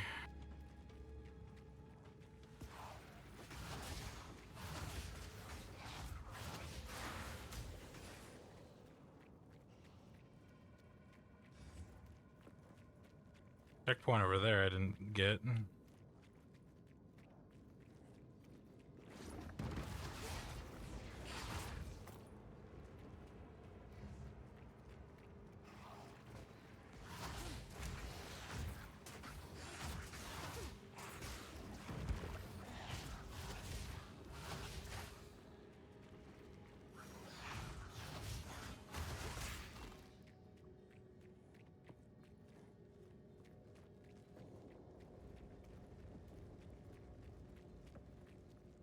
Okay, we've been through most of it.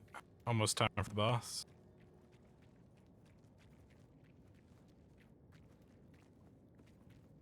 Usurper. God damn it. Every time I fight that guy, his voice lines get stuck in my head. For the clan! Especially the usurper line. Usurper!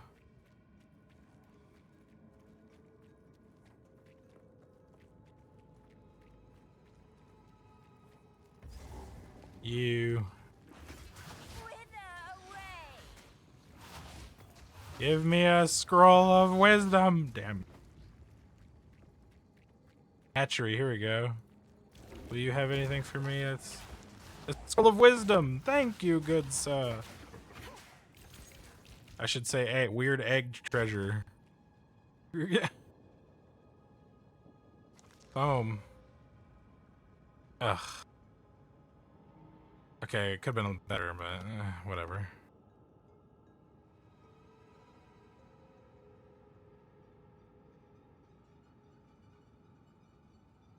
Alright, I gotta go back to town and unload all this junk, and I'll come back, loot all this.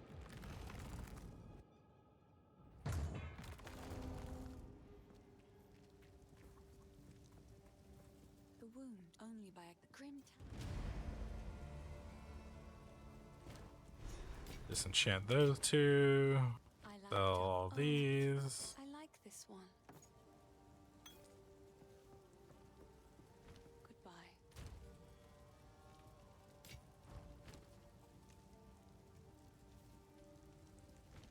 Okay.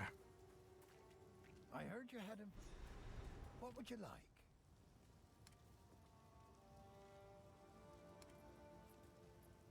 Go well. Nothing. Nothing of interest, at least.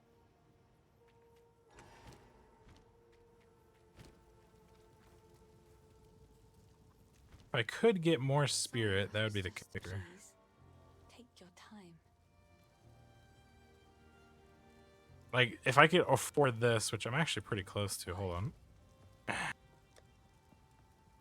Just sell these two things. Yes, please. Another for my collection. Enough. Thank you. Boom. That's better than the one I just got. Because now I can go in here If you can. and get another skeleton warrior. So now I should have 4. Skeleton warrior. Ba-da-na-na. Okay.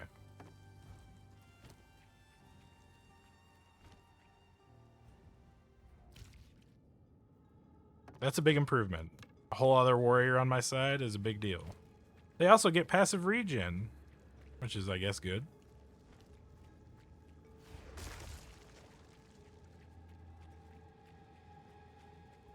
Alright, we're gonna head over to the boss and see how that goes, I suppose. Let me organize my inventory.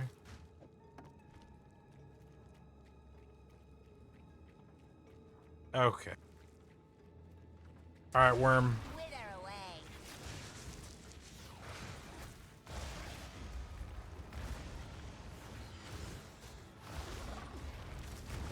I hate it when it digs.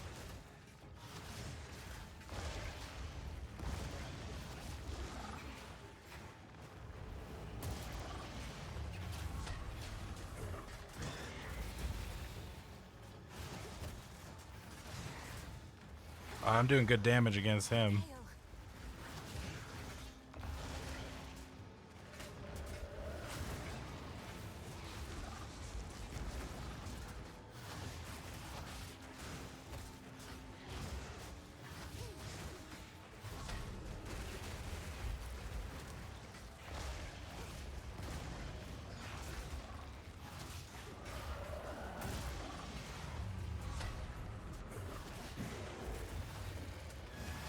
Time to die.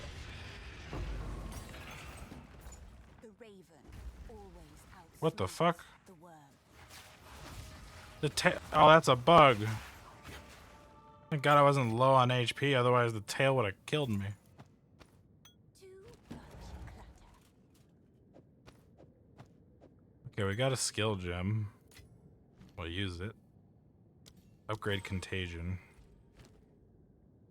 We also can turn our... Let's turn our mask into magic. Fire resist, okay. That's fine.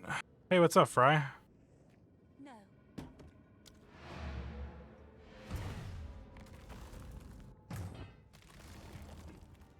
I randomly got Witch as my first hardcore character. I'm rolling every time if I die, I'm going to re-roll randomly which class I play. Kind of Nuzlocke-ish in that way. Essence Drain could use more. But what do I want the damage to be on Essence Drain? Let's see.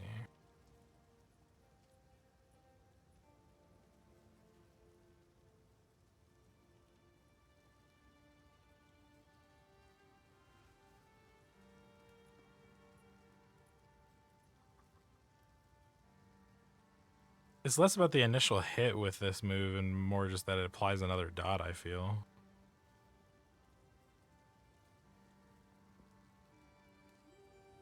Or maybe I just make my Skeleton Warriors have Envenom. That's always a solid pick early on. Yeah, I've actually been having a blast with it because like things feel like they matter more again. Like even the basic loot, because I'm also doing self-found as well. Let's solve that. Please. And if I die, I die. And the funny thing is like, I actually really enjoy the campaign in PoE 2, to be honest. I can't say the same for like Diablo. I wouldn't want to do the story again, Diablo.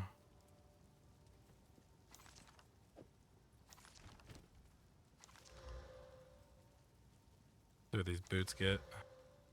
Move speed, that's pretty good. This has energy shield, let's see if it's better. Max life is pretty strong, but move speed. I'll hold on to those boots, I guess. Let's see what's on these. Max life, stun threshold. Yeah, let's do it. We'll hold on to that as well. We'll get rid of this. Oh shit, she's over here right now. I like to hold on to bits and pieces. Any that catch your eye? Two evasion. I want my energy shield to be buffed up, so no. I'm gonna just disenchant what I can here. I will treasure it. I'll take this for mana. Sell that. Disenchant both those. Good to go. Oh yeah, I mean, I know that's temporary though, I guess, so it doesn't really bother me all that much. I'd say Act 3 maybe is the one that bothers me more than the other two. Acts 1 and 2 are not too bad. Act 3, there's definitely parts that I'm like dreading even considering doing twice, especially on Cruel. Let's see.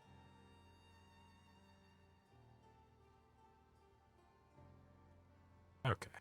So now I need to go to the Grim Tangle. Actually, no, I need to clean up the Grellwood and find the boss again there. Yeah, the River Hags are exactly what I was thinking of. I'm glad we're all on the same page.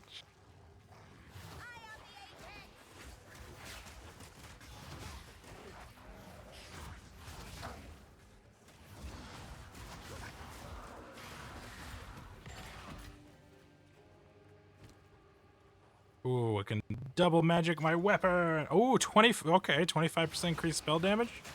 I will take that right now.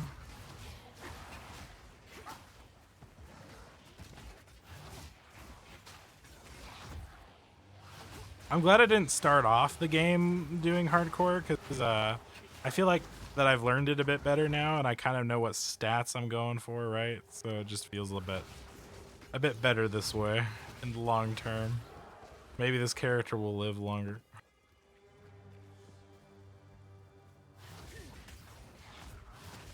Yeah, right now I'm not even gonna worry about endgame. I'm gonna consider it kind of like a, like if I can make it through the campaign, that's a victory enough for me at the moment.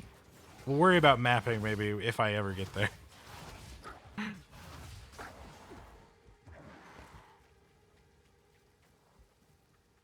I am scared of the Act 2 boss fight and end act boss. He's gonna be a bitch.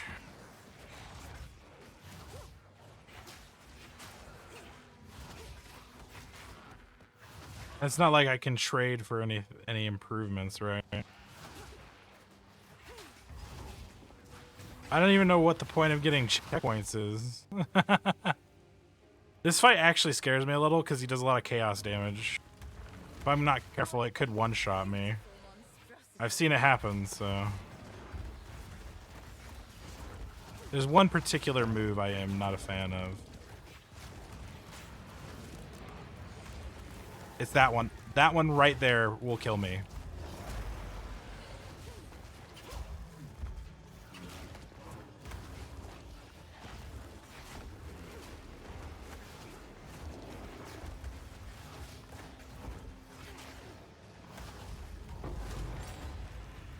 It's a pity to end you.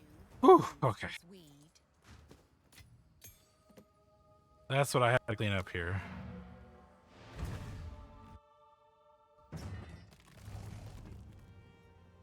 Really, I had a... I feel like Wolf was easier. A lot of people I know had trouble with Wolf, but he never really bothered me all that much. Does that lower their cost? Oh, it does.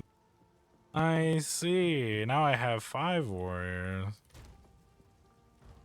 I didn't realize leveling up the skill lowered their spirit cost. That's good. Good news.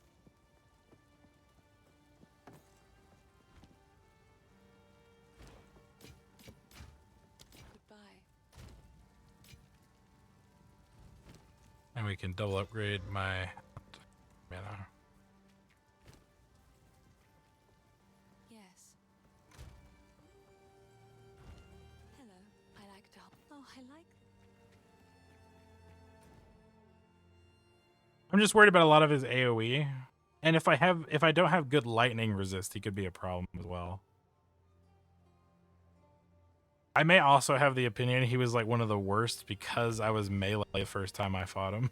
I was on my warrior.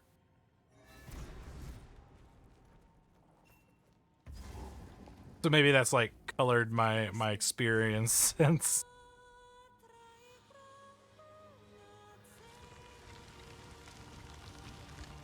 The old magic still thrives. The way's open. Please. If I play my cards right, my witch should be a really good hardcore character, I feel like. Compared to Sorceress, I feel like I have a... I guess I could play Sorceress any way I want to, but...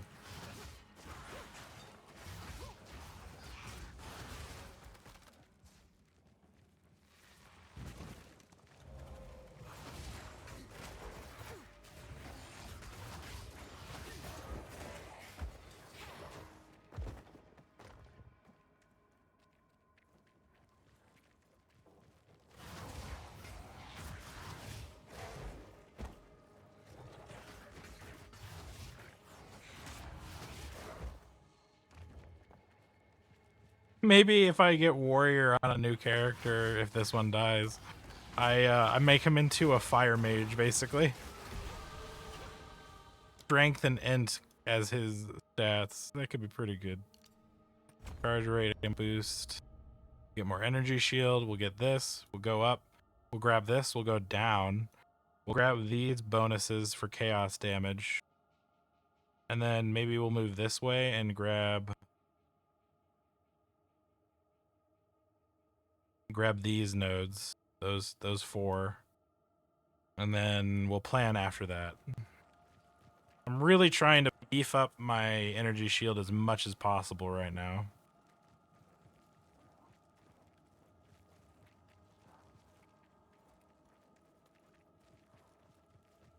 It is doing work. It's almost in tandem with how much HP I have too.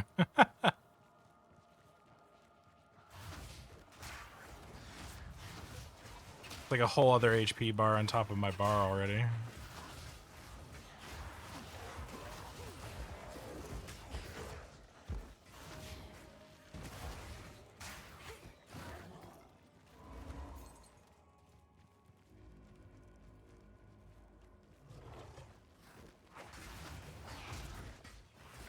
I really like this game. Did you see the announcement, Fry, the latest video? If you go on YouTube and go to their channel, they have a new video talking about patch stuff. A lot of good changes incoming. It's mostly like fixes, alterations to things that people have been giving them concerns about. I highly recommend checking it out. There's some good stuff in there, I think.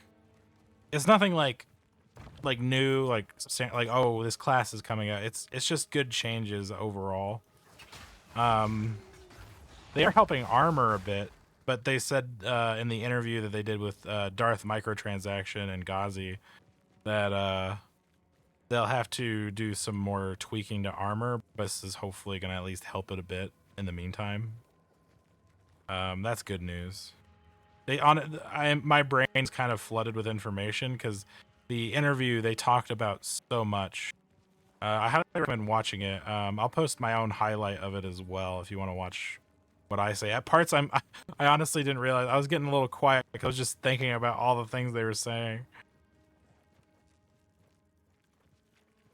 They definitely discussed how sometimes minions can get stuck in doorways and things, and how that fucks things up. Trying to fix that. They talked about so much. It was a very good interview. A lot of questions were addressed. I won't say necessarily answered, but it's good to see that a lot of these things are on their radar already. And like the patch that you'll see that they're talking about in the video that they put up, that's just stuff they've done over the last like 2 weeks, they said. Which is impressive. I mean, if it only takes them that long, like it took Diablo so long to fix issues. I think that was another problem with D4 is like they took too long to fix fundamental issues that player base still had. And some of them are still broken, even from day one. Like, I think we can have what in D4? I can't remember, like 5 dash tabs now? Maybe a little more?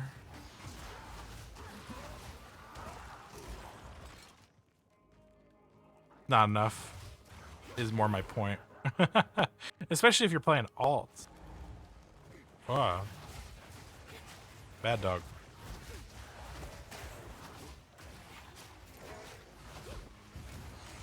Ooh.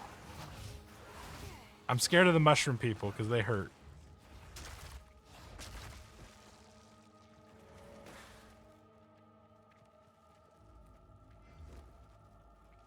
The mushroom people.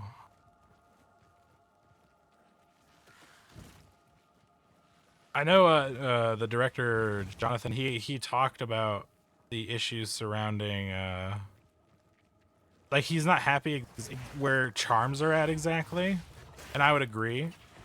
I don't know how you fix them other than one thing I think that's going to be nice. So when you have charms, I don't have any charms to show as an example, but they'll show now like if they have enough charges for 2 charges, you'll see a number like 1 out of 2, and you'll see the duration, like they're at a little bar that like shows you how long it lasts. So you actually can tell when they're activating. That's good.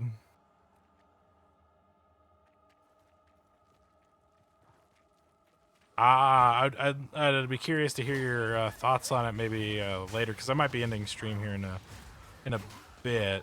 God, I've been going for 4 hours already. What the fuck? How the hell did that happen? These ghost bosses, I'm a little nervous about. They hurt. Quickly! My family... That boss... I sent for him. I don't take orders from you. But I do love cemeteries.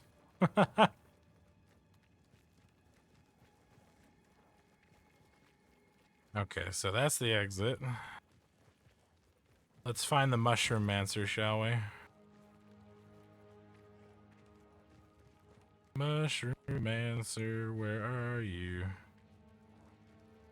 You're gonna kill me. I am still nervous for, I don't know, I feel like if you're not careful against the executioner, he can kill you. Although I wouldn't say he's hard, but like if you fuck up, it punishes you pretty harshly.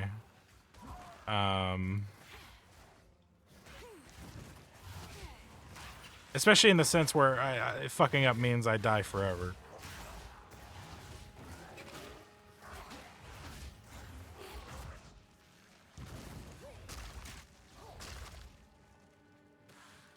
Oh. I really thought he'd be like right here.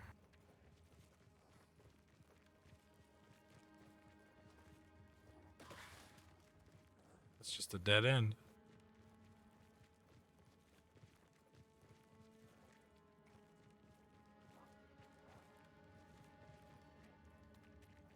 Damn.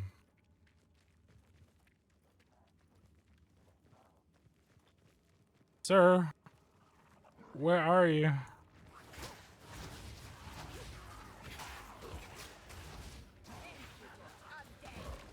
Yeah, I'm definitely worried about the ghosts.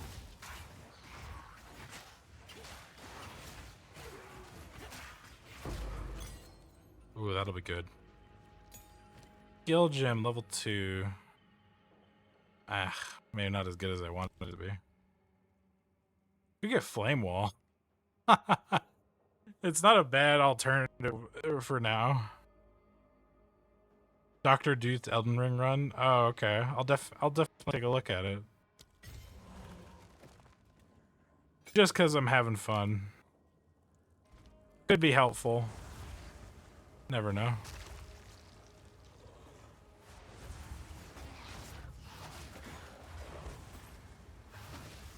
I wonder if Contagion transfers Ignite.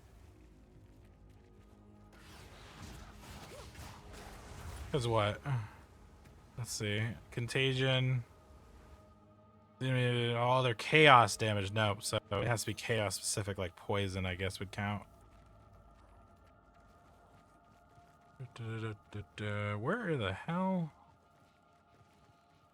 Over here? No, dead end again. Maybe over here? Ah, yes, here it is. Hello, sir. Could I ask you kindly not to kill me? This druid has seen better days. This is a druid?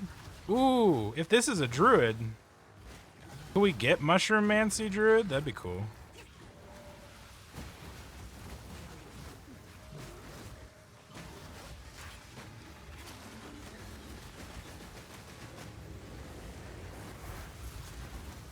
Bad, bad, bad. I fucked that up hard.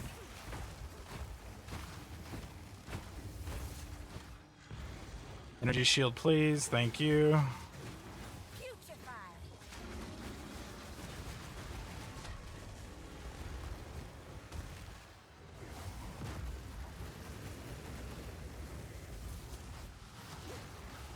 I'm so glad that that move does not affect my minions.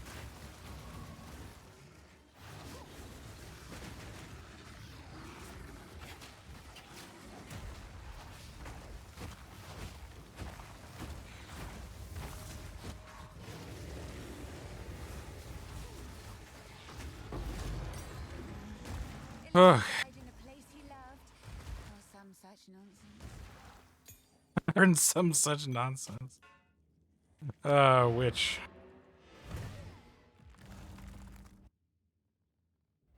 Had a little bit of a spooky moment. I always get nervous the moment my shield is down.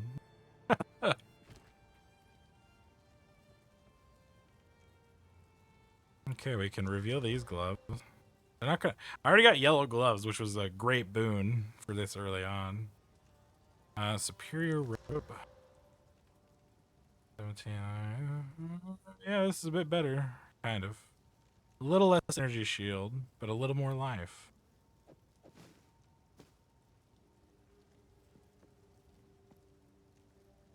Yeah, I think I'm just gonna. Sorry, I was. Oh, gonna keep that. Please, another for my collection. Goodbye. And then throw this here. This is for when I get the salvage bench, which I don't have yet. So, Fry, question. I don't know if you know this because it's about self-found. So, in self-found, say I like die, right? But I found the salvage bench item. Would I need to find it on the next self-found character, or is self-found character still like? I don't know how it works, or is like my whole stash will be gone on the next self-found character. I'm assuming. Like this stash is literally only for this witch, potentially. I guess is what I'm wondering. Hey, Canadian, appreciate you stopping by. I'm doing a hardcore character right now. Been fun so far.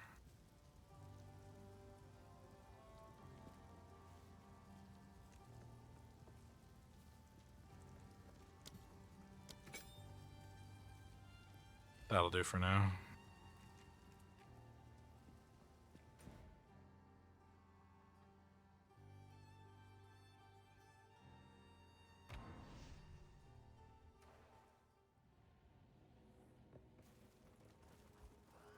Yeah, I didn't know if there was anything comparable in PoE 1. We'll find out, probably.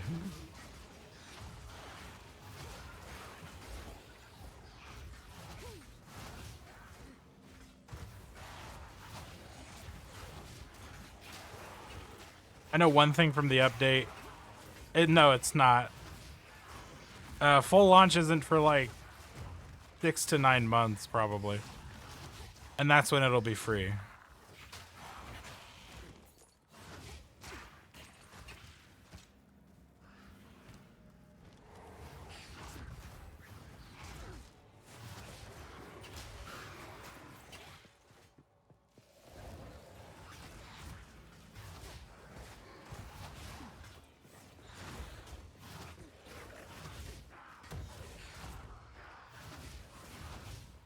Hey, you're not allowed to use holy moves against my skeletons, asshole.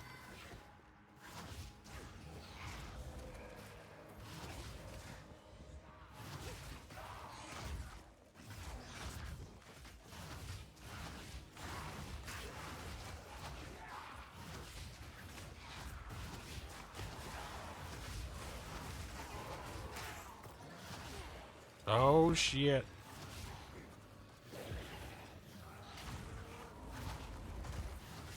I really don't like those big dudes. The big tombstones. They hurt a lot.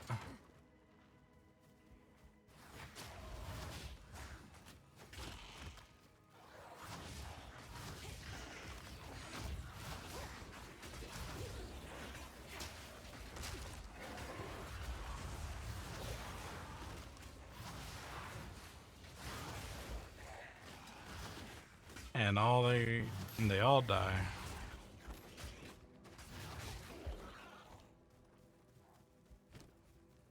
Another amulet.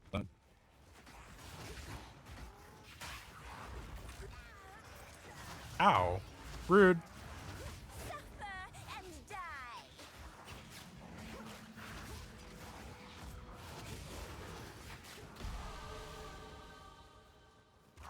Alright, we got a level.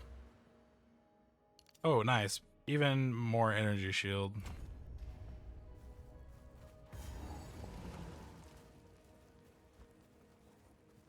My dearest daughter, beloved. My beloved son.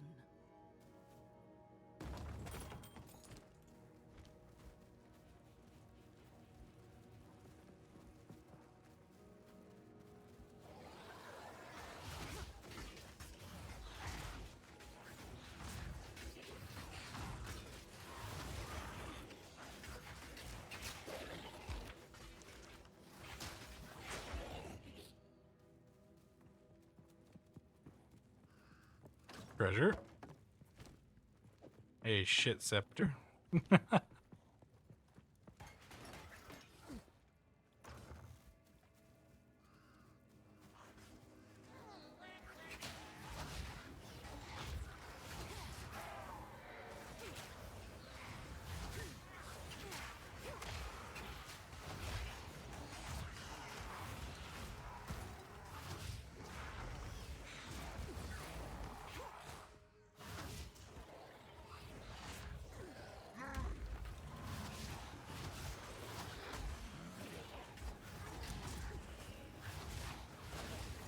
Man, these freaking enemies are fast.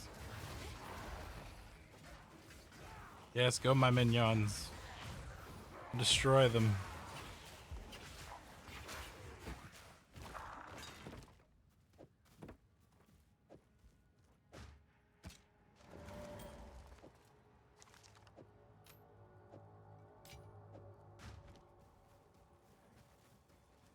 Okay.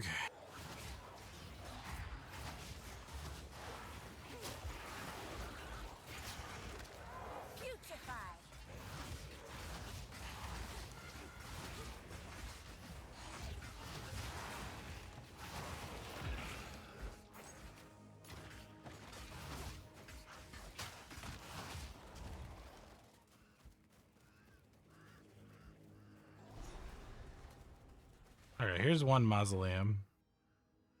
I think I'm just gonna find the mausoleums, and then I'm gonna probably stop for the day, and we'll continue next time we stream PoE 2.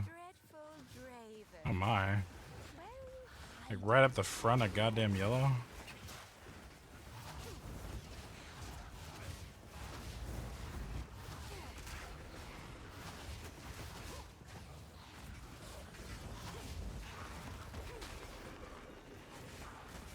Of course, he would have the volatile plants too, doing chaos damage.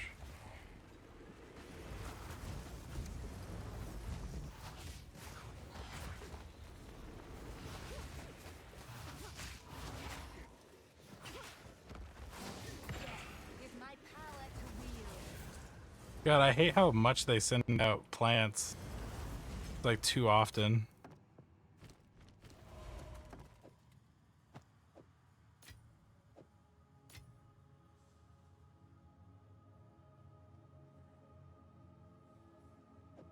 Hey, I don't even have a belt yet.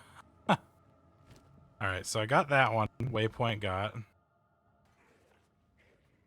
Now we just need the other.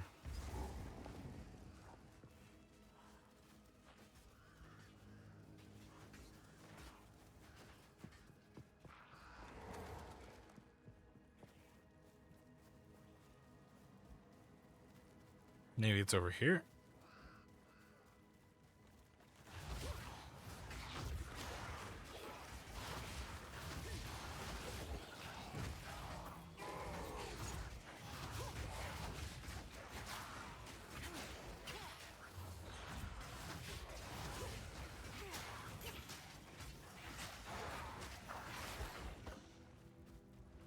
I think not. Oh, it's one of those guys. Wither away.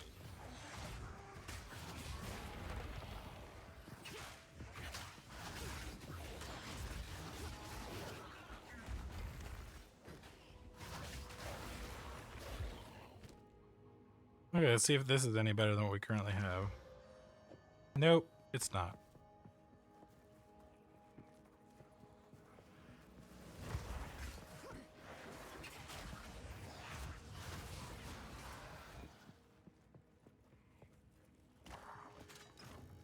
Oh, okay, cool. I'll check it out, Fry.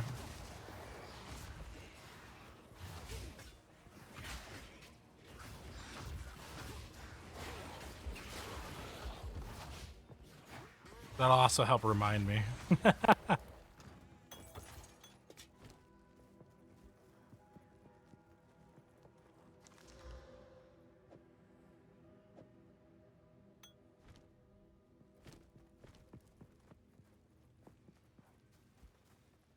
Just need another mausoleum, goddamn. Inventory full though. Plus I need to use the welt. Sorry, Alright, we'll disenchant what we can. Sell the rest. Another for my collection. Thank you. Keep the jewelry.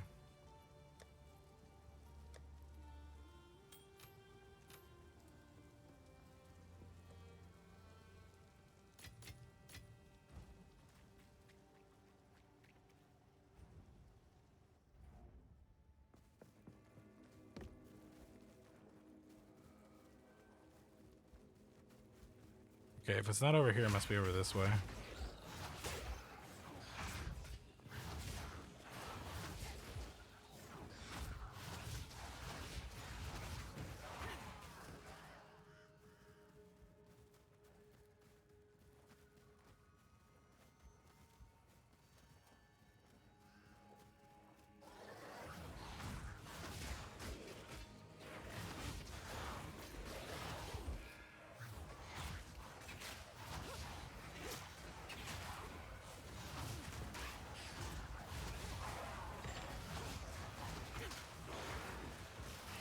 There we go.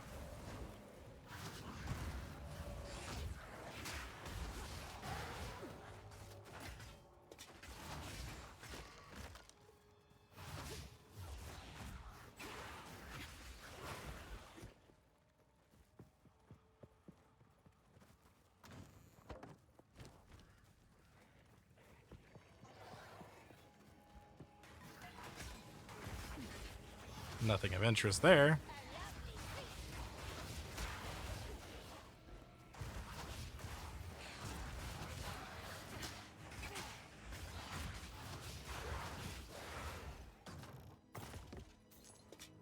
A gold staff that I'll never use. God damn it.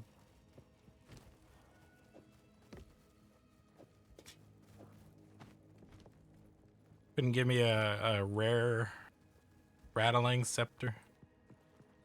That'd make more sense in the cemetery, right, guys?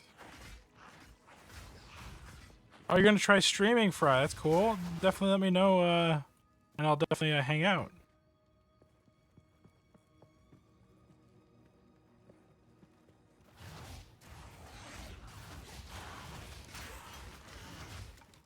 Any particular focus on your stream? Or just kind of variety, or... Oh, finally, here. The other tomb.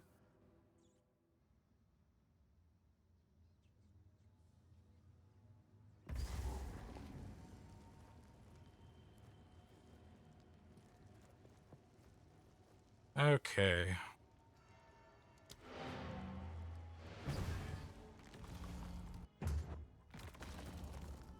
Well, we have not died, and that is a victory so far for me. Let's manage this. Okay, one of these is superior. There it is. Keep that for the salvage bench. This is sail. Disenchant. Hello.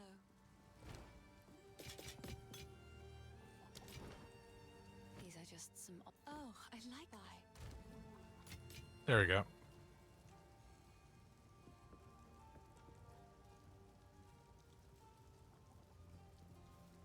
Could be a good niche, though.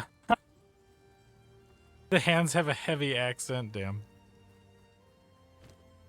How can I help? Anything take your fancy? Well, then this brings up the question. If you only have one hand, is that an accent or a speech impediment?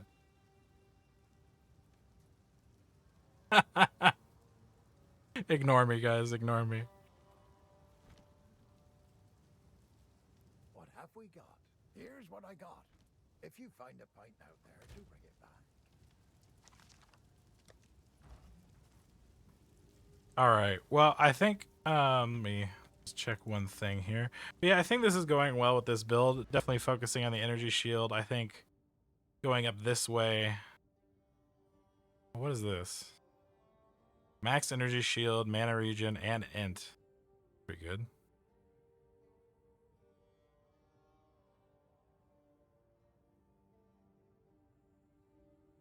Boost my energy while this takes away my max mana. I don't know, this could be a good thing to get. Yeah, I was thinking going around this way and grabbing this chaos damage and then these bonuses here, because this increases the start time. Like, I'll recharge sooner, which is pretty good. But maybe I'll go this way first, because then I can grab these, and then I can also grab this chaos damage bonus right here. That might be good. Because I do need to keep my damage up, too. I can't just focus completely on defense. That probably won't work too well in the long term. Working well in the short term.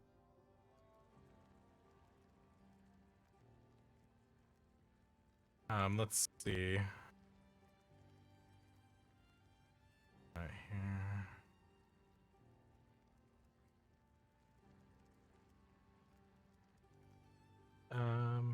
Yeah, we're gonna raid out to my buddy. It's Eggs Benedict. He is a jester VTuber, and he is currently playing through the God Eater series because he's wanting more Monster Hunter, but not quite there yet. Your thumb and your middle finger. Most Twitch conversations. Damn.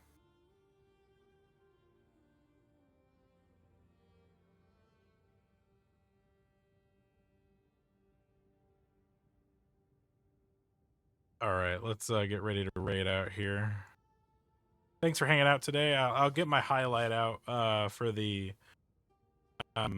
interview and stuff soon, probably either later tonight or tomorrow morning.